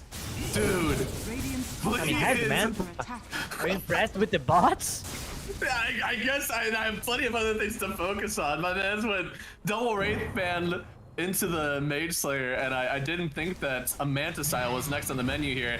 DK's gonna step up to the towers. What's Roshan? I never heard of it, man. We're going for the end on this one. Where are the Kanda haters? Dude, Kanda haters in chat, please step up. I said that I was happy that he built this item the whole way through. I never questioned it. Radiant's middle tower has fallen. Yeah, man. They're taking it down. Ember Spirit, he can't do this one by himself. There's no buybacks. GG is called. Game number 2, Grin Esports. Snatch it out of the hands of defeat once or twice actually in this one, and they grab themselves the next round of lower bracket play-ins. So great job from them in this one. They'll go on to place Bammy Soy here. It looks like in an hour and a half. Yeah, there was some glimpses of Tilted Boys might have been able to like get game number 2, but I don't know. They weren't able to make this Wind Ranger scale as a carry, as a scary carrier. We saw the Luna just dominating the fights, and they were just patient, waiting for the BKBs to wear out, and then coming back with the ES and this Underlord pick. He did nothing on the fights. Good pick for the lane. He got top net worth real quick, but what happens after? He buys Guardian Graves. Again, what do you do with this item? Yeah, no, I agree with that. I mean, he had to be so much for his team in this one with the last pick. He had to win a lane versus Luna. He had to keep his team sustained. I feel like I like a lot of what he did, but once the Ags came out, I was kind of questioning how he plays this one out. And I just don't think it was enough for them. Because on the other side, like, we definitely saw why this Earth Spirit got taken into the offlane. My God. Huge team fight hero. I mean, that was the Magnus Open. I think they should go for a hero like Magnus, because if it's a meta when Centaur is strong, Mars is strong, you know what's up. We need offlaners that can fight, that can get pickups on the map. I don't see Underlord as one of these heroes. That's true. No, I mean, he's able to take your team to fights, and he's able to kind of close up a map that constantly feels so large right now. As again, I think that the itemization and maybe even the way that they played around him felt a little bit off. That's probably also because we don't see this hero much in the meta at all. It's hard to know what the way to play this hero is because of how little he's really been pushed and tested. They even got two Aegis. Yeah, got two Aegis and still not able to get a huge net worth advantage. I think that would be like the best case scenario for them. And they lost a huge fight, that one in the river where the Conda turned up for Luna. They turned it around there. They even got a kill on the Lion first, which felt really bad for them, but plus they took the Aegis fight and completely dominated with it. It's definitely hard to win a game when you can't even get the advantage with Aegis. But man, who's playing next? So next up, it'll be Bammy Soy versus Grin Esports. So they get themselves into the next round here. Bammy Soy, of course, they did take their 2-0. They actually did win a game, right? They did win their series versus No Bounty Hunter. It was one of the 2 actual games that we had played in the upper bracket. And then they lost to Shopify. So Grin and Bammy Soy will be playing to see who gets into the lower bracket finals to play the loser of Nouns and Shopify. So both of those games going to be happening in about an hour and a half. Unfortunately, though, I believe that is it for Ace and I today. Yeah, for today, because tomorrow we have some SA qualifiers starting. So keep coming, guys. More fun dotes. Keep it going. And guys, thank you so much for watching. We'd love to see people watching the NA qualifiers. I have a special place in my heart to see all my friends who get to watch the SA qualifiers and root for all of my friends who are playing in the SA qualifiers. So it's just a good time. Thank you, everybody, for joining up. If you liked the casting, let us know. I'm Math Magician, and this is Ace Dota. If you didn't like it, I'm Capitalist, and this is I'll give you SVG this time. Go ahead and complain about it somewhere else. Just still try to be a little bit kind about it. My feelings will still get hurt. But thank you all for watching. Be back in about an hour and a half for the next round of games. We'll see you there. Who we looking for if there was no one left? Ain't nobody in front of me. Ain't nobody in front of me. Ain't nobody in front of me. Ain't nobody in front of me. Look, I don't really see y'all as the competition, but if you go against me, you the opposition. But if you want to test to look like you could close the distance, I'ma give it A forever since you're so persistent. With you, I'm just practicing, cause I'm back to back, let's get back to winning. As a matter of fact, I'm not that forgiving, cause you did this to yourself, that's a bad decision. I don't see no one in front of me, you is a ghost, you ain't got a soul. Whoa, always say that they gon' come for me, knowing they won't, they doing the most. Whoa.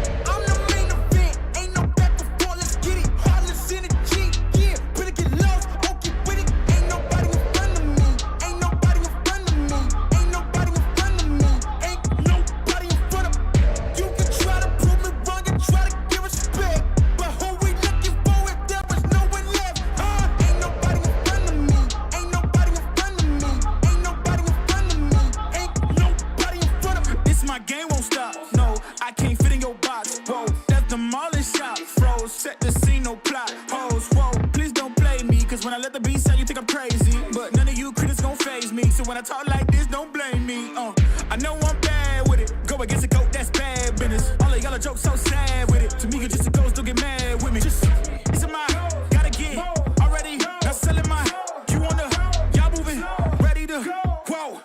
I'm the main event, ain't no back before, let's get it. Heartless in the G, yeah. Better get lost, won't get with it. Ain't nobody in front of me, ain't nobody in front of me, ain't nobody in front of me, ain't nobody in front of me.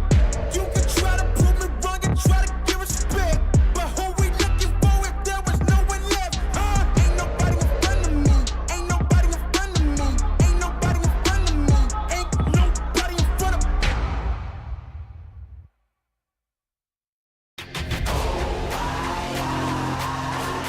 Never fall back. We will stay right where we at. We ain't never fall back. Yeah. We ain't never fall back. And you can find me where I'm at. We ain't never fall back. Ha. We ain't never fall back. And you can find me where I'm at. We ain't never fall back. Come up with a game plan. Double XL up in the pen, you can't shake that. All the way gassed up, full tank, man. Moving too quick, keep the cameras in the playback. Dang, so tell me how you feel with it. You put a lid on it, I ain't got no chill with it. This right here your problem, you gon' have to deal with it. Lay it on the line, high risk, that's the meal ticket. Yeah, we ain't never fall back. Hold our ground where we at. Never fall back. No lies, no facts. We will stay right where we at. We ain't never fall back. Yeah. We ain't never fall back. And you can find me where I'm at. We ain't never fall back. We ain't never fall back. And you can find me where I'm at. We ain't never fall back. Been way down, never falter.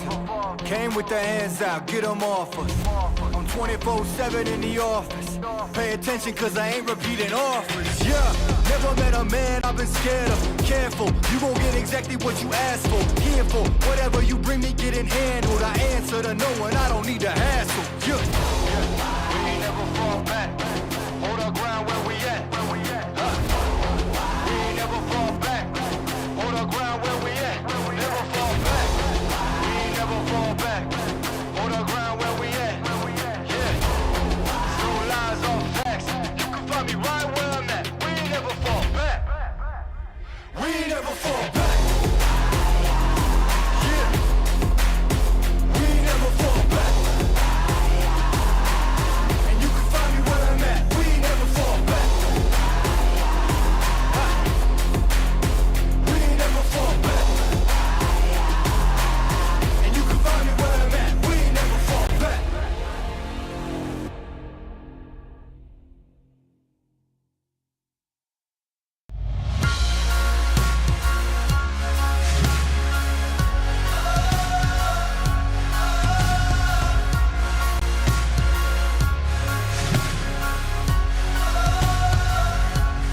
Neues Kapitel, weißes Papier, Seite um Titel, Mitte 20 und hier, Zeile für Zeile, offener Blick, find nur beim nach vorn sehen zu mir selber zurück. Und auch wenn's irgendwie nur eine Plattitüde ist, der Augenblick zerfällt, hält man ihn fest. Und wenn ich's richtig sehe und verstanden hab, dann sagt er selbst, wenn man ihn ziehen lässt, ich geh einfach nur los, irgendwo hin, auf jeden Weg. Ob klein oder groß, wartet ein Sinn und wir haben's erlebt. Nein, ich hab noch nicht genug, wart mal wieder auf die Flut. Schwimm oder schweb, Leben ist Leben, Leben ist Leben. Solange sich alles bewegt.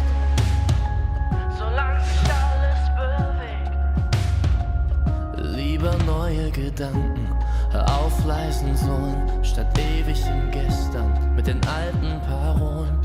Nun ist die Währung, der Weg ist das Ziel. Kostet die Welt dann vielleicht gar nicht so viel. Und auch wenn manches davon sicher Plattitüden sind, man fühlt genau, wenn es stimmt. Ich geh einfach nur los, irgendwo hin, auf jedem Weg.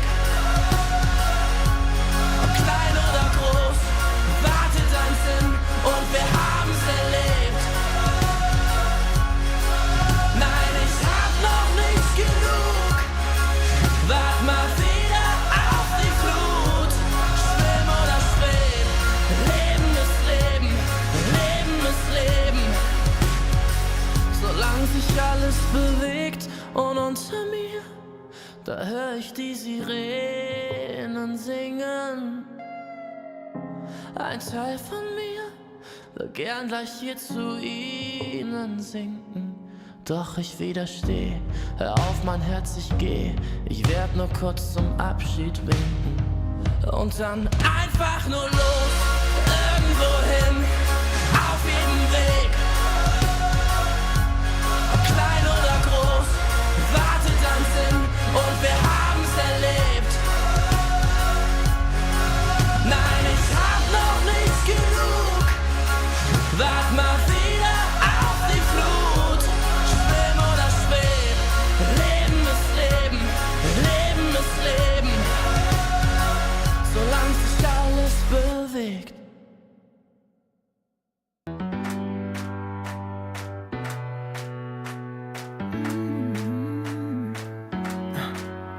Am I wasting time? 'Cause I'm already gone. So long, can you stay the night? 'Cause you're the thing I want. I know you're feeling different when you're stressed out, but even with no makeup you still stand out. 'Cause no one makes me feel the way you do now. Like you do now. The way that you move your body, you make it look like a hobby. Every time that you touch me, it's electricity. Things we discovered underneath last night's covers. Everything came so easy. It's electricity. Electricity. Whoa. It's electricity. Electricity. It's electricity. When it's late at night, I feel you on my skin. My skin. You're all that's on my mind. It's finally sinking in. You're in. I know you're feeling this.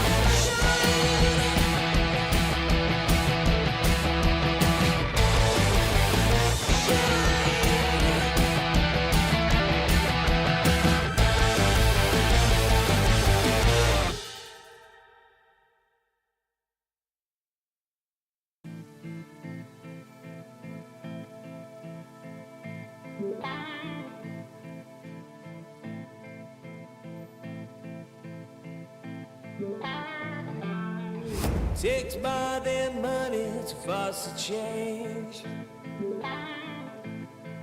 Takes by their time to heal the pain. Heartbreak will light the fire. Heartbreak will light the fire. Fire will light the fire.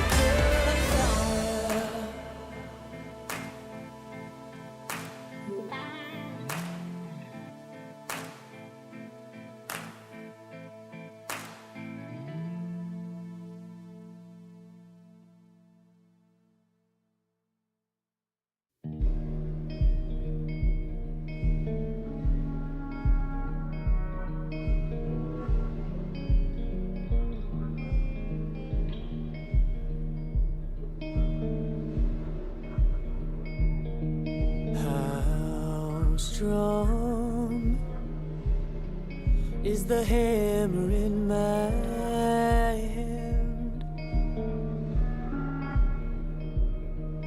How long can you force me to dance? There's a crisis in my heart and in my world, and I saw you smile when I fell into the dirt.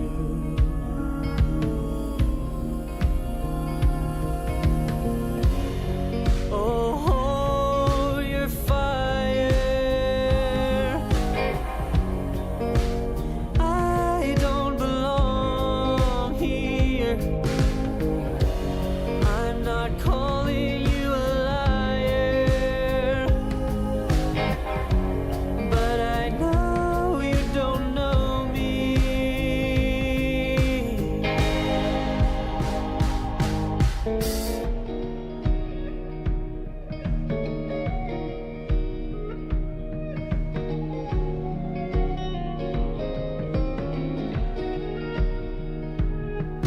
I'm too young for bitterness like this. I've grown too old to forget. I'm not a killer, but killing never fails.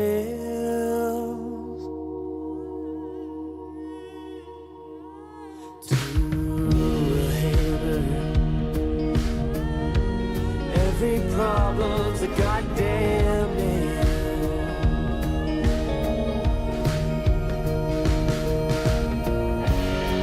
Oh, your fire,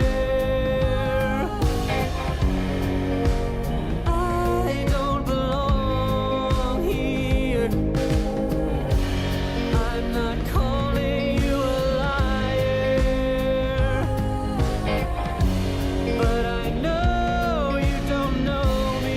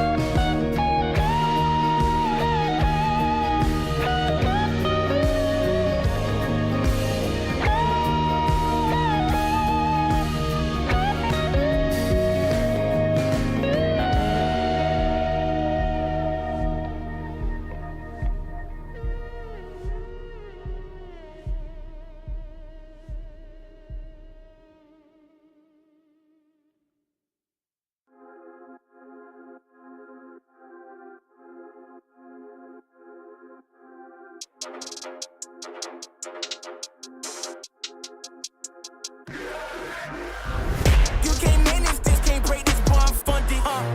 Gotta keep my distance when you not 100. Those the same ones say they love you, late and funny. You can't match my energy, and yeah, you know it. Way too cold, yeah, man, I'm way too cold. Way too cold, yeah, man, I'm way too cold. Way too cold, yeah, man, I'm way too cold. Yes, I meant it, yeah, man, I'm way too cold. Hey, I'm a problem when I'm on top like this. This why this on the flow. Hey, gotta keep my fur coat close, cause I'm a boss and I'm way too cold. I don't really wanna come ask me why I gotta act like this. Tell them that my pockets too swollen, they already know I'ma flex with a bag like this. Like, I'm at the top and that's literal. I'm making money, it's digital. They watch how I step in, it's pivotal. They wanna be me and it's pitiful. I cannot be no one else and I'm flexing, I'm glad to be me. There's no angle they can come for me, boy, I'm 0 degrees. Way too cold. You can't manage this, can't break this, boy, I'm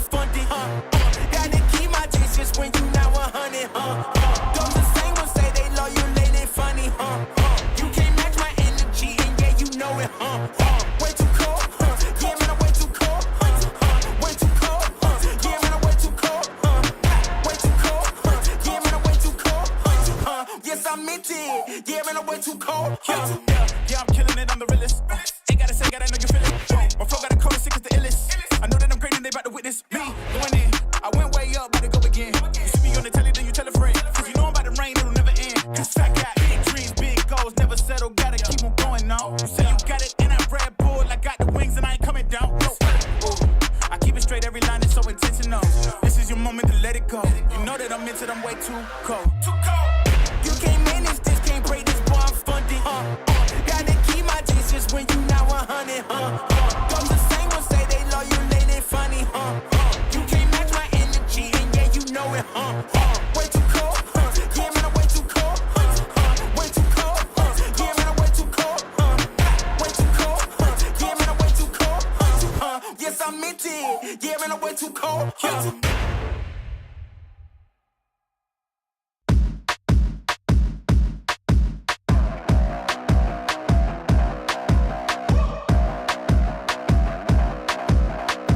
My Uber ride drop me off Fairfax and Beverly. The sneakerheads walking up, they try to talk to me. They say, do I wanna fight? They say, do I wanna go? I say, I'm feeling too high. I say, come on and let's dance.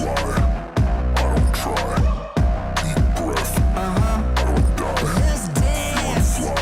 What? Let's dance. We stop at Bodega Lose. I get my favorite cake, the sweetest one I can find. That mango saccharine. She asked what else do I want? I say you don't wanna know. She say I really do. So I say come on, let's dance. Yeah.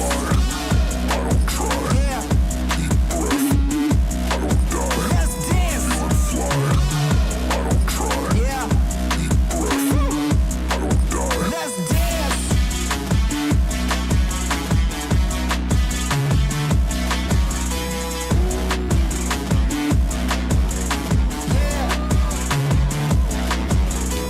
Fairfax and Beverly, Fairfax and Beverly.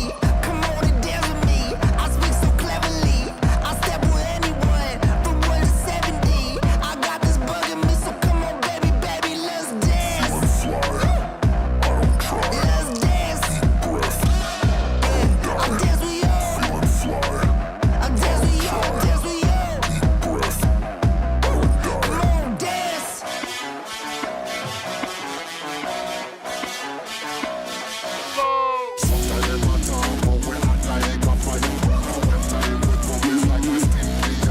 Let's dance. I said, come on and let's dance. Yeah. Let's dance. What? Let's dance. Welcome back, everybody, to the North American qualifier for ESL 1 Birmingham. We're going to be taking over the next match. It's going to be me, Cap, and I'm going to be joined by Otomo, who we've never actually casted together. Otomo, how you doing? I'm doing well. You know, it's 9 a.m. here, so I had I just slept and wake up and it's like, oh, NA Dota, now let's do it. And it's the semifinals and it's with you, so it's a little nerve-wracking, but I'm glad to be here. Well, I'm happy to have you, especially since I'll be honest, I haven't watched I've watched zero the NA qualifiers for this round. I watched the previous rounds with Dream League and stuff, but for the for qualifying for Birmingham, I haven't actually gotten a chance to watch any of NA. And to be honest, I probably wouldn't have started watching until the upper bracket final, which is also going to be going on at the same time. We got Nouns versus Shopify Rebellion, so you can check that one out. That's going to be going on for the ESL. I forget which one. Tango. You're right. Tango. Good call. Good call. The ESL 1 Tango channel. You can check that one out. That series is going to be going on at the same time. But yeah, I mean, you know, looking at NA, it's very often we look at it as kind of like a 2 or 3 team region, and so far the qualifiers have kind of still established that, right? Yeah, I mean, and by the way, don't go there, guys. Stay here because you're not going to see Grin Bambi Soy again, but you're going to see Nouns and Shopify in the grand finals anyway. It's just going to be that'll be the better rematch. So stick here for now. But yeah, it is going to be Grin Esports versus Bambi Soy here, and like you said, it is very much a very top-heavy region right now. So like Nouns, and we can expect Nouns and Shopify to sort of go for everything, and then everyone else is kind of playing catch up at this point. Yeah, and I mean, when it comes to these two teams, are you expecting? Do you have a favorite for this? Because I mean, I'll look at it immediately. You know, Bammy Soy. I Yep. know, I know most of those guys. I'm not really sure if Mhm. I know anything about BNC. Yeah. Who's the one member I haven't seen? Mhm. Oh, that's Blink. Oh, okay, never mind. Then I know all five of those guys. Whereas Mm. Grin, I don't know two of them. I don't know three of them. I know Flea and Bloody Nine, but Double King, Lund, and Dad are teams that I was like, oh, they're in the region. You've seen them play, but it's not the same thing as like you mentioned, like Z Freak, where you've seen him for years, Sammy Mhm. Boy and Moo as well. But yeah, Green Esports, I would say, come in as the underdogs, right? Like both of these Yeah. teams had a very rough round before this, where they were got both stomped by Shopify and Nouns, respectively. Both of their seasons was like 40 minutes, by the way. So this is definitely like they're coming from a tough game. This is their chance to make it to third place. The MMRs are quite similar, but of the two, Bamiso is definitely the more well-known team with the more well-known names. Yeah, yeah. It's well, Bamiso of all, right? It's like Bamiso. You could have called Sammy Boy, just stuck to this. It's like no. I want it to be my name, but with a little bit of a cute trick to it. Well, whatever. I was just looking at the lobby chat, Mm. and apparently Flea has A an fun name. interesting name to say the least. Something that is not okay for broadcast, so I couldn't say anything about it. But yeah, so Bammy Soy may be the favorites, but it seems Yeah. like from what you were talking about earlier, seems like when it comes to just MMR, they seem relatively even. Yeah, close enough. But we've also seen a lot of times when it's like the way you play in the pubs and the way you play in pros are very different. Where Mm. it's like your MMR could be similar, but a person who's been in a pro team is like they approach the game very differently. So while MMR matters and tells us these two teams may be mechanically close, it's not the same thing when we go into teamwork. Where it's like, oh, our whole draft has to work, our supports have to be less greedy and supportive of each other. It's a different game. So and like we said, Green Esports, not a team we've heard a lot of. But we can go into the bit of the picks that the two teams are we expect to be contested. So Ember Spirit, something that both of these teams have picked a lot during their runs. We also see Vengeful Spirit, who's emerged as sort of the most popular position 5 thanks to the save. Snapfire is a bit of an odd one because I don't think that I've seen this hero being picked up in any other region, or at least not when I was doing Dream League as well. Mm. Yeah, I haven't seen that much of Snapfire either, actually, Mm. now that you mention it. So yeah, that is kind of an interesting one. In fact, yeah, I'm looking at the list of Snapfires in the tournament in this qualifiers as a Mm. whole, and I see a lot of Grin.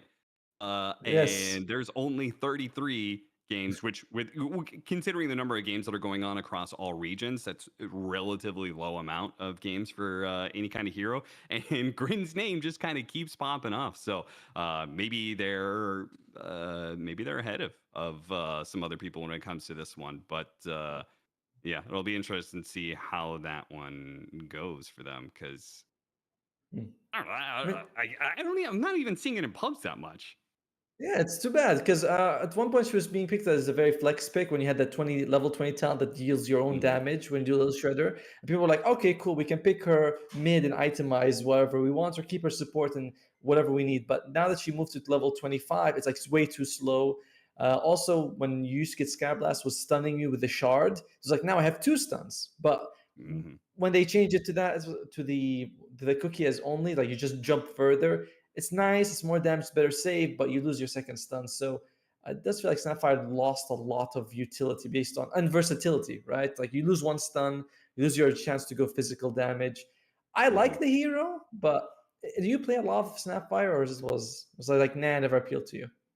No, I definitely Mm, I like Snapfire mm, quite a bit, but yeah, the last time that I was really playing a lot of it was back then. I actually have it a lot in my party queue games because uh-huh, I play with some people who do really like playing core Snapfire. And it's definitely, I mean, it's just you can't go the physical damage build like you're no, talking about. Basically, until you have to go magic damage build and then swerve mm, your entire build once you start getting to the 20 and 25 talents. So that's pretty useless, I would say, for the most mm, part. But it is just generally like a pretty good team fighter and stuff. yeah. So has it mostly been played as support? That's what I would assume anyway, right? Is that it mostly been played as support? I hope it's not being run as core. I think it's been played as support, but that's not something. I was like you. I was like, oh, it's been picked a lot, and that's about it. And we'll see if it gets picked or banned in this one as we go into the drafts here. Win Esports, they are going to take first pick. Simon Boy, they have second pick here, and that's another one, right? Where we're seeing a lot of teams go in with like very different opinions of which one's better, as well between first and second pick. I feel like still second pick, just because first pick doesn't. There's no one hero that dominates the whole meta like we had with the Lina Major. Yeah. I think I would agree with that. I think that one thing that some of the analysts I've talked to is when they made this draft change. One thing about second pick is that you get a better opportunity to grab a core if you want in the opening phase, and then immediately protect it, right, with the follow-up ban, right? You have the second pick, you can immediately go into the bans, and then you also get a pick off of that banning phase, which you can also serve to protect that that pick as well. And when you're going this deep into the pool with this many bans that are front-loaded at the beginning, and then you get another ban in after your pick, and then you get a pick after that, it feels like you can protect whatever opener core that you choose pretty damn well. Like they're just not going to be able to get the hard counters that you would usually want. Yeah, and so, I get what you mean. That makes a lot of sense that way. As Bamisoy, they're done with their bans. They get removed the Doom, the Magnus, the Call, and the Bat Rider. And I know that Green Esports has been playing a lot of Doom for sure, as well as the Bat Rider. We'll see. We'll see who's going. If anyone's going to be first pick Ember Spirits, because as I mentioned, this has been the most picked hero for both of these teams. And Green Esports, they do have first pick. We'll see. So if they want to pick it up, it's an option for them. Team pick. The hero is doing really well thanks to the Mage Slayer buff. Plus, you can get like a Shiva's Guard, able to do a lot of damage from a distance. This is going to be, they go for the Nature's Prophet instead, so good global presence for them. And they take Chen. All right, so it's very different. They're both starting off with their supports. And I gotta say, I'm a big fan of Chen. I feel like this is one of the best heroes as position 5, if you can play it really well. Like you can put up so much pressure for your team with this hero. Yeah, I think when the patch came and Chen was immediately, Chen and Solar Crest were the two things that immediately jumped out to me. And I think I even put out a tweet about it where it was just like, like you're gonna have some Chen coming out and he's gonna give 20 plus armor to some core hero and give him a 400 shield on top of that one, and it's just going to be oppressive to deal with. And it didn't immediately show up, but over the last couple of weeks I've seen a lot more Chen, and it's just obnoxious, man. He puts this buff on somebody and you just like, I can't touch that guy anymore unless you're blowing him up with magic damage. You just can't really go for that guy. Yeah, I mean, when I saw when I saw the patch, the first thing I also thought was that it's going to be a magic patch, right? Because with Solar Crest, but also Bloodstone Shiva got buffed.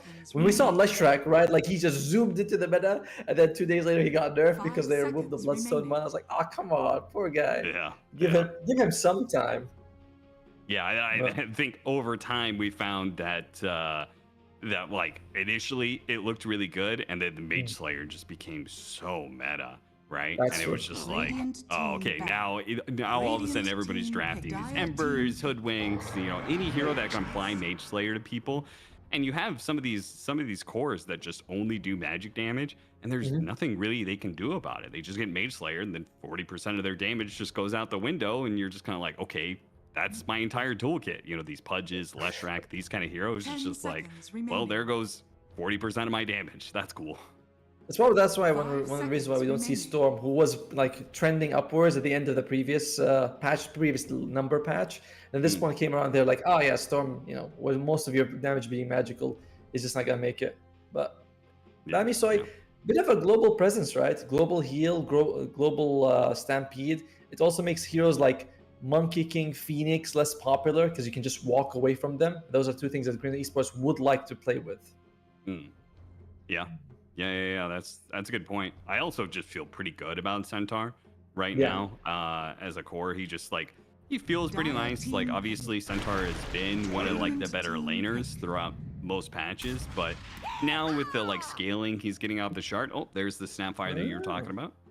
Hey, there she is, yeah. And quite a lot of forced mobility from Green Esports with the toss as well as the Snapfire cookie. Like you have ways to save allies or just move enemies around. So this is pretty, it feels a bit pick-off based though, right, with these heroes.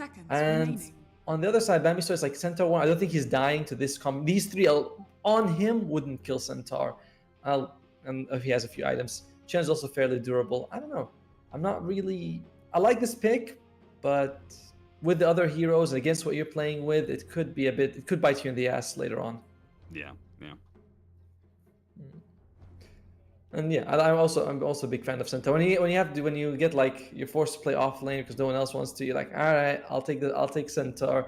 And I do like that you have a bit of versatility in the build, just because you can go like the Shiva's Guard, get overwhelming blink on top of it. Especially because Heart is really not as good as it used to be. So I like Centaur.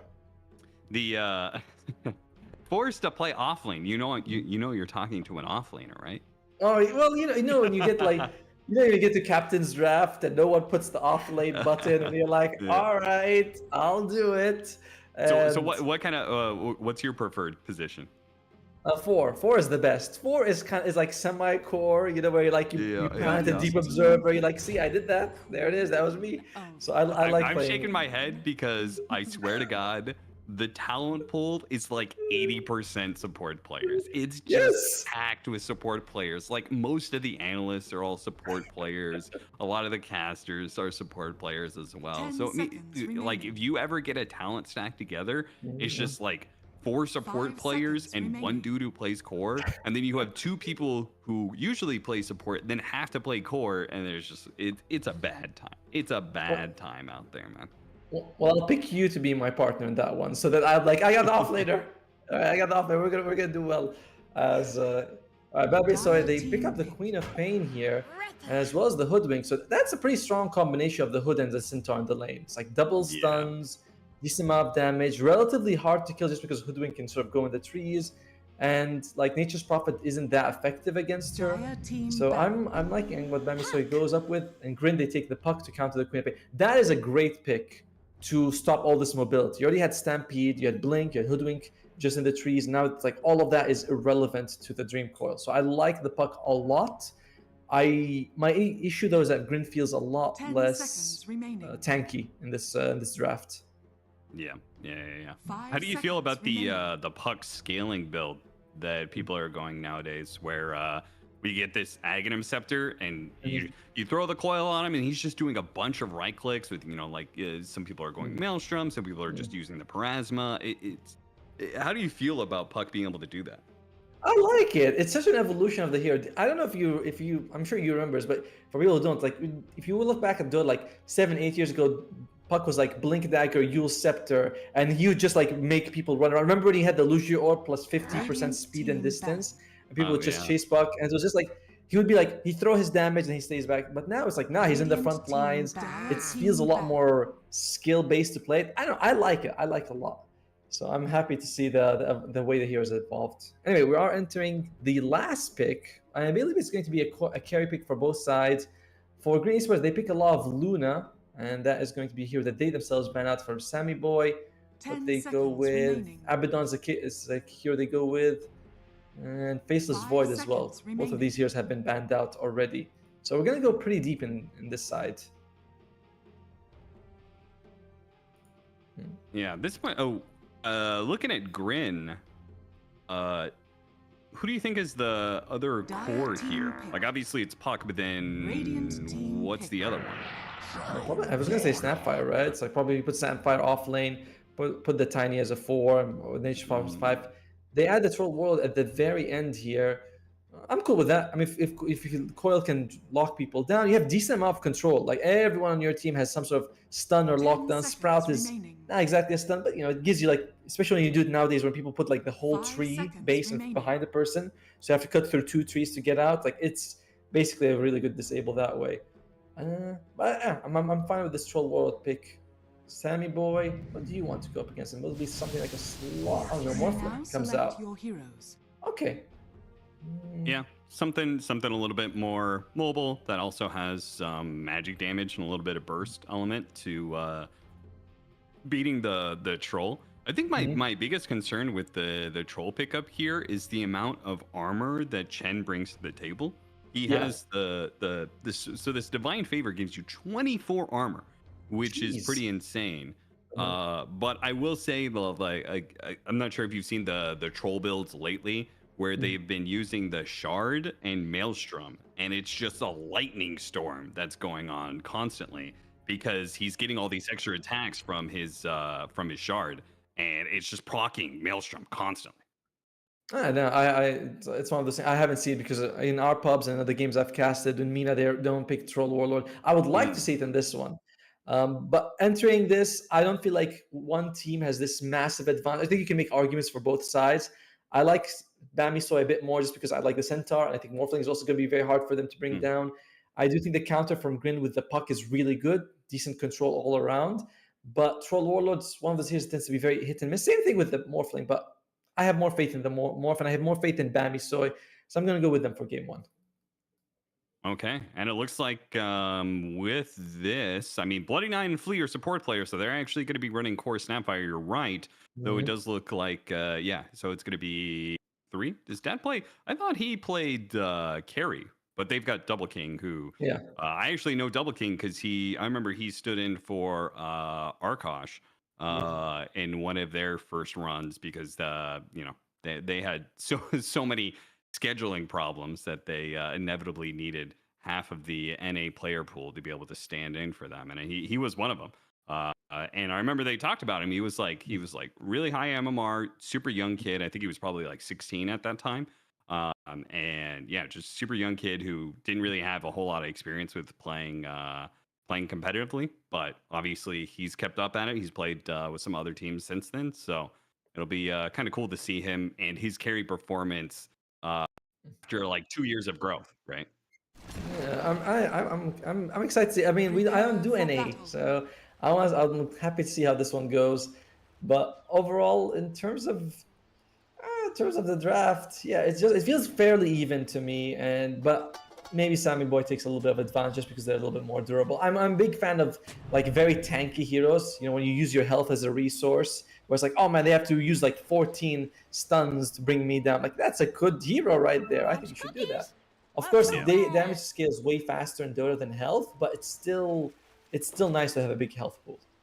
Yeah, and with Centaur especially, right? Damage and health kind of scale up together with that the shard pickup. Like at some point in time, you just kind of have to ignore the Centaur, but then he's just double edging you over and over and over again, and that damage does really add up. So yeah, it's one of the reasons that I like Centaur right now, but it does also sometimes leave you in a situation where you're just kind of getting ignored in fights and you're not able to stick on top of heroes, which we'll see whether or not he's able to do so here. Grin, they've had a little bit of mobility, right? The Troll's pretty fast, Puck's obviously super mobile, and we'll see how this force movement combo that you're talking about between the Tiny and Snapfire affects things. By the way, he's starting off with a Wraith Band on the Centaur. Although not starting off, he already has the Slippers of Agility as well as the Circle. So it looks like he's going to go for it, and he does queue it up. So that is one of the best armor items. Although usually you find people might get a bit later on, just when it gives you like 5.4 or 5.6 later. Early on it's like 2.8, which is good, but not as efficient as the upgrade. Which I like that mechanic. The upgrading of items. It's so weird. We're living in some sort of upside down world nowadays where like there are strength heroes that go Wraith Bands, right? Because the armor that you're talking about, Centaur is a great example of a hero that just starts with no armor. But then you've got like these universal heroes that used to be intelligence that go bracers because the damage and a little bit of HP regen goes a long ways as well. It's like everything, we're in some sort of Twilight Zone Dota where nobody's going their right attributes anymore. Yeah, but like when you play Nature's Prophet support and you're like, I want a bit of stat, you go Wraith Band. You're like, I hit faster, I hit harder, I live longer. No Talisman in general, no one wants it. It's pretty much, it's so garbage. I kept thinking like, why not have Nulls give you like 30 cast range with upgrades to like 60 or 25, something like that. But we'll see. He actually puts a sentry but not realizing that it's already like they already have a sentry there to Dire's unblock it top anyway. tower is under attack. But in terms of CS so far, it's like no one's really doing anything. Oh dear, let's get his reward removed. Poor guy. And he puts another one instantly. They're trying their best to make sure Zephyr doesn't get any creeps early on. Yeah, I mean, I think one of the most dangerous things is a Chen early on getting the lightning creep, right? You get the Harpy creep, it's just the lane is over pretty much. You're just gonna like zap down so much. You have to burn through so much regen that you're just really not gonna be able to win the lane. Like forget about being aggressive and killing the enemy carry or pushing them out of lane. You're not gonna be able to do that just because you're trying to keep up with the regen from that damn Harpy creep. I wonder if Lee will be able to do anything to the Chen other than that, besides like blocking. Do they have enough damage here? Chen, he's not that hard. I say that he's got 800 health starting thanks to that blood grenade and a bit of extra stats. So it is. I don't think that you have enough of a combo with a tiny and the snapfire to bring him down from 100 to 0. So it does feel like it's going to be fairly easy for Samson to get some creeps here. Yeah. Sammy Boy. What? Is it Samson or Sammy Boy? Because he's got 2 different names now. Which one is it? Yeah, it's my rule for when it comes to these casts is you refer to him as the name that he apparently wants to be referred by, but occasionally you gotta slip in his old name in there. You know? Of course. It's easier with Samson and Sammy Boy because like people can make that jump, but there's some other players who change their names. Top lane getting a little bit aggressive. Blink, BNC.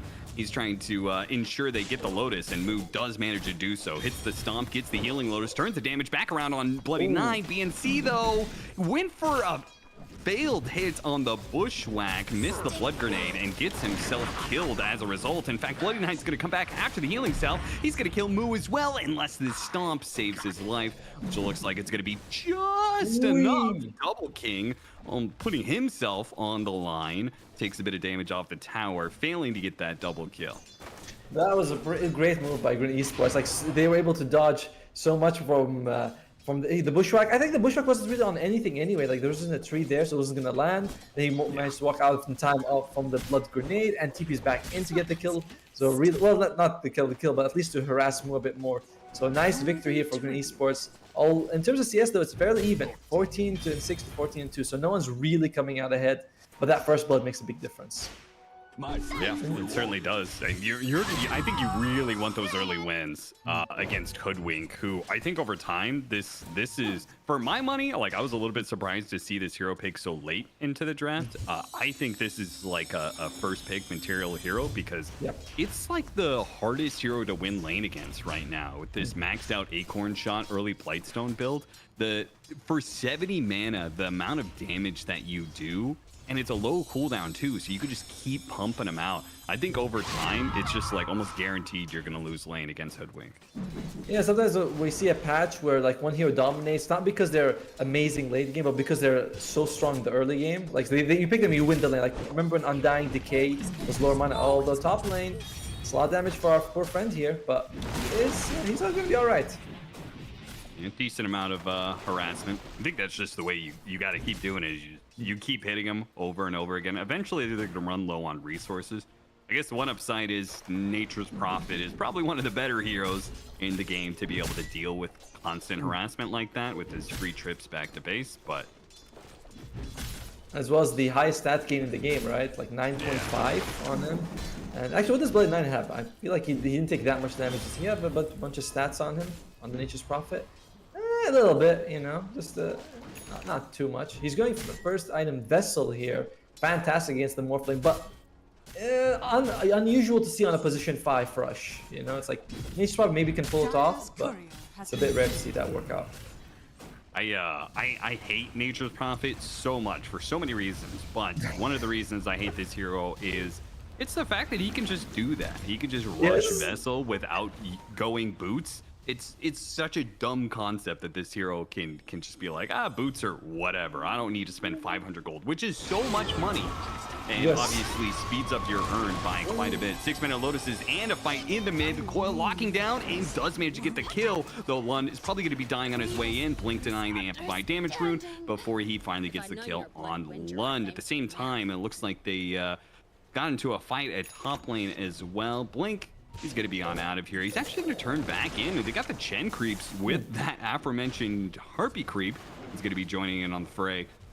Both these heroes look pretty healthy, but he should at least be able to get some good damage in. I don't know if they want to keep going for this. It might not be worth their time. Oh, wait, no. They are going to get it. Nice. Bushwhack. All right, now with the blood grenade, they've got it. Okay, well played by Blink being able to land that one. That was a bit of a stretch, but they got it. Yeah, it took a lot of effort because originally like Green was going to win it. Yeah, sure, they were able to bring down the Queen of Pain. Puck survives, and Puck dies after. You're like, all right, my mid at least got the experience as well out of it. But yeah, that chase makes it in favor of Bammy Soy. Sorry. Meantime, though, it is favoring Grin just a little bit here in terms of net worth, as all their heroes are right at the top, except for Sam himself, who's leading the pack. This is going to go for that first item, Vlad's on the Morphling. Nice bit of damage, because you go on a full Agi, lifesteal's really good as well. Just on top lane, bit of aggression here.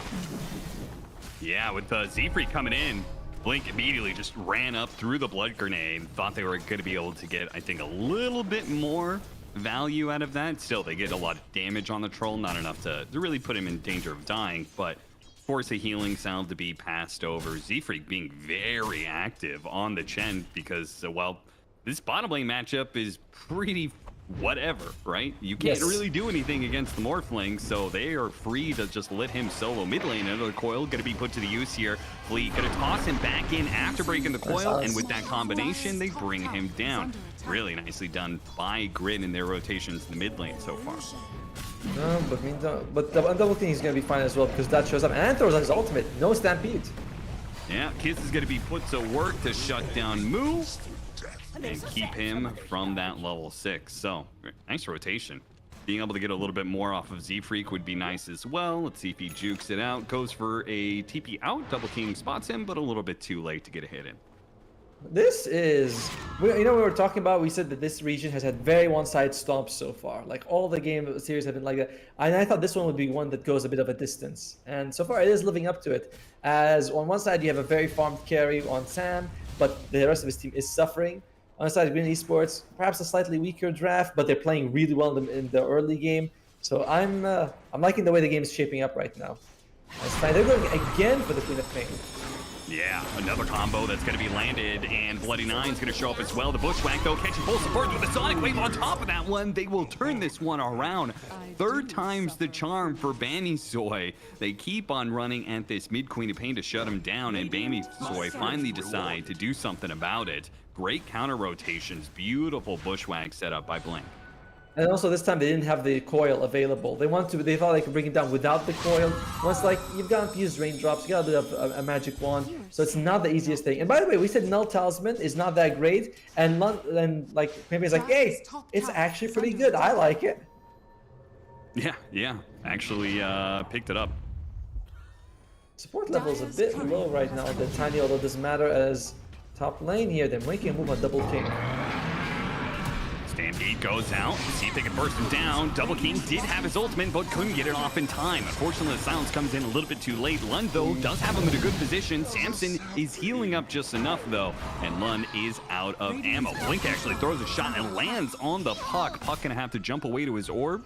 Oh, he doesn't have his Blink up, but Blink himself is going to be able to land another Bushwhack. One, my God, puts them together with the combination from beautiful hit. Toss them together inside of the avalanche and hits the blood grenade on both of them as well. Might even be able to chase down Blink now. Blink no longer having Scurry, is in the trees, but they're no longer his friend. Double King will come back to the fight, come back to his lane to claim the kill. Overall, it comes out as a 2-for-2 trade here, which has been sort of the theme of the game, right? It's like we see one team get a good kill or two, and the team is able to reverse it with a long chase. And that's just what happened here against Bammy Soy. But it is scary because at all this time, Sam just continues to farm up really well, and Troll Warlord, he doesn't really accelerate until he has that Battle Fear, which he's going for, but takes a while to get there. Yeah, you can definitely see the emphasis being put by Grin, which is wholly on the mid lane, it seemed like early on, and now they're trying to protect their troll. But you're right. I mean, just means all this attention is directed away from the Morphling. We'll see as they complete the Spirit Vessel on Bloody 9. I would imagine some more attention will go back to the Morphling. They probably just figure they can't do anything about him just yet. Lund does go down. His Blink does manage to land that shot. Now Moo's first rotation is going to pay off big time as they pick off the mid laner for Grin and get some big damage on the tower. And you're starting to see like the tides swing a little bit. We were having a nice game for Grin, but losing puck sort of twice in a row. He's no longer ahead of the Queen of Pain, which he was kind of dominating the lane. You know, they got a double kill on the Queen of Pain, so double kill, he's in 2 kills on her. And now suddenly it's like, you lose your tower mid. It's not as important as it used to be now that Roshan's moved, but at the same time, this gap is getting scary. Oh yeah, it certainly is. And it's all the more scarier with Chen in the game, or maybe Chen makes this gap happen in the first place. But I feel like once you give away 1 or 2 of these pickoffs, it's like a guaranteed tower that he takes with this army. And then that gold turns into, you know, some of the team fight items that you need. Z-Free currently has 2,000 gold sitting in the bank. I'm waiting to see if he's just going to buy out his, buy out the full mech, or if he's got something else in mind, like maybe a Solar Crest instead. But like once you get that kind of sustain, then it's harder and harder to be able to get some of these kills and turn that net worth gold around. Yeah, their 5-man push becomes a very difficult for you to deal with. Luckily for Grin, you like have Nature's Prophet, you have a mobile puck, you have good heroes to do damage from a distance with the Snapfire as well, but you have a troll, so you want time. And Bamisoy is like, man, we don't want. Why should we give you any time? We have Chen, who's like farmed up with a full army. Yeah, they need the smoke to be able to work out, and Lund, a haste rune on the Queen of Pain means the orb misses. They immediately just run out of damage while Bloody Knight gets found in the jungle. So this 2-man smoke is not going to live up to a whole lot here. And at this pace, it's going to be, I mean, a Chen combo with Morphling, who, with his Vlad's aura that people have been going and the full agility, you output some crazy physical damage. Double King shows up to try and defend this tower because he has to, but it's not really what he wants to be doing right now. Coil on 1, that's going to be Z-Free, so they're going to try and burst him down. The Stampede comes through. That means the shots are going to miss. Sonic Wave on the other side doesn't really do too much as they start backing away by Grin, and they actually catch him.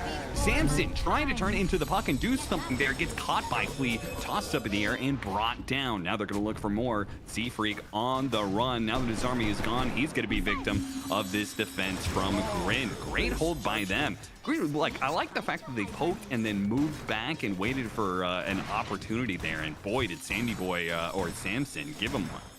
Right, like way before being in that situation, getting caught. Because we said Green Express, you have decent amount of control on your heroes. You know, you have, what, 3 of them have stuns. The other 2 have like some form of lockdown as well. Yeah, you were able to remove the troll ward very easily, but it's still not something for you to just dive in. Because they were doing really well with the army in front, with the Vlads, with the drums to just damage the buildings. But maybe getting a little bit ahead of themselves. It's not insurmountable, 3,000 gold at this stage of the game. Oh yeah, certainly. And so Shiva's... Samson's gonna head back to his jungle area. Who's got Shivas? I was going for Veil and Shivas, so I was like, okay. Right. Yeah, just another aura for the team, which is what you really want with this lamp. And Lund, he should be fine. I'm just, I'm a little bit worried about the troll is all. Yeah, probably should be. That Battle Fury is going to be coming in very, very soon. Just finishing up this camp, and he will have it. And then that is obviously going to start skyrocketing. Jump in onto Flea, blow him up immediately. Flea, who was so close to his Blink Dagger, he's got 2,000 gold after that death, so I have to imagine he was just 10, 20, 30 gold away from being able to buy it out. That's going to be pretty sad for him. That's going to be like a full minute of wasted time there as he revives, probably goes to try and find some other lane or some other camp to finish up that Blink Dagger. Those are important timings to play with because that's their answer to the Morphling, right? Instant jump combined with Spirit Vessel. And also, like, you can use it to break the coil, right? You coil him, then you toss the person who's coiled out, so you break the coil. That would have been a very nice way for them. But and if you get that, if you get that 12 minutes, you can get 2 more opportunities to do that throughout the whole game, and one of them could be a big kill. So it's really unfortunate that Flea dies there. However, when he comes back, he should be able to farm within a minute. So it's not the end of the world. Just another sort of negative mark for you. Yeah. mowing down more towers. Z-Freak's army claims the last tier 1 tower of Grins and pushes himself. He actually went for Arcane Boots Drums was his build-up. Radiant's top tower is under attack. Lund with the Orchid catches him, and oh, that's a lot of fortune. And by the way, Queen of Pain has the shield rune, which I think is like such a good rune. Ah, well, it's gonna be a +1. Yeah, they go from 1 kill on a core to another one. And looks like they're trying to run down Bloody Nine, who they don't have the Orchid, but they do have the Bushwhack. And now the Orchids are going to be coming up in 1 more second. So Bloody Nine's just not going to make it out of here. 3 kills back to back to back for the side of Bambi Soy. So they just find a little bit of opening and then just push it for everything they've got. They've been doing so well, the ability to stick together. And the other side, it's like when you guys are together, you don't have any auras helping you out. Just sort of pick up, there you go, Coil. But I don't think Flea wants to jump in this. This is going to be a combo from Flea, but it's not nearly enough damage. As the Queen of Pain, pretty sturdy at this point. Yeah, when I saw the Coil come out, I saw Flea hesitate. I'm like, he's not gonna go in. That's suicide. They jump in like, okay, that's an idea. But it doesn't actually get them anything in the end. And they blew a lot of resources while Bambi Soy was doing Roshan. Now, Grin do know about it. They had this successful scan. But we'll see if they get there in time, and 2, if those missing resources cost them this fight, as they're not going to have the Coil coming up yet. Well, you have Kisses, though. That's always a really good ability to have in this situation, but we might find them before he can get it out. Oh, he blind Kisses, but they're already outside of the pit and right on top of him. Samson destroys him immediately. Really good avalanche by Flea, toss up in the air. A lot of good AoE damage, but nobody can commit on the side of Grin. They don't feel comfortable about the fight. Double King's going to make a run for it, but nobody runs faster than the Stampede. Missed Bushwhack there, as apparently those trees on the high ground didn't actually give him a chance to latch. Either way, Troll's going to be kited around pretty heavily here and brought down. Very well controlled fight for Bambi Soy, who did have the good read of just popping out of the pit there. They got caught by those kisses. Could have been disaster, but they pushed into Grin and really worked. Yeah, more leading the charge is exactly what from the Centaur. The Kiss, when they came out, they're basically right next to him, so he can't even hit them back with a Snapfire. And now we're looking at a very one-sided game. It's 9,000 gold, but as you mentioned, it's a Chen, like it's a Chen lineup, but 9,000 feels a lot, and it's 87. Yeah, I was gonna say it's like something like 95%, but 87. There you go. There goes. It jumps up to 92 now. It feels very one-sided at this point, and if you are Grin, you have to find a way to split push the map. You do have good heroes for it, Nature's Prophet and the Puck. Yeah, they certainly do, because they're gonna have to wait for a while. Toss up, big healthy burst of damage, but Samson, I mean, he's willing to push the margins like this because he has the Aegis, so there's no real harm in trying something out right there, even if the jump doesn't quite work. Blink missing out on that Bushwhack, and they're going to be able to get a chance to jump him, toss him back into the Snapfire, and get it up.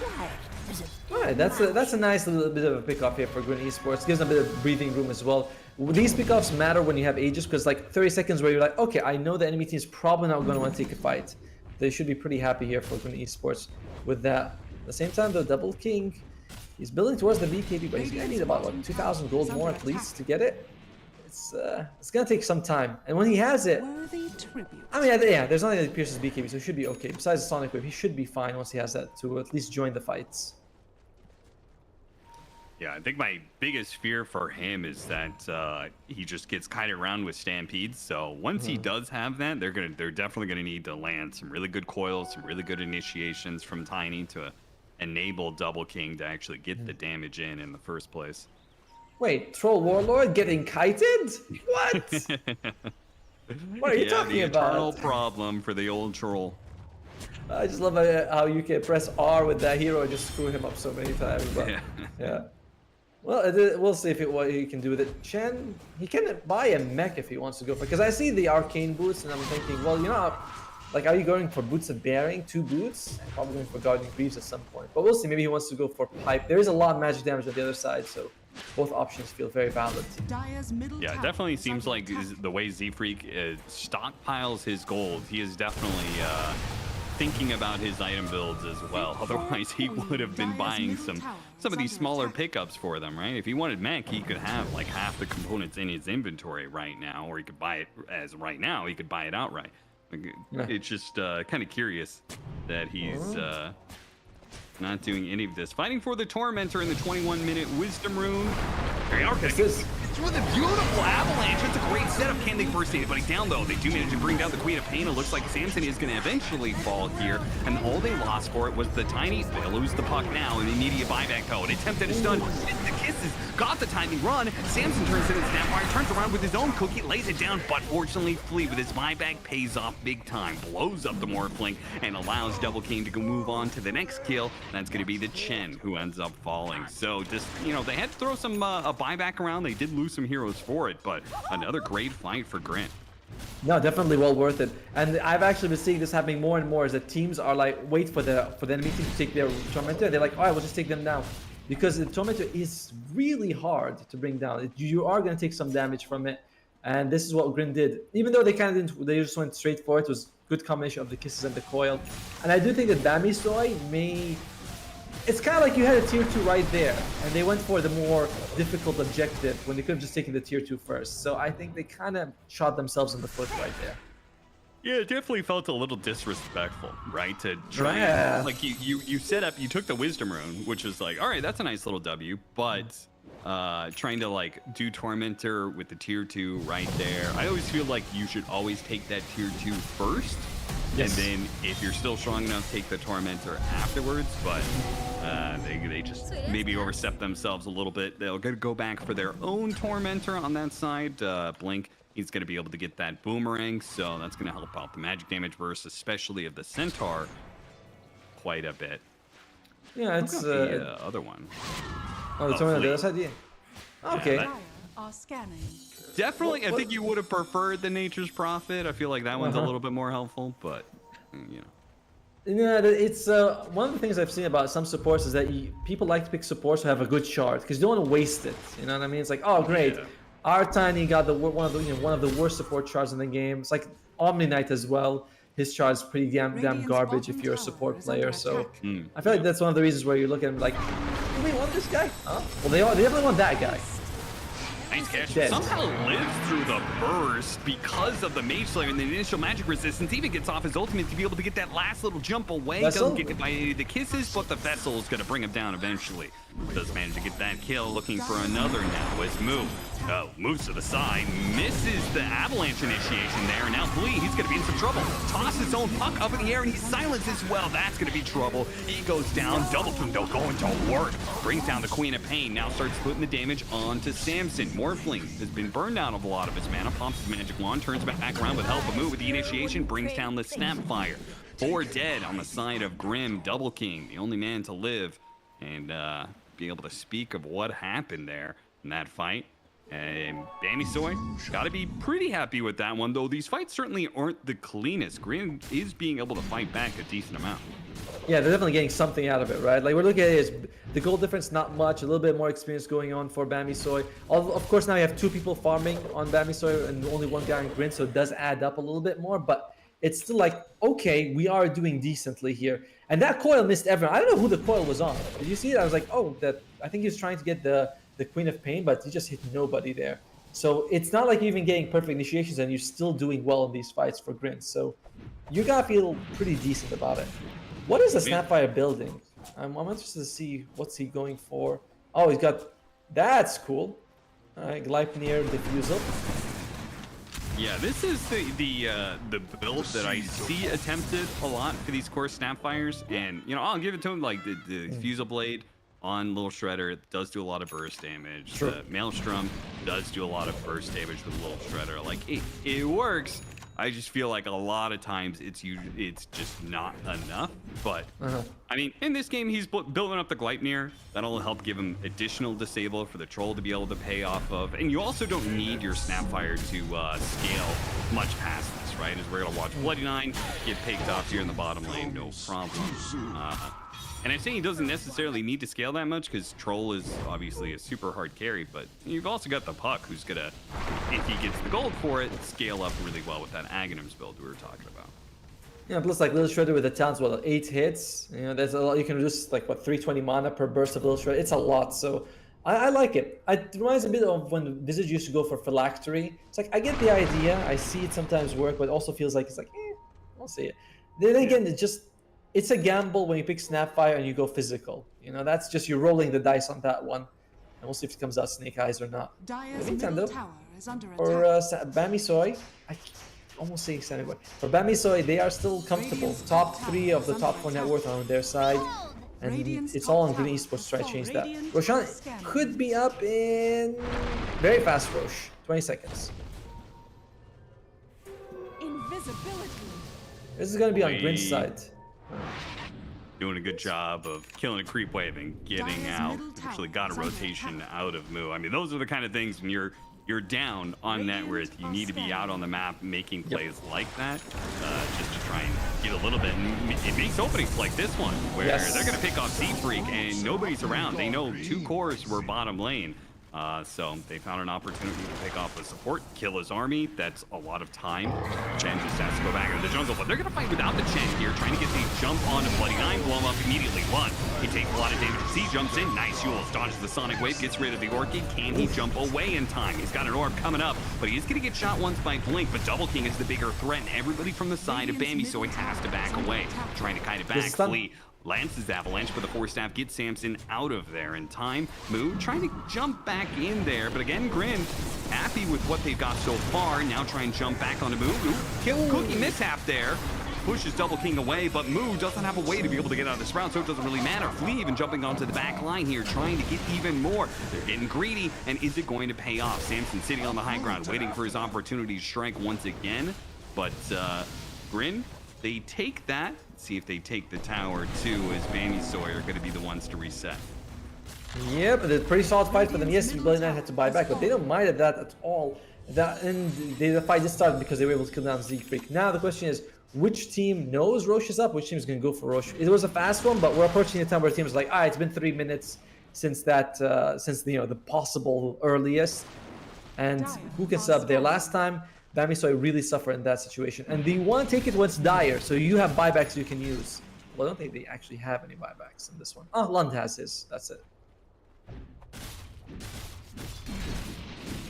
I think I'm thinking about the dynamic of like Aegis. If you actually get into the hands of Grin, I think they are very happy, because that second life is I think really important for Samson to be able to play fights against the troll. Right? Yes. Like it allows him to just be able to jump in, full agility, blow up some of these heroes. If the troll gets the turnaround, not a big deal. We have the second life. He's going to get picked off here, and right next to his tier 2, and even Lund may be in a bit of trouble here, as once again, use the Yules to dodge the Sonic Wave. They get the pick off that is maybe required, though, for them to take Roshan with confidence on the side of Bambi Soy. I feel like every time I see Lund, he's getting hit by the sharpshooter, where it's like, So that's like, it's rare. It's like when you see the puck get hit, or Queen of Pain get hit by arrow from Miran, you're like, that seems like should happen. But yeah, without the Snapfire, Kiss is maybe the most valuable spell you can have right now in this game, in this particular situation. Like, yeah, let's just go for it. And you don't want to buy back. You don't even have buyback on that. So it's 3 ages basically for Bambi Soy. And as you mentioned, Samson gets it. So if he goes in full edge and gets blown up, it's like, I have a redo. I have a second attempt to do that. Dire are scanning. They really heavily committed. I mean, that was a big payoff, getting that pick off on the Snapfire, because they also bought the gem on the side of Blink. TP away, not going to be in time, so another pick off to the side of Bambi Soy. But yeah, the early gem pickup, I mean, that goes to show they were very heavily committed to, like, this is our time to take control of the game. And because they got Roshan, they will probably continue to control the game, though Double King and the rest of Grin are out on the map right now, and they actually just got an amplified damage on the troll. Now that was spotted. Who's still gonna jump in for it anyway, which is very bold. Now they've been caught in the avalanche coil combination here. Moby pops his BKB and trying to get away. He does eat the cheese, and they'll survive through the engagement, though it was a close call. Grin is going to be run down. All 4 members that were in that fight are going to die. Only the Puck who's able to get away due to his mobility. But that was a risky move. Almost got them caught there. But nice turnaround thanks to the cheese. No, yeah, right. The cheese changed everything because that was the second Roche. You were able to get it. And this is unfortunate. Could start being Raxus dropping for Green Esports. And at least they have the tier 2s top and bottom still standing. The fortification comes out, and there you go. Lund doing kind of the best thing he can do, which is cut the creep wave so that they do have that backdoor protection for their side. So as bad as that was, the punish could have been a lot worse. Yeah, for sure. I mean, especially the way that they were in those tier 3s already. Samson is actually going to go back into it here, try and be a little bit more chip damage before the backdoor protection builds up. Lund's going to try and cut mid here, gets caught by the Orchid. Self-fuels here, and he'll have enough mobility to put himself away. Oh, spotted him for a second there, but they didn't have the stun up in time. Bushwhack gets released from Blink, but obviously that information came pretty late there from the Scream of Pain, so. That was impressive from both teams. Mu used Stampede and stood where the puck is, so you have that instant damage. It's kind of like when you use Weaver Shakuchi, or make sure you can't blink away when he comes back. He takes a damage instance. But on the other side, Lund was like, if you blink in the direction you're facing when you face shift, you can just do it straight away. You don't have to turn around. So both teams very aware of sort of the limitations of their heroes. That was very cool to watch. And it is wasting time from Bamisoy. Although wasting time, but they're also getting more net worth. It's kind of like double-edged sword right there. Yeah. That's 32 minutes. So that's, I always feel like about more and more often, teams are putting effort to taking these Tormentors like as soon as they spawn. So not surprised to see Bamisoy all move to this side of the map. And I wouldn't be surprised if they try to take that Tormentor again, despite how poorly it went last time. They tried to take the enemy Tormentor. They do have Aegis. They could probably do it with some serious confidence. And Grin doesn't look like they're going to contest either. They know that what Bamisoy is up to, and they're just going to push out the other 2 lanes. Yeah, Double King, he's all the way to the top. He's just farming up here. And who gets it? Oh, nice. The Queen of Pain. So you did get that Blink's silence. Used to be a lot better. What? It used to be like 175 damage when you blink. So that was very fun.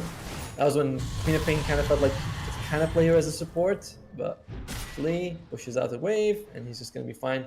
And Centaur, he's going for, what's it called? The cloak that goes Eternal Shroud. Eternal Shroud, that's the one. Thank you.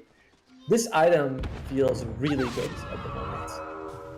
Oh yeah, I think it's there are certain spells that are almost a little grief against Eternal Shroud just because they give you the damage instances right away to get to 6 charges, and I feel like Avalanche is probably one of those, right? Because it's multiple instances of damage, so I think he might just get up to max charges immediately, which is super dangerous because Centaur then just is able to double edge while taking no damage essentially.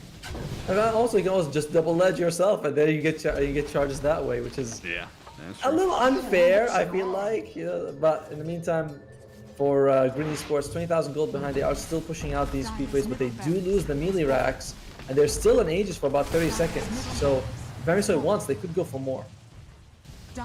Trying to get his much damage in as quick as possible, use the Disperser, which he has just picked up to get rid of that Aghanim Scepter Nature's Prophet ultimate.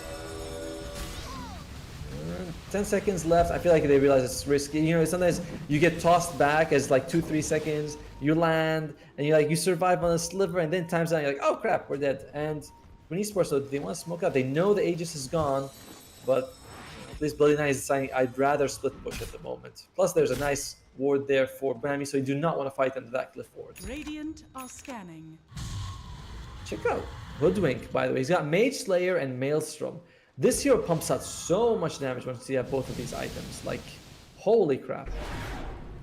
Yeah, really the items, 2 of the items of the patch, right? I mean, Mage Slayer is, I think, the item of the patch for me personally, but the Gleipnir builds up for this. We're seeing, like, obviously this is a big part of why they feel that Snapfire is strong, right? Is this build up, a Diffusal Blade plus building into Maelstrom and then Gleipnir. Same thing with the Hoodwink. Unfortunately, they lose the Wisdom Ruin here for Grin. It's sad to see, but they do smoke up. They want to see if they can find a pick off. The Queen of Pain did reveal herself, and there's the Basher on the Troll Warlord. I wonder what Dad's doing though, because he is really falling behind in terms of net worth on the Snapfire. It just does not feel like this hero has paid off so far. Yeah, I think this is the part of the game that this is why I don't like Core Snapfire right here, is if you reach in this hole, you just don't get to level 20, and even then it's still not that good. Jumping onto an illusion, unfortunate. Now they're going to be counter-initiated on beautiful stomp there from Moose. Sets up the Sonic Wave, almost gets 2 kills. In fact, they will manage to finish off one on top of that one. Double King is in right now, and he's going to try and clean up as many supports as he can, starting with Z-Freak and then bouncing over to Blink after this one, but really it's just the one. Oh, combo onto the Morph Blink. Gets him a little bit low, but he could just morph in his strength and outdo the damage that Troll's trying to put out, and they're just immediately going to call the GG. They have no buybacks on their side, and their base is pushed in already. They know they were going to get megas, and at 36 minutes in, that is a death sentence. So they're going to call for game number 1, and Bamisoy walk away with the 1-0. Green Esports, they had a great start to the laning phase, right? Like we were saying, we saw that all that pressure on the mid lane really worked out. But then there's that double kill that they gave the Queen Pin. So then all your effort kind of went down. And there were some decent comebacks, like when they were able to kill Morphling top, the fight the Tormentor. But overall, it just felt like they were always behind net worth. Didn't really like the Core Snapfire. I mean, from the start, we were like, this is not really going to be a pick that's going to work out for you very well. So Sandboy, they looked really good. The tanky draft, the good damage, it worked out very well for them.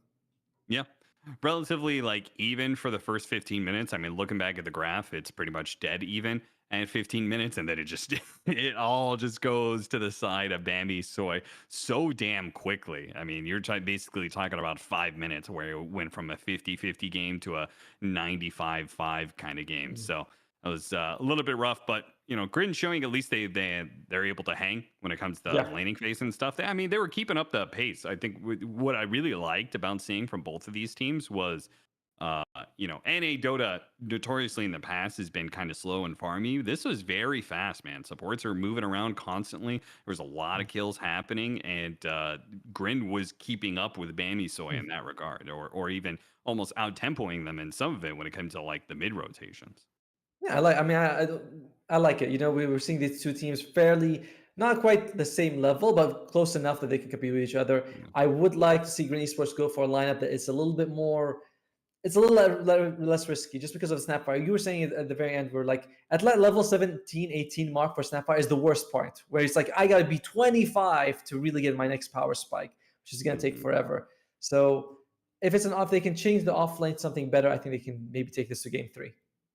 All right, we'll see whether or not that game 3 does indeed happen, or if Bamisoy managed to get the 2-0 over and knock out the opposing team. We're going to take a little bit of a break, and then we're going to come back with game number 2 after this.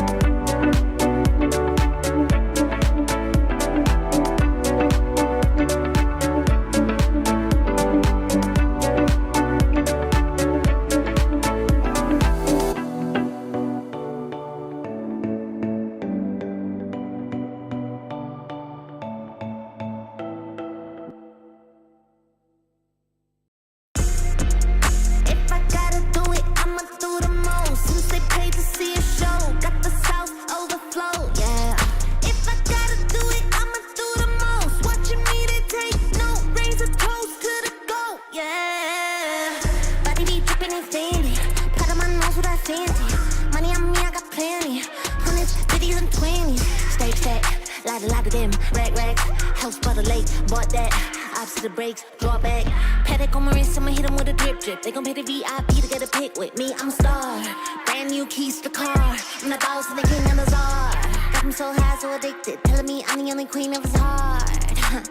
Guess I let you co-star. If I gotta do it, I'ma do the most. Since they paid to see a show, got the sauce overflow. Yeah. If I gotta do it, I'ma do the most. Watching me, they take no razor toast to the goat. Yeah. If I gotta do it, I'ma do the most. Since they paid to see a show, got the sauce overflow. Yeah. If I gotta do it, I'ma do the most. Watching me, they take no razor toast to the goat. Yeah. If I gotta do it, I'ma be the best. You can bet I got the recipe. Mastermind creator of this high vibe energy. Only thing I'm loyal to is building a legacy. So quit testing me. Lot of commas in the bank, I'm a provider. Tell the amateurs stay in their lane, ain't no outsider. Bought a mansion in LA, right next to Mariah. Write a song, get filthy paid, price going high. Yeah. If I gotta do it, I'ma do the most. Since they paid to see a show, got the sauce overflow. Yeah.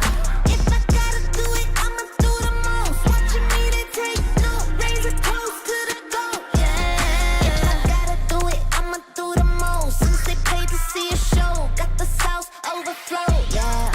If I gotta do it, I'ma do the most. Watching me, they take no razor toast to the goat. Yeah. Yeah.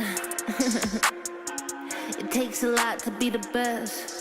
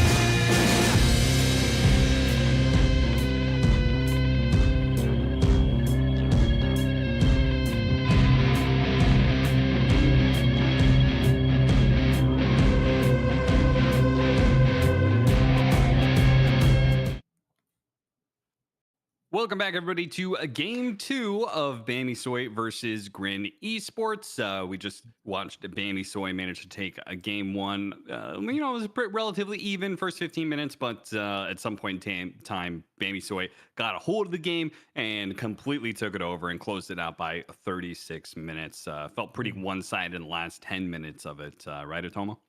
Yeah, it was. I mean, it started off fairly well for Grin, but at sort of the beginning of the mid game, they fed away a couple of double kill to the Queen of Pain. Then Puck got caught off twice, and suddenly all your momentum just slowed down against the Chen lineup with all the auras and the Vlads on Morphling. That was sort of a death sentence. There were some good moments, like we saw the Tormentor fight. Samson kind of dove in, lost his life at one point, but overall, Bammy Soy was in control of the game for the last 20 minutes, we can say, and they didn't let go. Yeah, and now heading into game 2. When it comes to looking back at draft in game 1, anything that you wanted to see changed? I thought that just that the off lane from Grin, I don't like that on the Snapfire. We from the start we're like maybe the lane phase is going to go well because you have the Snapfire and the Tiny, and that's like good amount of force movement, good amount of save later on. But there is that point with the Snapfire where you're level 16, 17, 18. Your next power spike is level 25 when you get that little short of damage, and you're just not doing that much until then. He was actually outputting more damage than I thought with the Diffusal Maelstrom, but it still feels like it's not as good as it used to be. So if that can take something more active, I think that I'd prefer. I'd love to see that. Yeah, I think definitely one thing that Grin probably need to address or at least think about a little bit is the Chen. First pick that came away from Bammy Soy. I mean, they used that Chen really well. Z-Freak, very known for his micro heroes. I mean, he was one of the best 4 positions at a certain point in time, and he was known for being able to play high difficulty heroes. I mean, he was probably one of the better Earth Spirits coming out of North America at that time. And yeah, I mean, his Chen, he functioned pretty well. I don't think he really did anything that special, but they did just take a lead. And once they got a pick off or 2, they were able to turn it into a tower pretty consistently. And that I think is a big reason why they were able to so thoroughly take control of the game was that early pickup. And Grin, I don't know exactly what you do with Chen right now. I don't know how to stop this guy when it comes to the just 5 banning into your towers. It's definitely more than just a pick or 2 change. But hopefully they'll come up with an answer because I do think it was a big reason why Bammy Soy were able to get such a big lead at 20. I like what you said about how Z-Freak, he didn't really do anything like special. He just played the hero sort of in a standard way, got a lot of auras. And that's actually something that's very useful to have is when your players can like just play well on the hero on the level you expect. It's like, oh, he didn't get like 3 wild wings and push someone back all the way to the fountain. It's like, he just got auras and he was able to do what he needed to. But I believe that we're going to go to the draft of game 2. I was going to say game 3 for a second. That would, by the way, if we do go to game 3, it would be the first game 3 of this region. We haven't gone to a single game 3 yet. And it's like, Cap, can you talk to your players? Tell them to come on, guys, like get some comebacks here. Yeah, I as the president I'm not of NA, own too much of North America, seeing as my time covering NA, I used to do it a lot all the way back in Join Dota because I was the NA caster, so it all got shuffled off to me, and that was a much more fun time to be able to cover North America. But over time, it has become more and more lopsided, just because the player base just isn't there. It's not necessarily any like wrong thing with NA. It's just like the player base for North America specifically dwindled a lot in the latter half of the 2010s. So, there's just really not that new talent to really pull from, which is where somebody like Double King is particularly great for North America, right? I mean, again, this kid was playing like 2 years ago. He was like 16 at that time. Now 18, playing for Grin. Even if they didn't manage to win that game 1, they put up a pretty decent fight.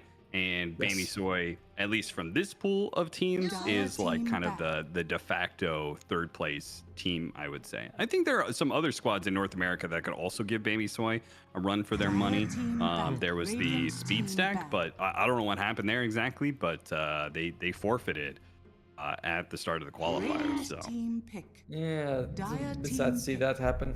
Oh well, Radiant look at team that. back. You know, one way to counter a hero is just say, let's play. Oh wow, there you go. The exact opposite here. Production, are you sure you put the hero, the logos of the teams in the correct spaces? Yeah, But seriously, yeah. they really just willing to swap like that. That's pretty funny. I mean, I don't hate it, but just because like I think Nature's Prophet is I think Nature's Prophet is the best 5 in the game right now, though. Okay. I will accept any argument from anybody who wants to put Chen or Enchantress forward there as well. That's perfectly fine. Dire But team for my back. money, Nature's Prophet is the most obnoxious just because his versatility. I don't hate the response from Bambi. So even if it didn't work out per se for Grin, theoretically it should, right? I mean, you talked about the split pushing that Nature's Prophet brings to against a 5-man lineup that the Chen's going to ball around. Yeah, it's an interesting way of going about it. But Bamisor, by the way, they do ban on some of the heroes that Grin would like to have, which is the Mars, sorry, the Magnus as well as the Doom. But Dot does play a bit of Mars, so we'll see if he wants to go for that. I would like to see it because I want to see Dot on something very active, and wouldn't be so bad with the Chen. You know, it's like you show up to a tower, they want to fight, Mars is in front, very nice tanky boy, puts up the arena, holds them down. So I'd like to see that from Grin, especially because the offlane pool is very narrow now. There's still a Brewmaster at least.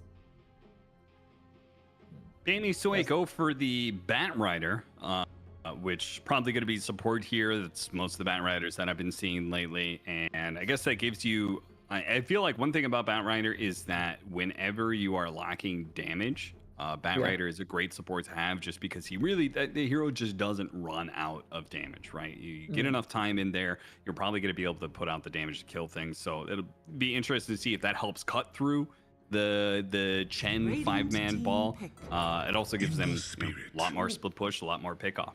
An Ember Spirit.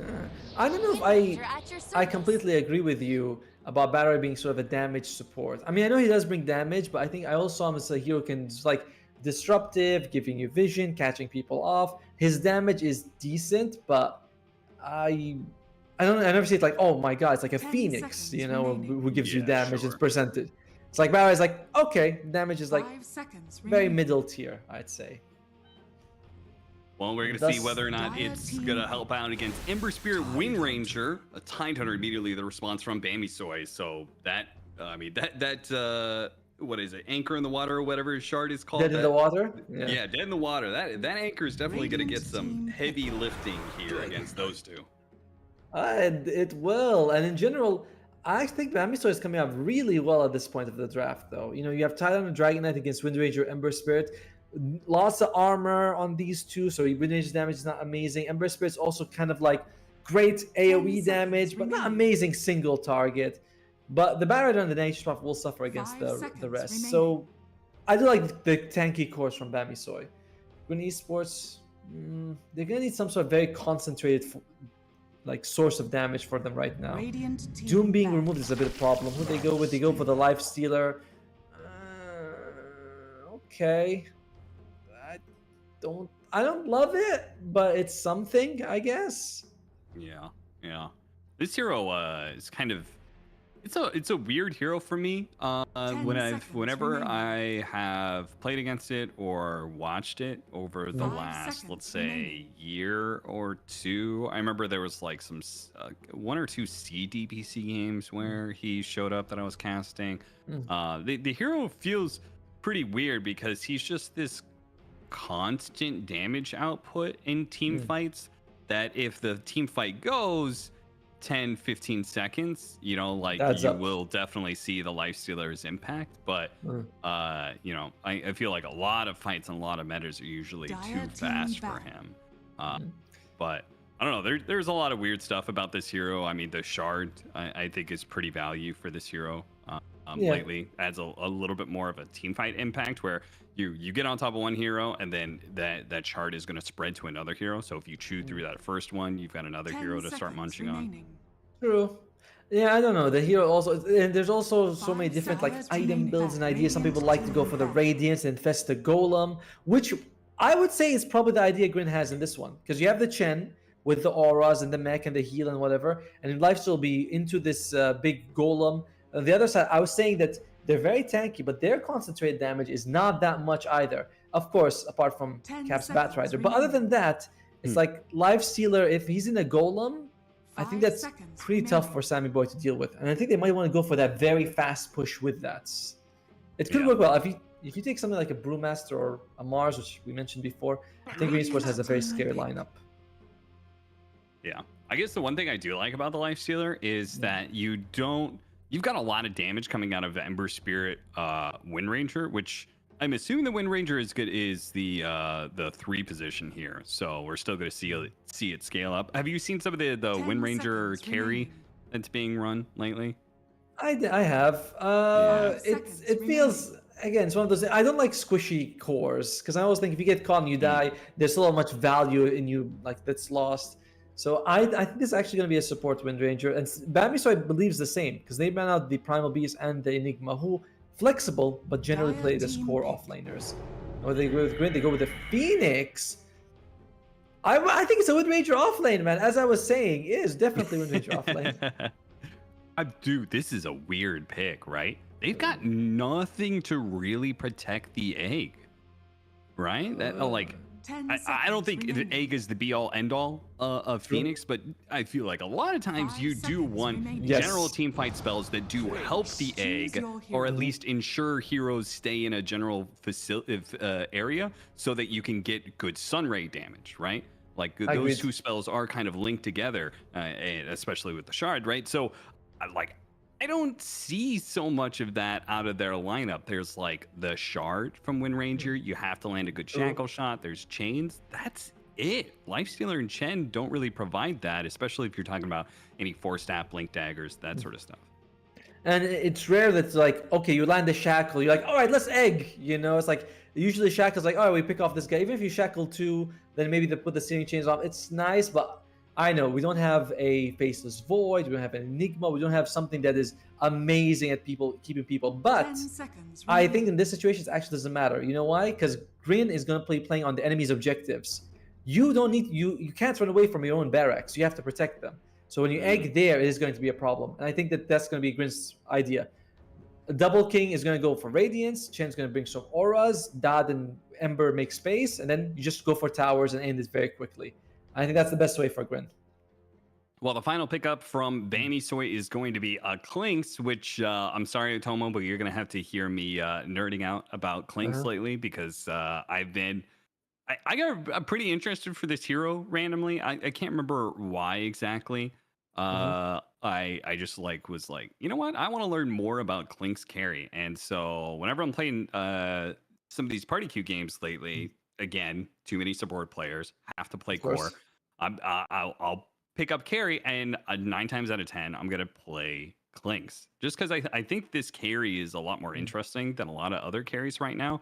And there is something to it. This hero is definitely strong in certain areas where he is strong, right?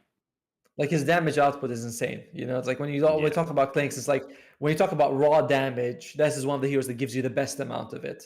You know, if you want to talk about like carries with control, you call it like Faceless Void, or a bit of lockdown, you can have like Sven or durability. But when you talk about pure damage, Clinks is amazing in that category. Yeah, and I think one of the items that, maybe not an S tier item, but is definitely in the A or B tier of meta items right now is the Bloodthorn, right? And I think Bloodthorn is that timing of Clinks getting Deso, typically from what I've seen anyway, Treads, Falcon Blade, Deso, Bloodthorn. Like once you get to that Bloodthorn, your damage output is insane because of the fact that that 60 damage you get off of every hit from the Bloodthorn works with the skeletons, right? Yes. And plus, it's just the Orchid in this game is amazing because it's great against the Lifestealer, great against the Phoenix. I mean, maybe like it's great against all of them. There's no source of dispel unless maybe you can get a Chen creep to follow people around to help people. But in general, this is an amazing Orchid game for the side of Bamisoy. I think that when I think about it that way, I start thinking maybe the lineup isn't in favor of Grin as I thought before, just because of that. But overall, I'm going to go crazy and saying, I think if Grin goes for the Radiance build on Lifestealer, I think they're going to take this one. Okay. Well, we'll see Only what Double King opts for. Only if he goes Radiance. If he doesn't play the way I tell him to, I don't agree with it. You know, like only if he plays that specific way. Looks like it's going to be Vlad's on the Chen. Okay, I like that. I'm also interested to see what Flea does with this Phoenix. You know, we're seeing a lot of different sort of ideas coming out from him. One thing I'd like to see is if they go for like the max, not the max dive, but you get 2 points in dive, then you get the Sun Ray later, or you take the Sun Ray at level 4. Because this spell is pretty garbage early on. Yeah. Well, it's going to be a 2-2 split. Flea expecting something through his Fire Spirits round, but didn't find anything. Like this, Blink already trying to kick Double King out of the lane as much as possible. And he's going to block the creep wave, so they're going to make sure that the first wave goes all the way into the tower and bounces off. So this is a cool move. I like this. I do, and Chen plus Chen's like this as his weakest stage, right? There's no creeps for you to get before the minute mark anyway. And holy moly, that.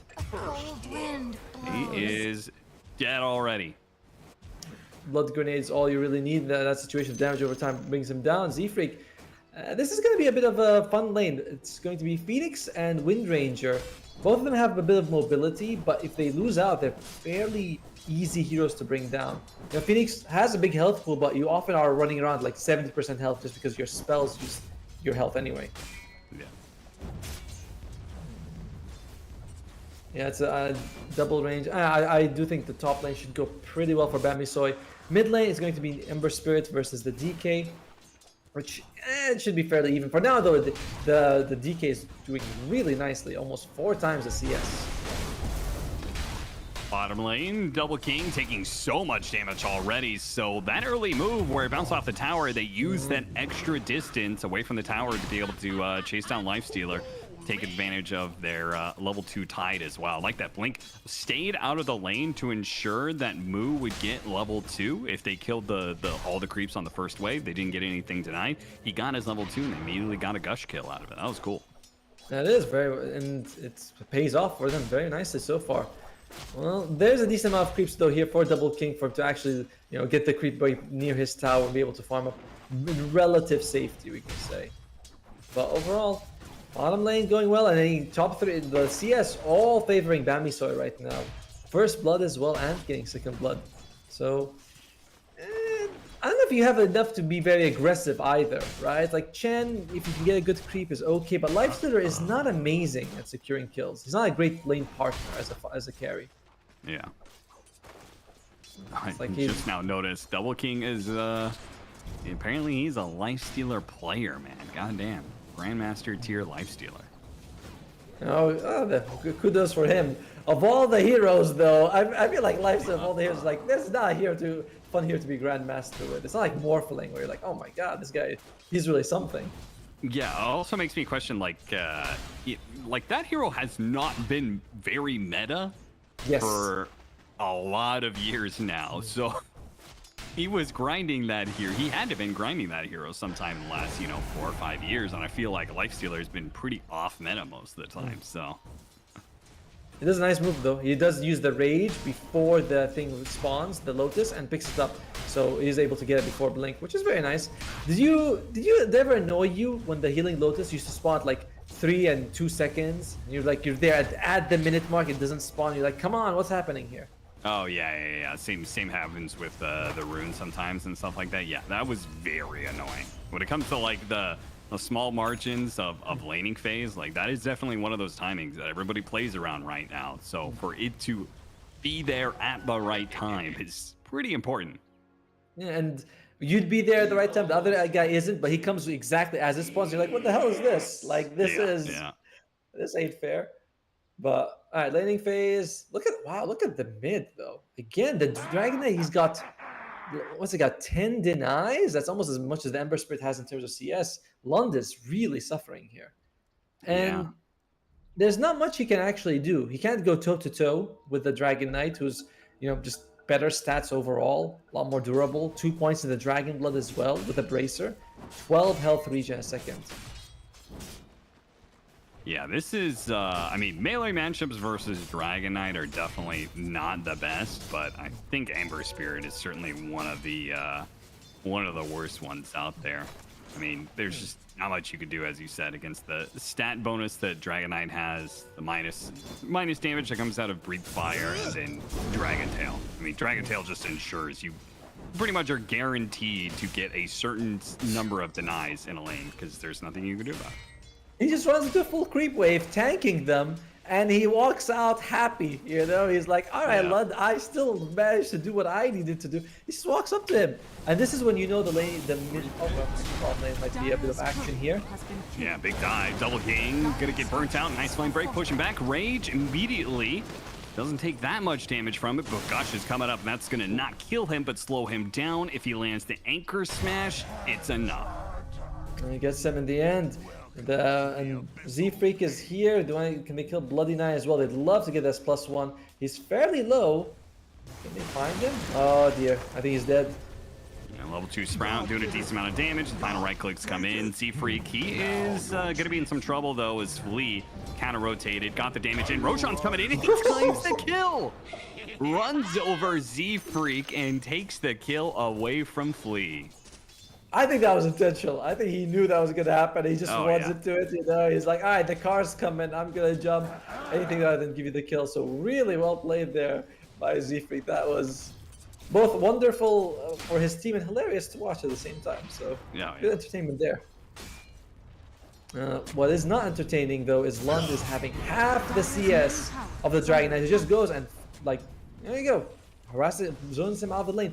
And in this situation, it's basically a lot. Holy crap, is he gonna go here? It's like a lost lane. You have to bring people to rotate, or there's nothing you can do. You can't actually even reach the creeps. Yeah. I mean, even if he did do better and got level 6 at the same time, the other part of this matchup, right, is that Ember Spirit, typically you're going to want to rotate. Kick the mid laner out of lane by spamming Slight on him, and then rotate at some point with Remnants. But you can't do either one of those things against Dragon Knight, just because he'll take your tower. Yep, it's like one of the problems when you go mid against a Dragon Knight, a Pugna, or a Death Prophet is that if you want to rotate, you lose your tower. It's like one of those guaranteed things, like, oh, I'm going to move around the map, but I'm also going to be losing something. So you have to make sure these kills actually happen. And at the moment, if he does rotate, you can't kill the Tidehunter, but Clinks is an option if you can get on top of him. Yeah, it is. And that Clinks is not doing the best in CS, despite the early first blood that they got over the Wind Ranger. Looks like Dota's actually recovered really nicely. 40 and 5 second in CS. He's got a double Wraith Band as well. It's going for full up Magic Wand and Power Tread, so a lot of decent stuff. I say lost that, but he still has 860 health, which isn't super tanky. But physical damage at least is not much of a factor for them. As look at Clinks. He is with the Falcon Blade. What's he going to build after this? Oh yeah, well, you said Orchid is probably the best option, we believe, in this game. Yeah, I'm always a little bit curious about the. I think, like, obviously it's hugely matchup dependent, but I think a lot of different players would actually do different things in a game like this. Because I remember I was going through Yuragi's build, and then it was Ame. I was checking him out. Ame was much more prone to go for early Orchid. Yatoro was consistently going Deso, which I think is like a harder scaling build, right? Like if you get the Deso, you're guaranteed to be able to continue farming neutrals really efficiently, especially Ancients, right? So it'll kind of guarantee you hit your later timing a lot stronger. But Orchid, as you said, it's a fantastic Orchid game. It's just, I think it's just all dependent on like how do you want to play this Clinks, right? Do you want to hit your Bloodthorn timing really strongly and guarantee that, or do you want to hit the early Orchid timing? You get these pickoffs that are kind of free, right? Get it on Ember Spirit, get it on Phoenix. Those are free kills. Yeah, but and like we said, you get the early Deso. The earlier you get a Deso, the more the damage racks up for your team. And Z-Freak, is he gonna get it? Oh, come on! He just. Did you see that? He just steals it right from underneath him. I mean, he's gonna pay with it for his life, but I don't think he cares. He could have actually TP'd out, but he just kind of stayed there for fun, I guess, giving away a kill, but stealing the Wisdom Ruin, which is huge. Oh yeah, Like- that is massive, especially on support like Phoenix, especially, right? I mean, like the Chen heal is nice, but the Phoenix Egg is so necessary. And not only do you make sure that they don't get, but you get it. You know, you get like the double value, basically a free level. Oh dear, double king. Coming around from behind, Samson going through the portal and making an early rotation to kill Double King, and they've got him dead to rights. So they take another one of those fake-offs. I mean, I feel like the best laning phase teams right now in this meta are the teams that use the portal the most efficiently, right? Yes. They have their carry make these kind of moves where they get the kill on the enemy carry, they go back through the gate, their offlaner and support take the tower for them. It's such a massive swing of momentum in that. It's even, I mean, I'm seeing this more active thing where even the mid lane, right? Like you see them rotate around the 6.5 minute mark to make sure they get a kill and take a wisdom ruin a lot of times as well. That's another one. It's just so coordinated, the way the teams are being played. It's like, all right, guys, we're gonna work together. We're gonna do this objective. It's no longer like, okay, support, go get wisdom ruin. I don't give a damn about you. It's always fun to watch. What isn't fun to watch if you're a Grin Sport esports fan is this 3,000 deficit you're suffering with. It's pretty scary. And the guy who's going to turn it around, your Ember Spirit, he's not having a good game.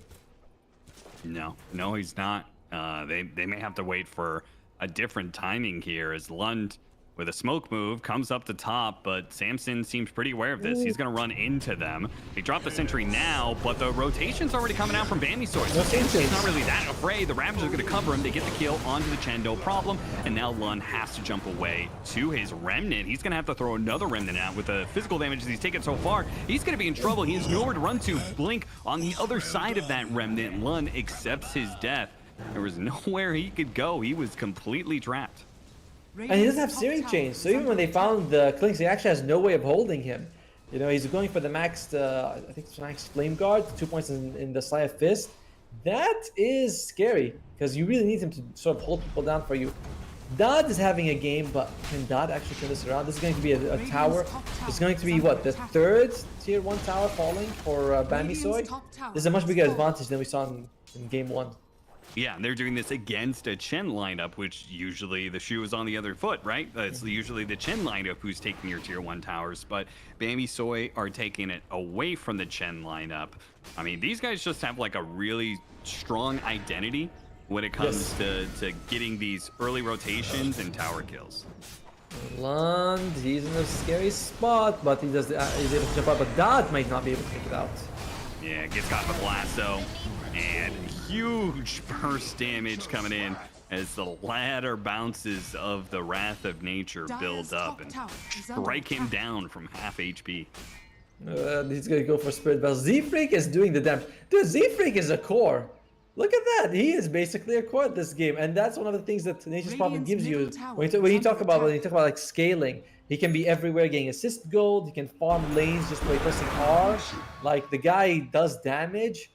This is why Nature's Prophet is such a good hero, and definitely does not deserve any nerfs. Oh, God. Are you a Nature's Prophet player? I like our friendship to continue, so I'm going to say no. Oh, my God. Hey, look, I love the global presence. You know, that's my most hated hero in Dota. I know. For years, it's been Tinker. For years. But this hero has just become too busted. Good rotation. Dodd finally getting on top of the Clinks when he needs to. Gets the shackle off of it. Oh, God. Please tell me they're going to kill him. They do. The power shot finishes him off. No problem. Didn't have the diffuser blade yet, but, you know, Wind Ranger. There's something about this Wind Ranger, man. I love having a Wind Ranger on my team because I know I'll just never run out of a damage, you know? Yeah, she did what she needs to do just now, and even with the double Wraith Band, which doesn't give you a particularly, you'd rather have the bracers, it still worked out fairly well, and the Diffusal is going to come out soon. And it's a very good Diffusal game if you can get on like the Tidehunter, just because he doesn't have a huge mana pool. Although, with the... I was gonna say with the healing lows, but he just eats it straight away. So yeah, at least you are able to bring down. That double Lotus means that Flea hits level 6 at the 12-minute mark. Damn! You usually expect your sports to be hit level 6 around like, 8.5, 9. So this is why the Wisdom Ruin, losing it hurts you so much. Yeah. And I mean, they just had no fighting power. to be able to stop these towers from being taken. If your supports aren't level 6 and the enemy supports are, it's just like a massive difference. Those sort of differences, I think pro teams have gotten so good at being able to judge that. And we talk about like the level 2 timing, right, on side lane, right, where it's like, oh yeah, we're level 2, they're not, like they instantly go on that timing, they get a kill, they build that laning phase advantage off of it. It's the same thing here. If you steal the enemy wisdom rune, you get your level 6s first, and you know, these teams, they're good enough to be able to capitalize off of it. Yeah, that's what I like about Dota, is like, you don't have to, it's not about your net worth, it is about how you compare to the other team. So if you're way ahead, it's like, it doesn't matter if you don't have that big item that you were waiting for. It's like, you're still way ahead, and you are still much stronger than them. As Mu takes on this giant ancient stack. What is this, a 4? I believe it's a 4 or 5 stack. And he just clears it up, almost gets the most farm hero of the game right now. Yeah, and he's going for the Dragon Knight's taking the enemy ancients as well at the same time. So they are completely out efficiencying them. Yeah, they're eating happily, and he's going for the Maid Slayer Vlad's build on Tidehunter, which is a great way of mitigating all the damage that you receive. You know, it's like, oh, magic, I don't care. Physical, no problem. Mu's looking like might be unkillable, actually.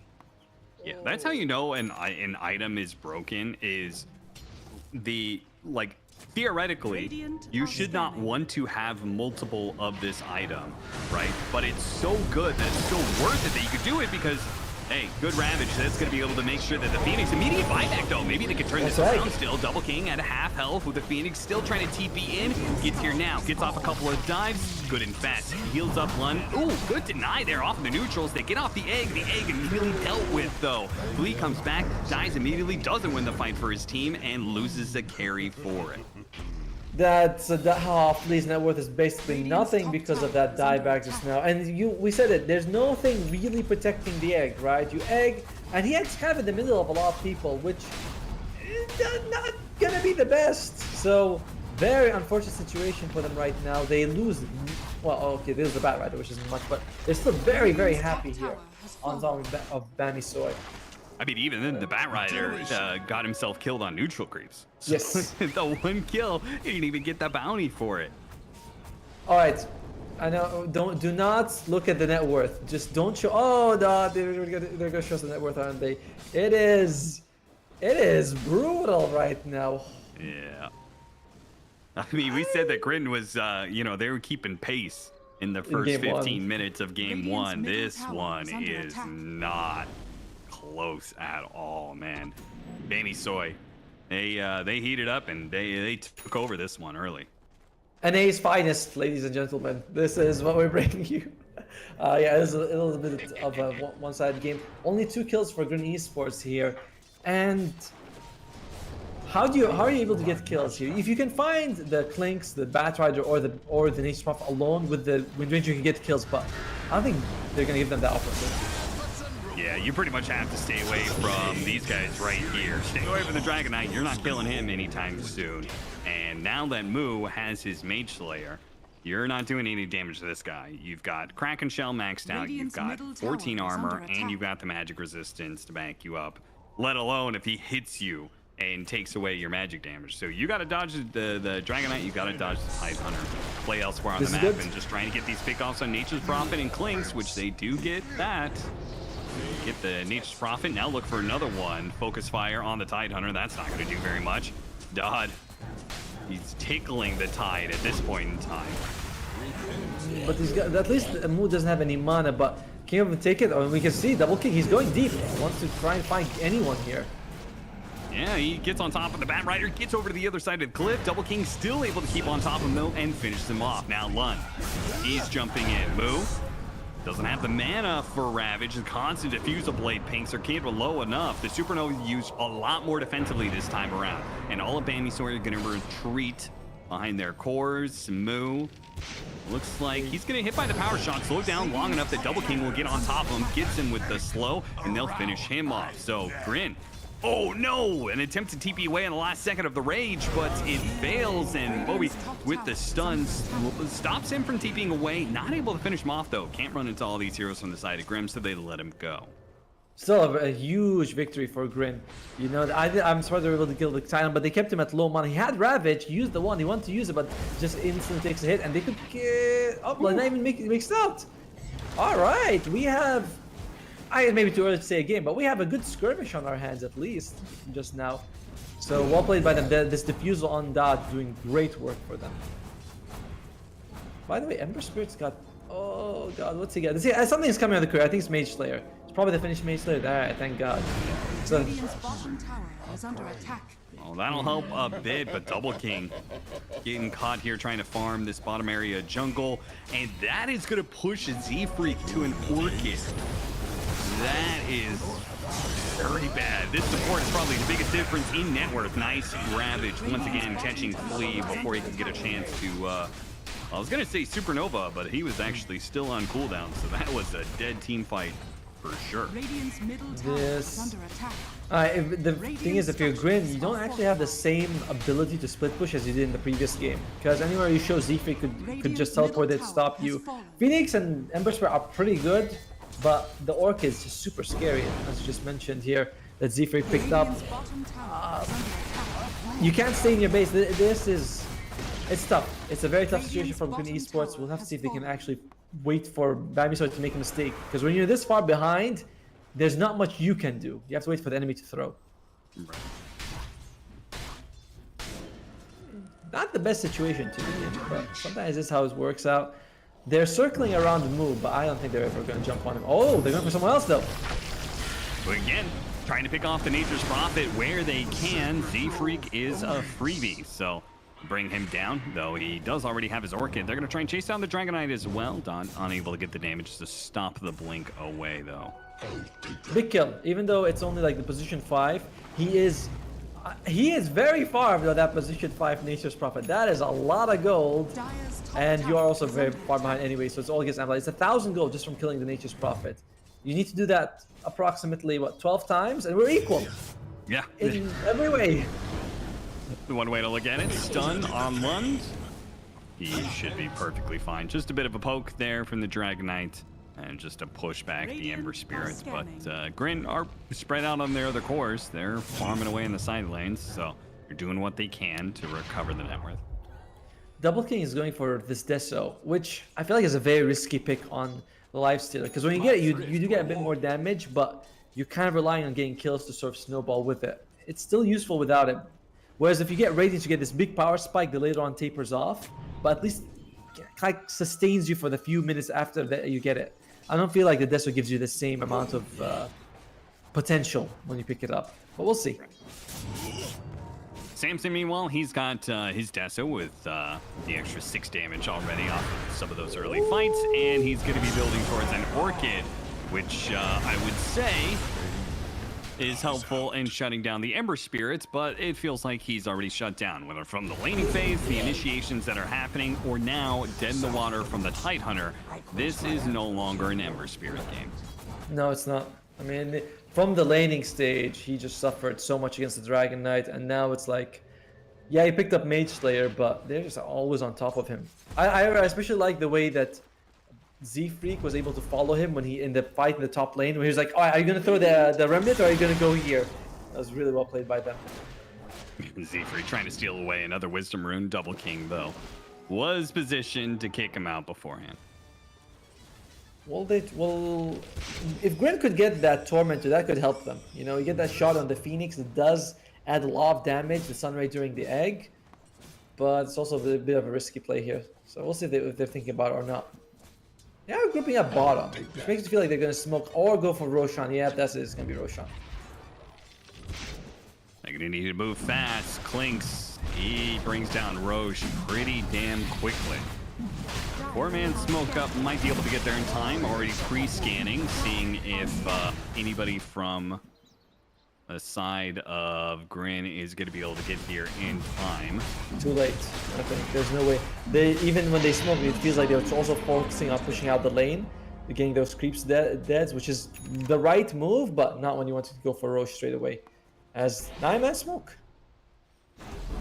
Now, Grin still sticking around, seeing if they could take a fight around this ward that they have, seeing if Bamisoy will stumble into it. But I like that read of Bamisoy. Immediately smoking up off of the Roshan play and being wary of that. I think a lot of teams, that's been like a development of meta.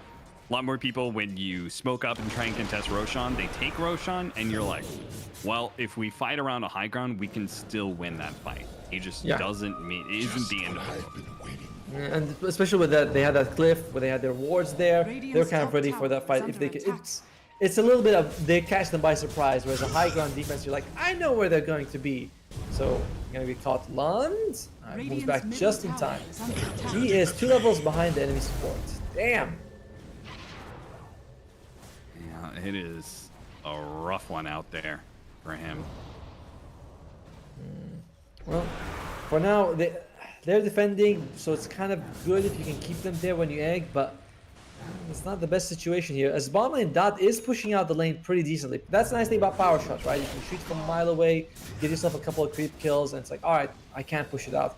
As he does have the Aghanim Shard on the Bat Rider, which is nice.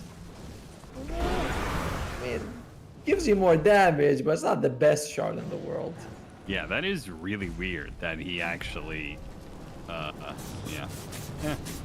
unfortunate that you get it, but what can you do? Gets a lasso, pulls into the Ragnite stun, and then dead in the water for a very dead Ember Spirit.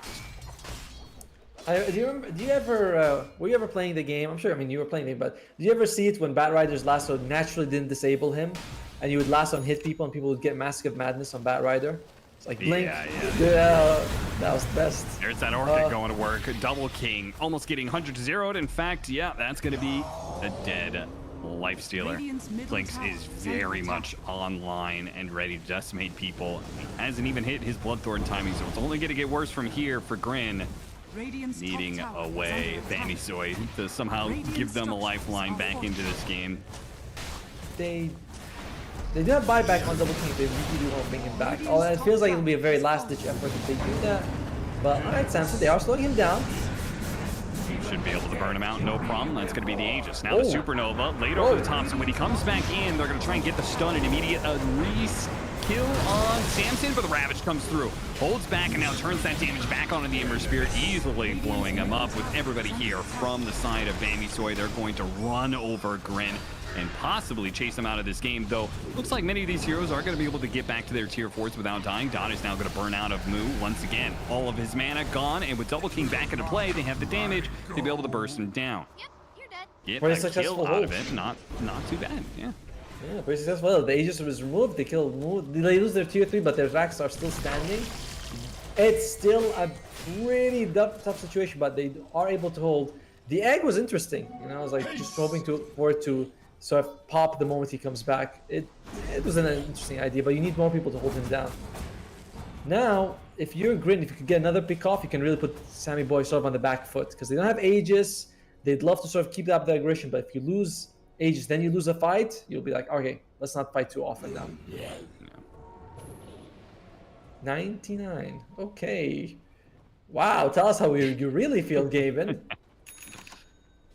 Yeah, does not like the chances for Grin here. And understandable. 18,000 net worth lead for Bamisoy against Grin in just 26 minutes of the game.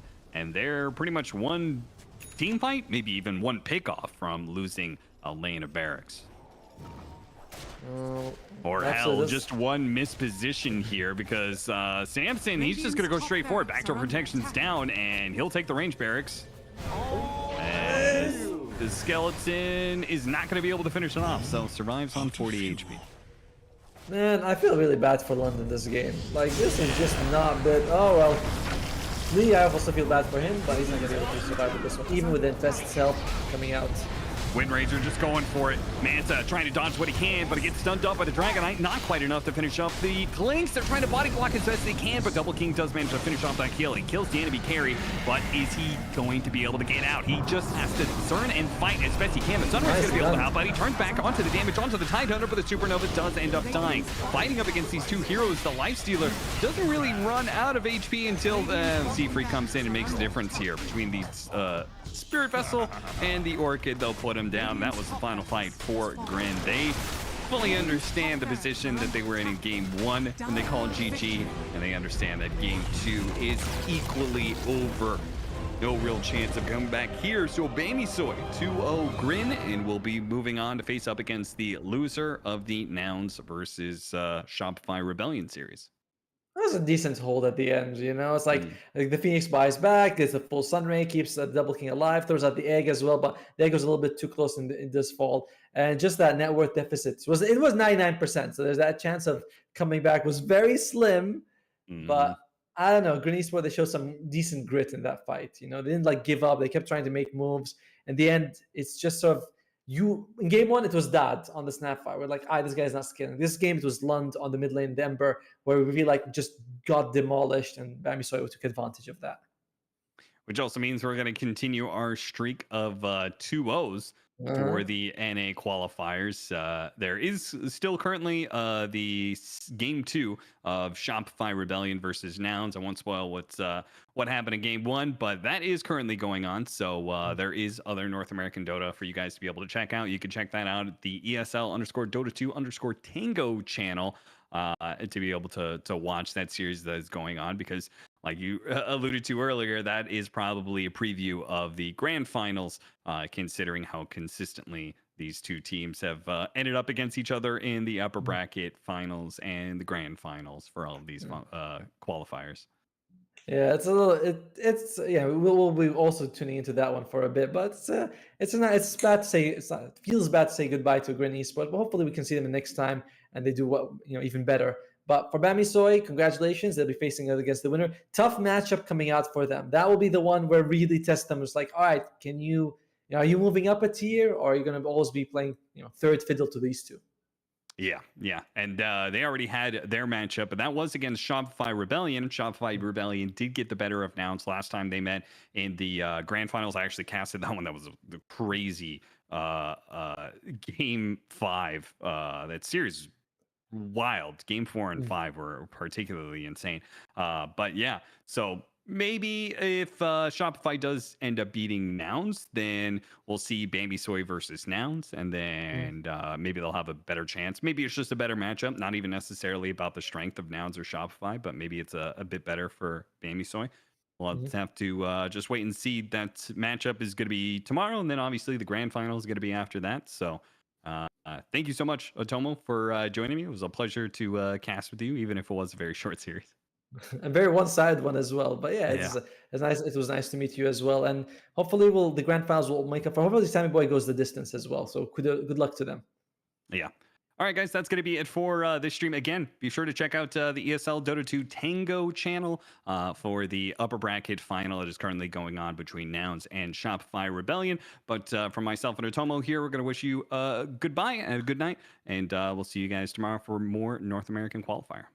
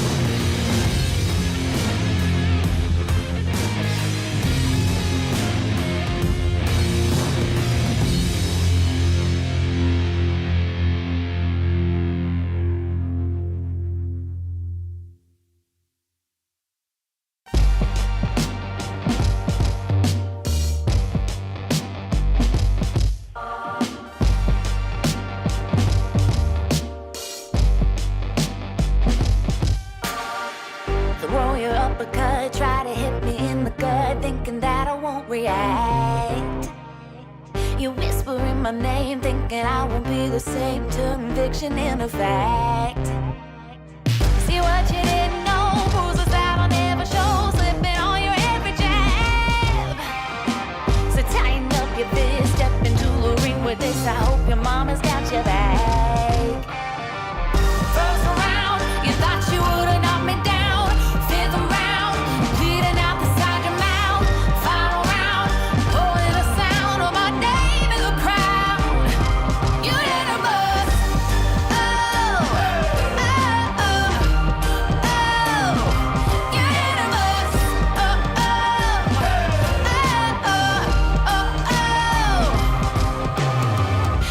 Cause I took a break. You're making a huge mistake, thinking you can take the throne. Look at you trembling, step into the lion's den. Bet you wish you stayed at home. Begging for mercy underneath your breath when I ain't even sweating yet. My legend's written in the stone, yeah. You're crying danger in defeat is now your only friend. Even your mama's gotta know. First round, you thought you would've knocked me down. Fifth round, bleeding out the side of your mouth. Final round, only the sound of my name in the crowd. You did a bust. Oh, oh, oh, oh. You did a bust. Oh, oh, oh, oh, oh,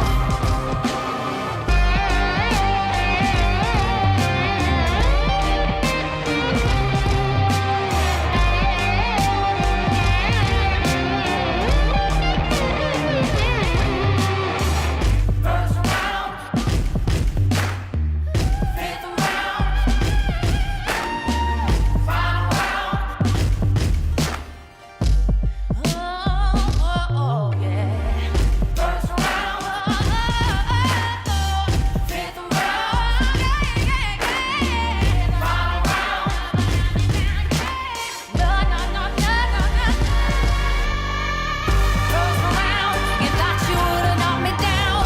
Fifth round, bleeding out the side of your mouth. Final round, only the sound of my name in the crowd.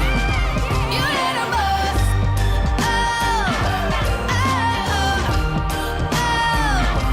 You did a bust. Oh, oh,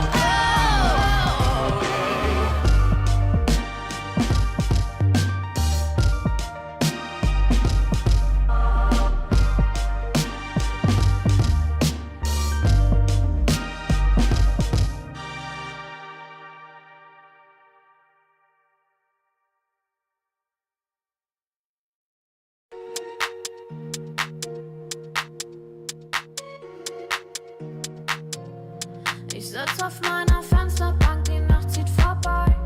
Ich blick über den Tellerrand, trinke Sekt auf Eis. Ein Teufel und ein Engel tanzen auf dem Parkett. Vielleicht sind wir unsterblich, müssen nie wieder weg. Ich sitz auf meiner Fensterbank, die Nacht zieht vorbei. Ich blick über den Tellerrand, trinke Sekt auf Eis. Ein Teufel und ein Engel tanzen auf dem Parkett. Vielleicht sind wir unsterblich, müssen nie wieder weg. Backpack, Kippen und Drinks gegen Tristesse. Großstadtbild, komm mir nicht weg. Kopf fragt, mach kein Pisstest, nein. Ich will nicht auf deine Party gehen. Engel und Teufel tanzen schwammsee. Von deinen Lippen tropft der Chardonnay. Ich küss ihn weg, bevor du schlafen gehst. Sitz auf meiner Fensterbank, die Nacht zieht vorbei. Ich blick über den Tellerrand, trinke Sekt auf Eis. Ein Teufel und ein Engel tanzen auf dem Parkett. Vielleicht sind wir unsterblich, müssen nie wieder weg. Ich sitz auf meiner Fensterbank, die Nacht zieht vorbei. Ich blick über den Tellerrand, trinke Sekt auf Eis. Ein Teufel und ein Engel tanzen auf dem Parkett. Vielleicht sind wir unsterblich, müssen nie wieder weg. Faded